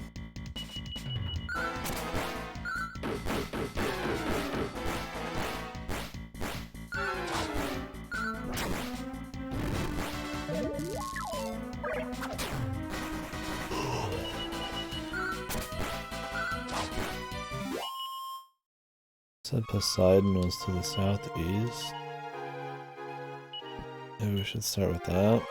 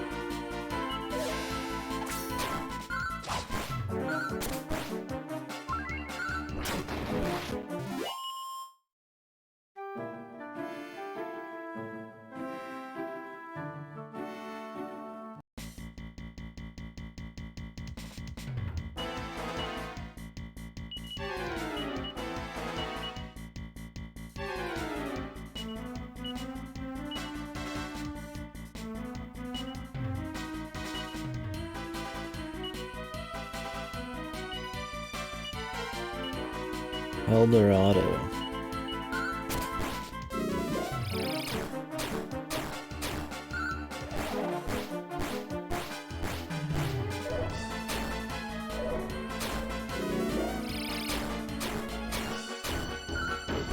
Six-man fight, we got AoE spammers.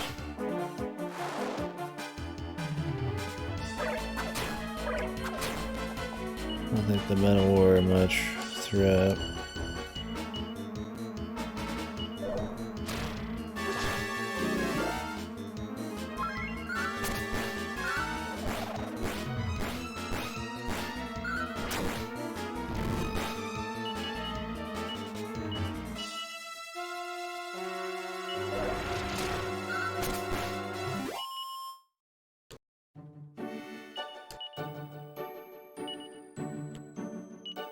He's got full heal now too? Oh. I guess he is Healy.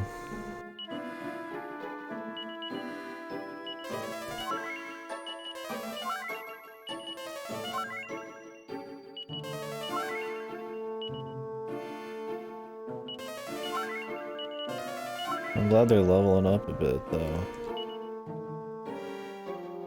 Even if it's not like a shite load. Mastery level. I feel like I'm supposed to have jobs by now or something, dude. I don't know what a mastery level is. Maybe unlock them at like 30 or something.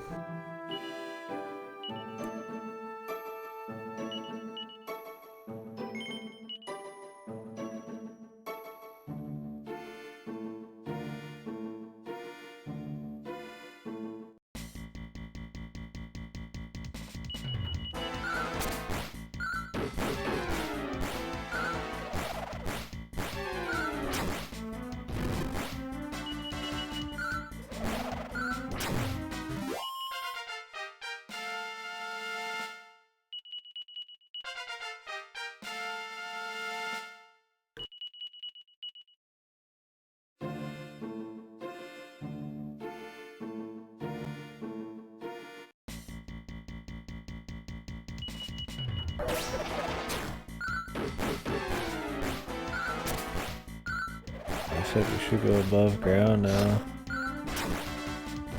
don't know if they expect me to just completely explore every inch of the bottom of the sea or just go where people tell me.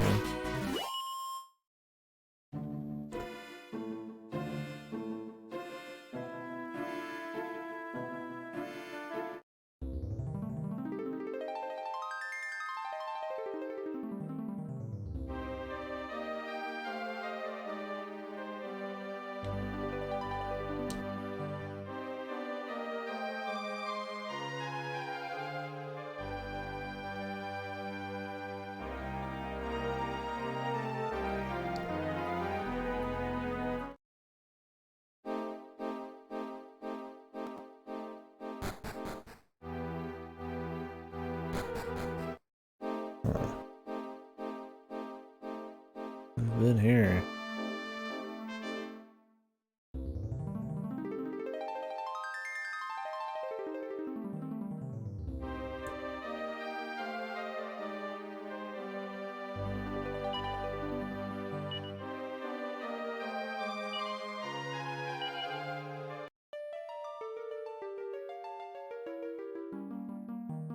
Well, it definitely has a bunch of ways of traveling around the world. Unlocking more and more ways of movement through the world is this game's focus. Which I mean is cool. All my Trojania shit going on almost.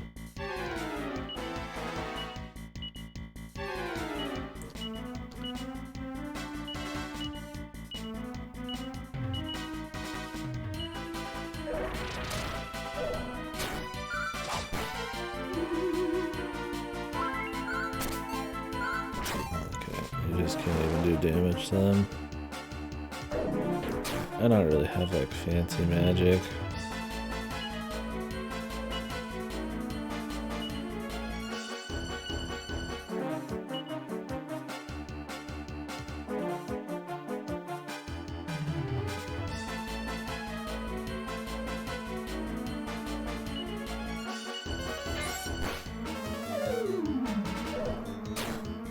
Okay, you can't stop him.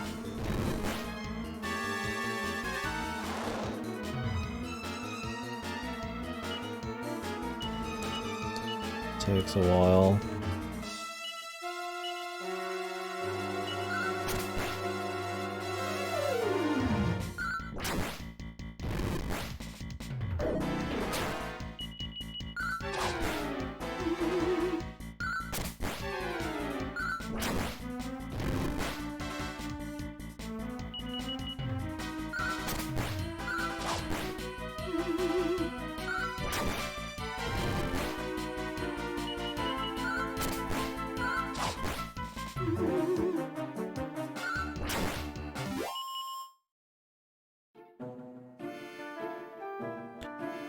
Anything fancy down here?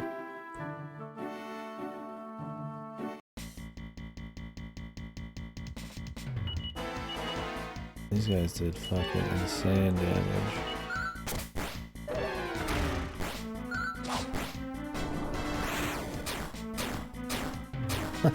Come on, man. Jesus. One turn, dude. Christ, man. If I get any more HP shit, I have to give it to them. I'm gonna keep her around. This is like Dragon Quest IV where you just have these like just weak people and everybody just fucking just slams them. Do not have the HP counts. Jesus. Would be a big deal if I had like Kazang or whatever. We could bring them back guaranteed. Because if I get bad enough fucking RNG, I have to go back to town because I'll run out of mana. Gonna bring her back. Yeah, this is gonna be a great fight.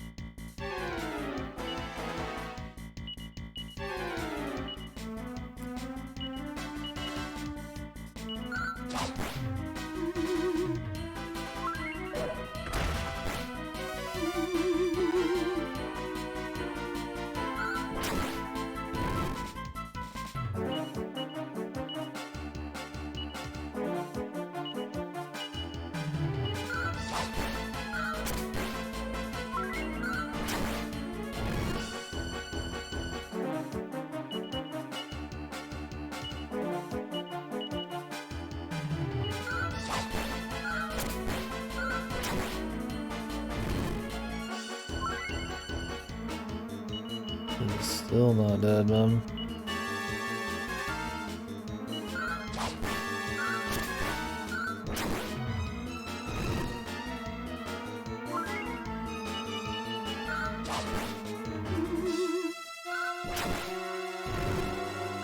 There's this Dreamblade's CC is fucking goes off almost every time.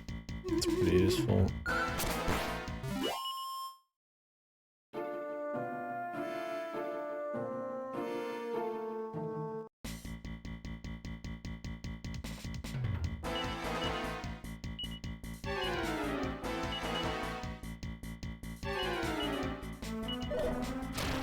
Like the group.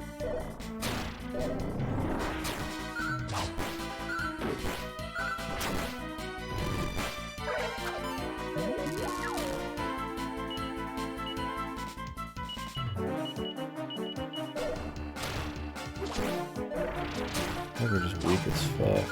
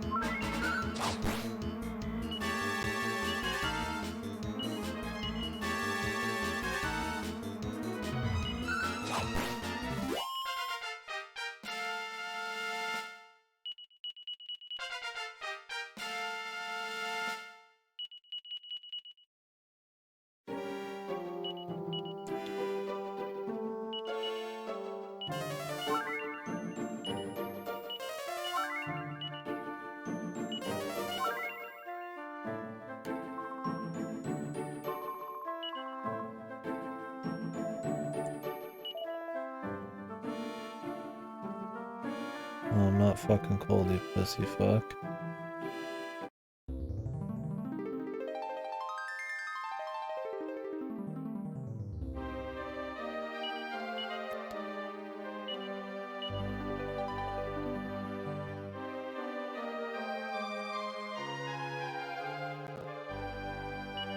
What up, Peng?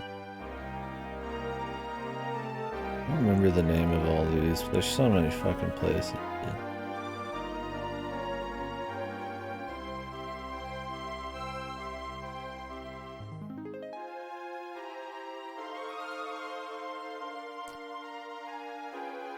I switch over to Final Fantasy now.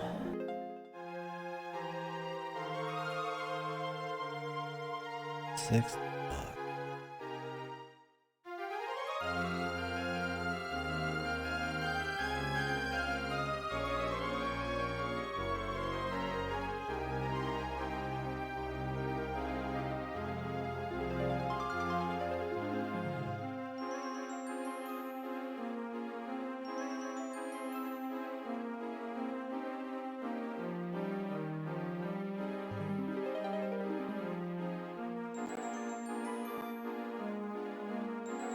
Give me my sword back now that I've suffered my penalty. Oh. Didn't even notice, man. Sorry, laddie. I have to actually type it out. What happened to just being able to click it? It's my punishment as much as yours at this point. There it goes. I was like, what? What are you talking?